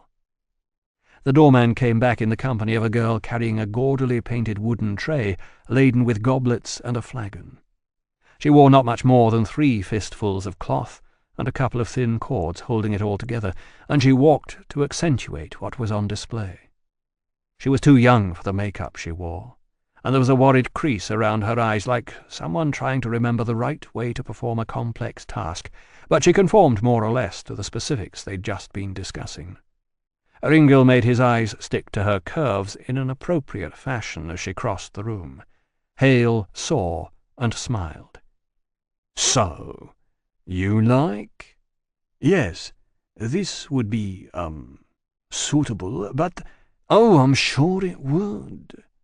Hale dreamily watching as the girl laid out flagon and goblets on the desk. "Unfortunately, Nillet here isn't for sale. I've taken a bit of a shine to her, but really she's nothing special. And she has sisters." He glanced up. "I mean that quite literally. Sisters, 2 of them. All sold together. But the others are still in training. That can take a while, especially if the girl is spirited." Nillet's hand knocked the flagon against one of the goblets she'd already set down. The cup toppled and rolled off the edge of the desk, clattered hollowly on the floor. Hale's lips pressed together in exasperation. Nillet scrambled to retrieve the still-rolling goblet, and her eyes flashed on Ringil's. The worry was gone, wiped out by a more immediate terror. She set the goblet back in place, hung her head, and mumbled something inaudible to Hale. He raised a finger at her, and she shut up instantly. "Just get out," he snapped. The girl hurried away, her wagging display walk forgotten. Hale poured from the flagon, 2 goblets only. He beckoned Ringil forward. "Please be my guest. Choose a cup. This is one of the best wines the League territories have to offer. Before one becomes a customer of Terrip Hale, one becomes an honoured guest in his house. How else will we bind trust in our dealings?" Ringil selected one of the goblets and held it up. Hale matched the gesture for a moment, drank first, as host ritual required. Ringil followed suit, swallowed a mouthful, and made an appreciative face. "Fine vintage, eh?" purred Hale. In fact, it wasn't all that impressive. A dark Jith Ernatil grape, late harvest pressing, of course. You couldn't mistake that taste, but really a little too sweet for Ringil's palate and cloying on the aftertaste. He'd never been a big fan of the coastal range vintages anyway, and this one lacked far too many middle notes. But it would certainly have been expensive, and that counted for a lot with men like Hale. "Well then," the slave trader finished his drink and put down the goblet. There was an anticipatory gleam in his eye. "I'd say that since it's fairly clear what your requirements are, maybe we should just go down to the stable together and see if something doesn't catch your—" Ringil put in a mannered cough. "There is another matter." "Oh?" A politely raised eyebrow. "And what would that be?" Ringil cradled his goblet and peered into it, put on a sheepish expression. "I have mentioned already how my father feels about these things, about my preferences. This behavior of mine." "Yes." Hale could not quite keep the weariness out of his voice. "Yes, I believe we've covered that. Go on." "Well, there is one thing I need to be certain of before I buy from you. There must be no issue from this woman. She must be barren." And something drained abruptly out of the room. It was bizarre. Ringil felt the change the way he usually felt the prelude to combat. Slight pressure at his lower back, the faintest of crawling across his shoulder blades. Somehow it seemed he'd said the wrong thing. In the sudden quiet that had opened behind his words, he looked up from his drink and saw that something indefinable had shifted in Terrip Hale's demeanour. The slaver picked up his emptied goblet again, studied it as if he'd never seen it before, and couldn't imagine how it had got into the room with him. "That is a very specific requirement," he said softly. He looked up and met Ringil's eyes. The anticipatory gleam was gone. You know, my Lord Larenthal, I'm really not sure we shall be able to accommodate you so easily after all." Ringil blinked. This was unlooked for.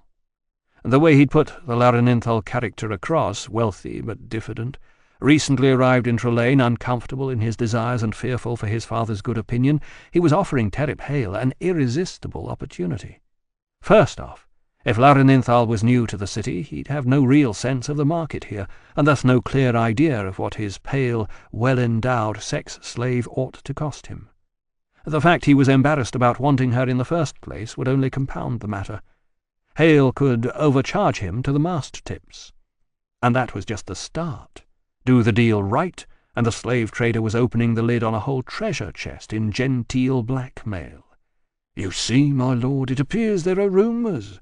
We wouldn't want your father hearing them, would we? Now don't worry, I'm sure we can staunch the chatter, but it will cost a little something. These arrangements always do." And so forth. For the duration of his stay in Trelane, this Larenthal could be discreetly bled for whatever he was worth. It was a lot to pass up. Yeah, but looks like old Terep here is getting ready to throw it away with both hands. And throw you out too, Gil. You don't get a grip on things pretty fucking fast. If this... His accent had slipped with the surprise. He tugged it back into place, cleared his throat, and improvised off a tone of insulted pique. "If this is some trick to increase your price, then I am not—" "We have not discussed price yet," observed Hale, still in a tone like silk. But Ringil's feigned outrage seemed to have had the desired effect. A little of the tension went out of the slaver. He set the goblet down and steepled his fingers. "In any case, it isn't that which concerns me. It's merely that I don't see why you should be so concerned with the wench in question's breeding capacity. It really is neither here nor there. If she swells with child, we can soon find you a replacement well before she becomes unsightly. And meanwhile, by law you will own the offspring if it survives. You can sell it, along with the mother if she no longer pleases you, or separately if that improves your price. The market is flexible in these matters. I would not know how to go about." "Oh, you may be assured of my diligence in such a case. I'd gladly pledge you any assistance you require." "Yeah, I'll bet, for a small consideration." But at least Hale seemed to be tipping back in the right direction. Ringil put in another diffident clearing of the throat. "You see, in imperial law, slave offspring cannot be—" "Yes, I'm sure." A faint impatience curled into the slaver's tone now. "But you're not in the Empire now, my lord. We have league law here, and I assure you I know it to the letter where my business is concerned." "Well then," grudgingly, "I suppose that—" "Excellent!" Hale clapped his hands. "Well, I think what we'll do is, instead of talking all night, we'll go down and see some flesh right now. That'll give you something to sleep on, eh, my lord?" A lewd wink. Ringil tried hard to look enthusiastic. "Oh, and perhaps before we do that, my Lord Larenthal could give me any other specifics he has in mind. The stable we hold is extensive, and it may save time if we can narrow the field. Is there, perhaps, a particular hair colour that draws you? Height? I understand your women in the south are quite small-boned." Ringil called Sharin to mind.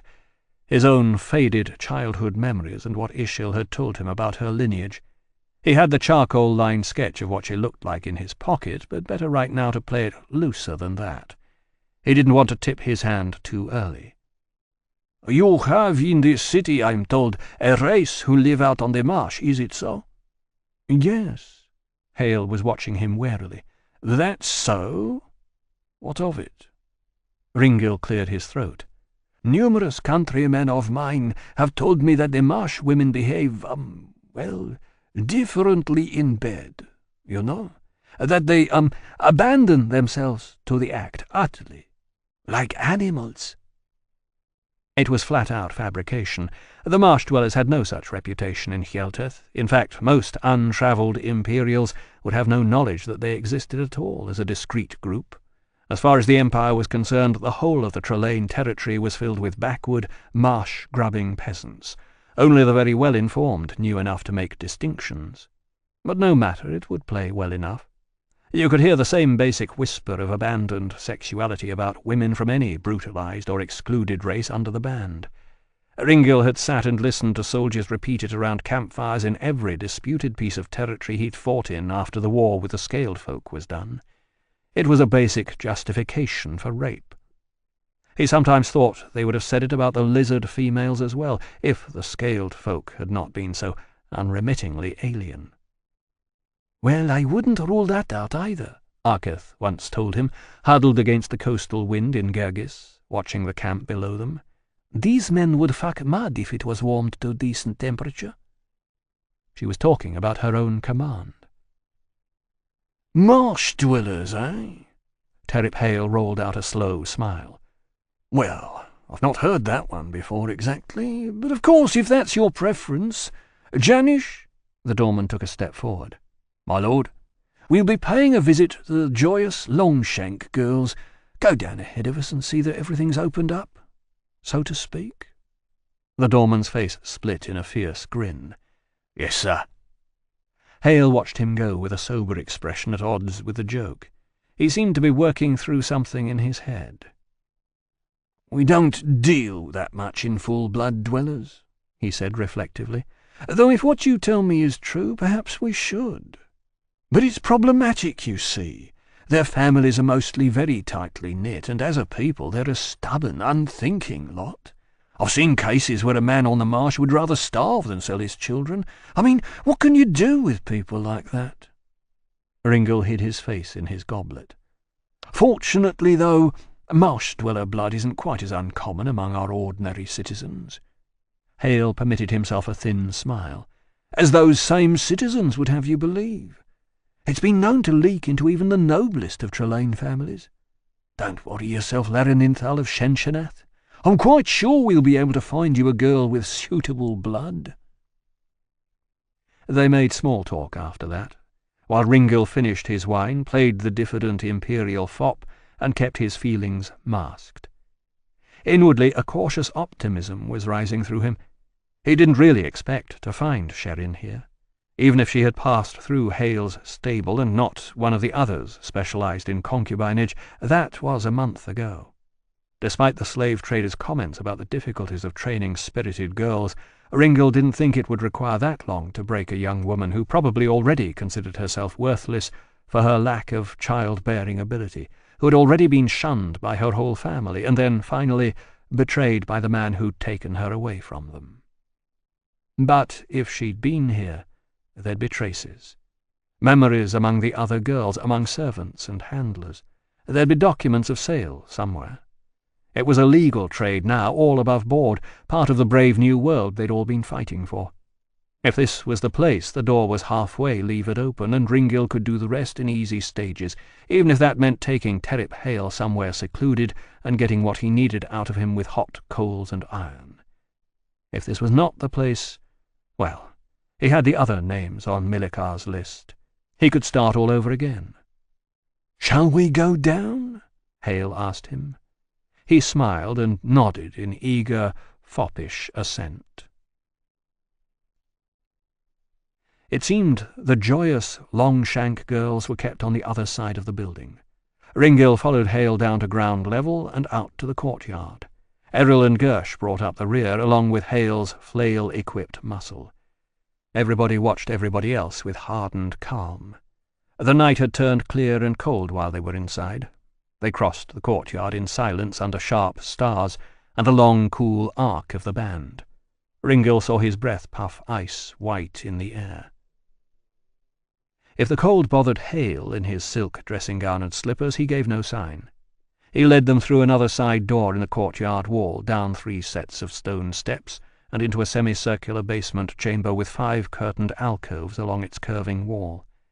Janish the doorman was already there, the grin still plastered across his face. It seemed he'd been enjoying his work. Band light spilled in from small barred windows near the roof, but most of the illumination came from 2 lanterns set down in the centre of the room. There were magic rugs on the floor, lewd murals etched into the curving wall, though rather prim of content compared with Grace of Heaven's ceiling, and a vast black iron candelabra hanging from the vaulted roof.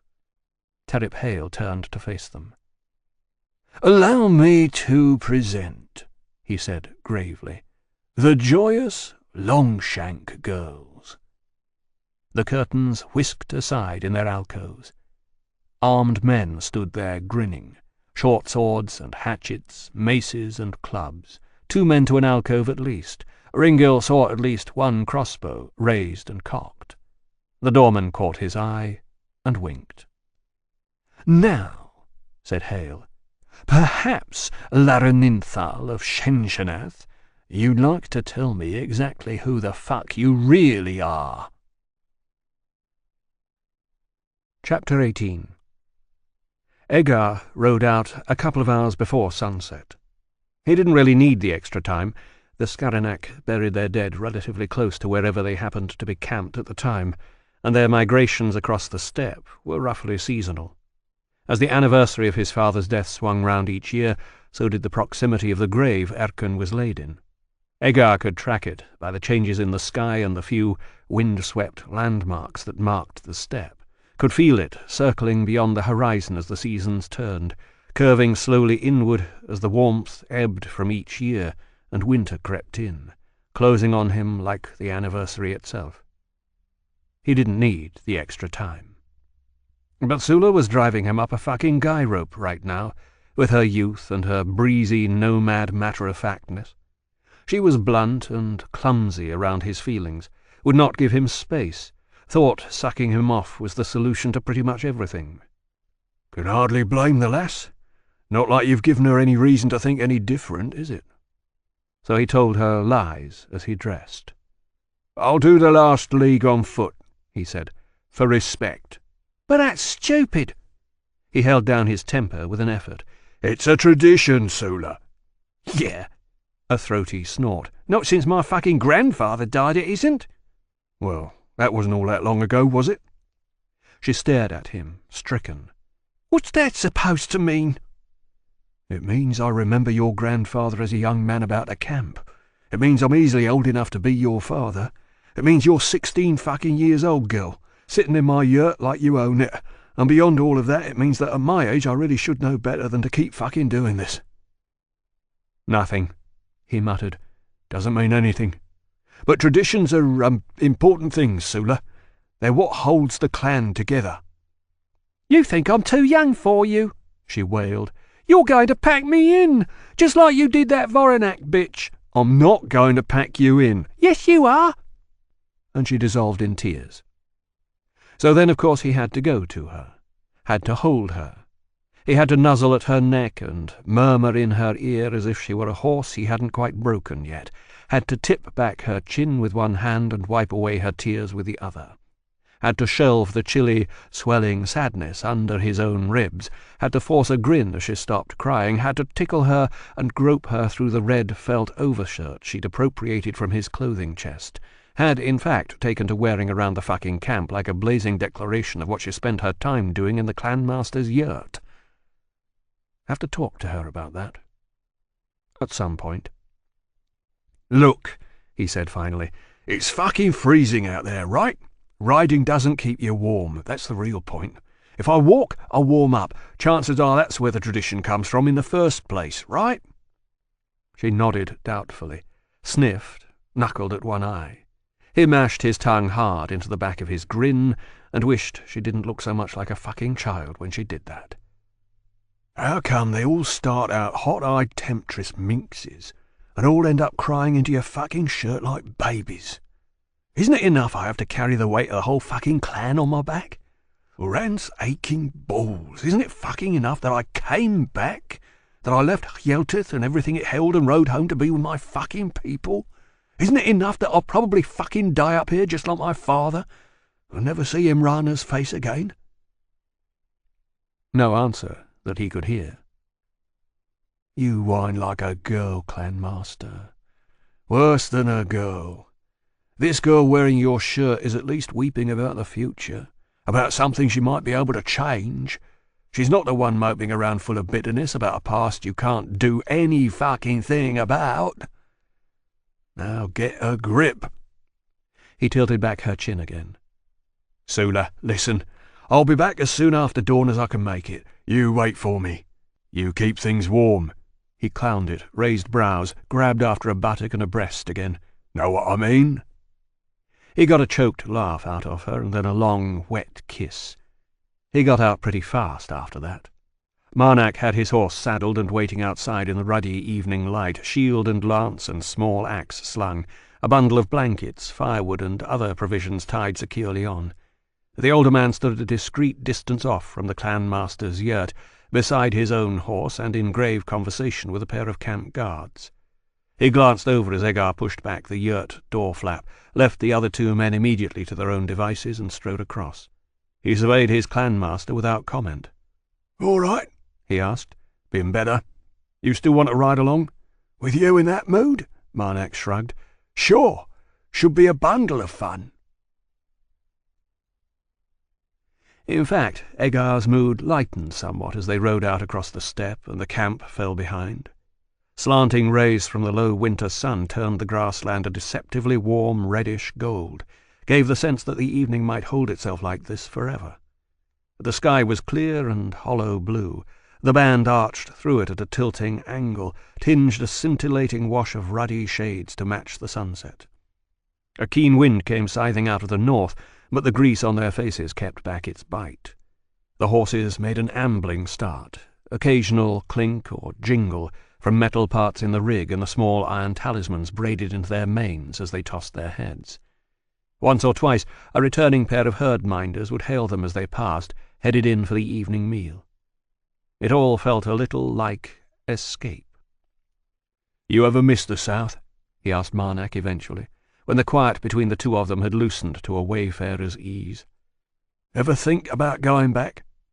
"No." He glanced across, surprised by the spike of vehemence. "Really? What, never? You don't even miss the whores?" "Got a wife now." Marnak grinned in his beard. "And they got whores in Ishlinitchin, you know." "Yeah, I know. Even some Yeltith girls there these days, if that's your thing." Egar grunted. He knew that, too. Marnak raised up a little in his saddle, gestured around at the steppe. "I mean, what's not to be happy with here? Grazing that never ends, plenty of water holes, slow-flowing rivers we don't have to fight the Ishlinak for, plenty of space for everyone.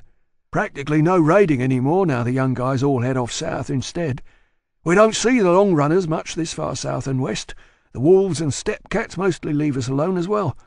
We've got more meat on the hoof these days than we know what to do with. Got the clan, the people around us. What's in Yeltith to stack up against all that?" "Where do you want me to start?" Views over the harbour.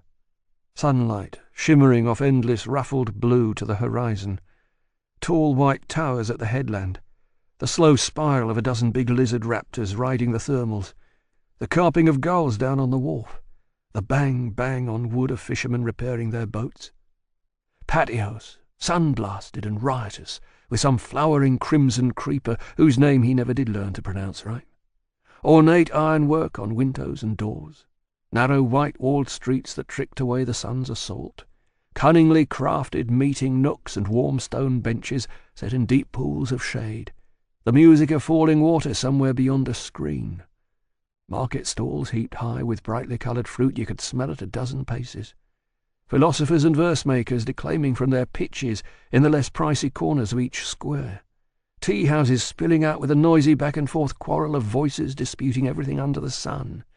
The advisability of trade with the western lands, the existence or not of evil spirits, the urban horse tax. Books. The warm, leather-skinned weight of them in your hands, the way they smelled when you lifted them close to your face, the unfeasibly heart-jolting shock once as a tome fell heavily open at some much-visited page, divided itself neatly in two blocky halves along the spine, and he thought guiltily that he'd broken it. The lines and lines and lines and lines of squiggling black text, and Imrana's long-nailed finger leading him along them. The stir and billow of translucent window drapes, as a sea breeze wandered in from the balcony and carried away some of the midday heat, cooled some of the sweat on their skins. The ebbing bustle of the day, the cries of street sellers growing somehow ever more mournful as the light thickened and a yellow glow sprinkle of windows lit up across the city, the aching dusk skyline lament of the call to prayer, and ignoring it in slim, dark, orange blossom perfumed arms, the riding lights of fisher craft out on the evening swell. "Yeah, well," he said. Marnak concentrated on the grasslands ahead for a while. Maybe he could feel some of what was smoking off Edgar. "In the south they paid me to kill other men," he said tonelessly. "That's well and good when you're young. It seasons you and it wins honour for your name, for your forefathers in the sky home. It brings you to the dweller's notice. It gets you laid." A chuckle. "It gets you laid. But the time comes when you're not a young man any more. You start to lose the pleasure in it all. Truth is, I would have gone home long before I did if the scaled folk hadn't come." "Humanity's finest hour, eh?" The quote didn't come out quite as sour as Edgar intended. Despite everything, the clarion ring that Akal the Great had given to it still clung in faint echo. Marnak nodded to himself, so slightly it might have been the motion of the horse that caused it. "For a while it was." "Yeah, until you end up facing your own fucking people across a line of lances." Marnak shrugged. "That never bothered me much. You take Imperial coin, chances are sooner or later you're going up against the League. You go up against the League, chances are sooner or later you're going to find yourself facing Majak. Just the way it is. No different than squabbling with the Ishlinak up here like we used to. I fought for the League myself once or twice back in the day, before the Empire really started hiring. And yeah, it always figured if we did ever beat the lizards, everyone would go back to fighting each other again, just like before." "So why not stay and make some more coin?" "Don't think I didn't give it some thought. I had a line commander's commission by then. But like I said, it's all well and good if you're young. I just wasn't anymore. Wasn't anything close to young." Marnak shook his head bemusedly. These weren't places his mind habitually went. "I don't know. You get older and each battle you survive starts to feel like luck. You start wondering why you made it to the end of the day, why you're still standing when the field is clogged with other men's blood and corpses, why the dwellers are keeping you alive, what purpose the sky home has laid out for you. Like that. When the scaled folk came, I thought I'd understood that purpose. I thought I knew why I'd survived, thought I'd probably die fighting them, didn't even mind that much so long as it was a good death." "But you didn't." "No." Edgar thought he heard something that was almost disappointment in the other man's tone. "I didn't. Not even at Gallows Gap, and Oran knows we came close enough there. Now that was a perfect place for a good death, if ever I saw one." And now it was Edgar's turn to chuckle. But it was a grim sound he made, not much humour in it. Marnak's lips bent in silent echo. "Instead of which we all become heroes. You, me, even that fucking faggot friend of yours. Look, he wasn't exactly my... And next thing you know, we're back to fighting humans again. And that's fine, you know, like I said, but..." Another helpless gesture. "It got old. Felt like some kind of massive wheel coming right the way back round to start. There were all these new Majak kids flooding into Yeltith on the recruiting wagon, looking to fill the gaps in the ranks, no fucking clue what it was all about." "Yeah, I remember." Mostly, what Edgar remembered was wanting to break their shiny, enthusiastic faces for them. The fact they reminded him so much of himself a decade earlier only made it worse. "Weird times, huh?" "You know what it felt like?" Marnak slipped off his cap, scrubbed vigorously at his scalp with the nails of a half-clenched fist. "You remember those round and roundabout machines the Kiriath put into the tea gardens at Yunval? The ones with the wooden horses?" "Yeah, been on them a couple of times." "Yeah, well, you know what it's like when the ride's finished, then? Everything comes to a halt. You're sitting there, getting used to the whole world not spinning around you, and you've got a whole new set of people, mostly kids, all swarming to get on. You don't know whether you want to give up your seat or not. and then it suddenly hits you. He slipped his cap back on again, shot Edgar a sidelong glance. You realise you don't want to go round again. In fact, you're not even fucking sure anymore whether you really enjoyed it the first time around. They both laughed this time, and loud. Quick bark of tension released, then the looser, more reflective stretch of genuine amusement shared under the massive sky. The small human sounds it made held briefly against the landscape, then soaked away into the vast quiet and the wind, like piss into the ground. You know, Marnak said, maybe loath to let the silence win, I broke one of those horses once. I ever tell you that? I mean, broke its neck right fucking off, hanging off it when I was blasted on pipe one time. They were going to make me pay for the fucking repairs too, about half a week's wages as it happens. Called a city guard on me when I wouldn't cough up. I ever tell you that story? In fact, he had. But Edgar shook his head amiably, and the other man launched into the tale. There was an easy pleasure to be had from hearing the escapade again. All its wall-scaling, roof-leaping, harem-invading chases and shocks and reversals, plus a couple of fresh embellishments added into the mix just to keep it sharp. It was like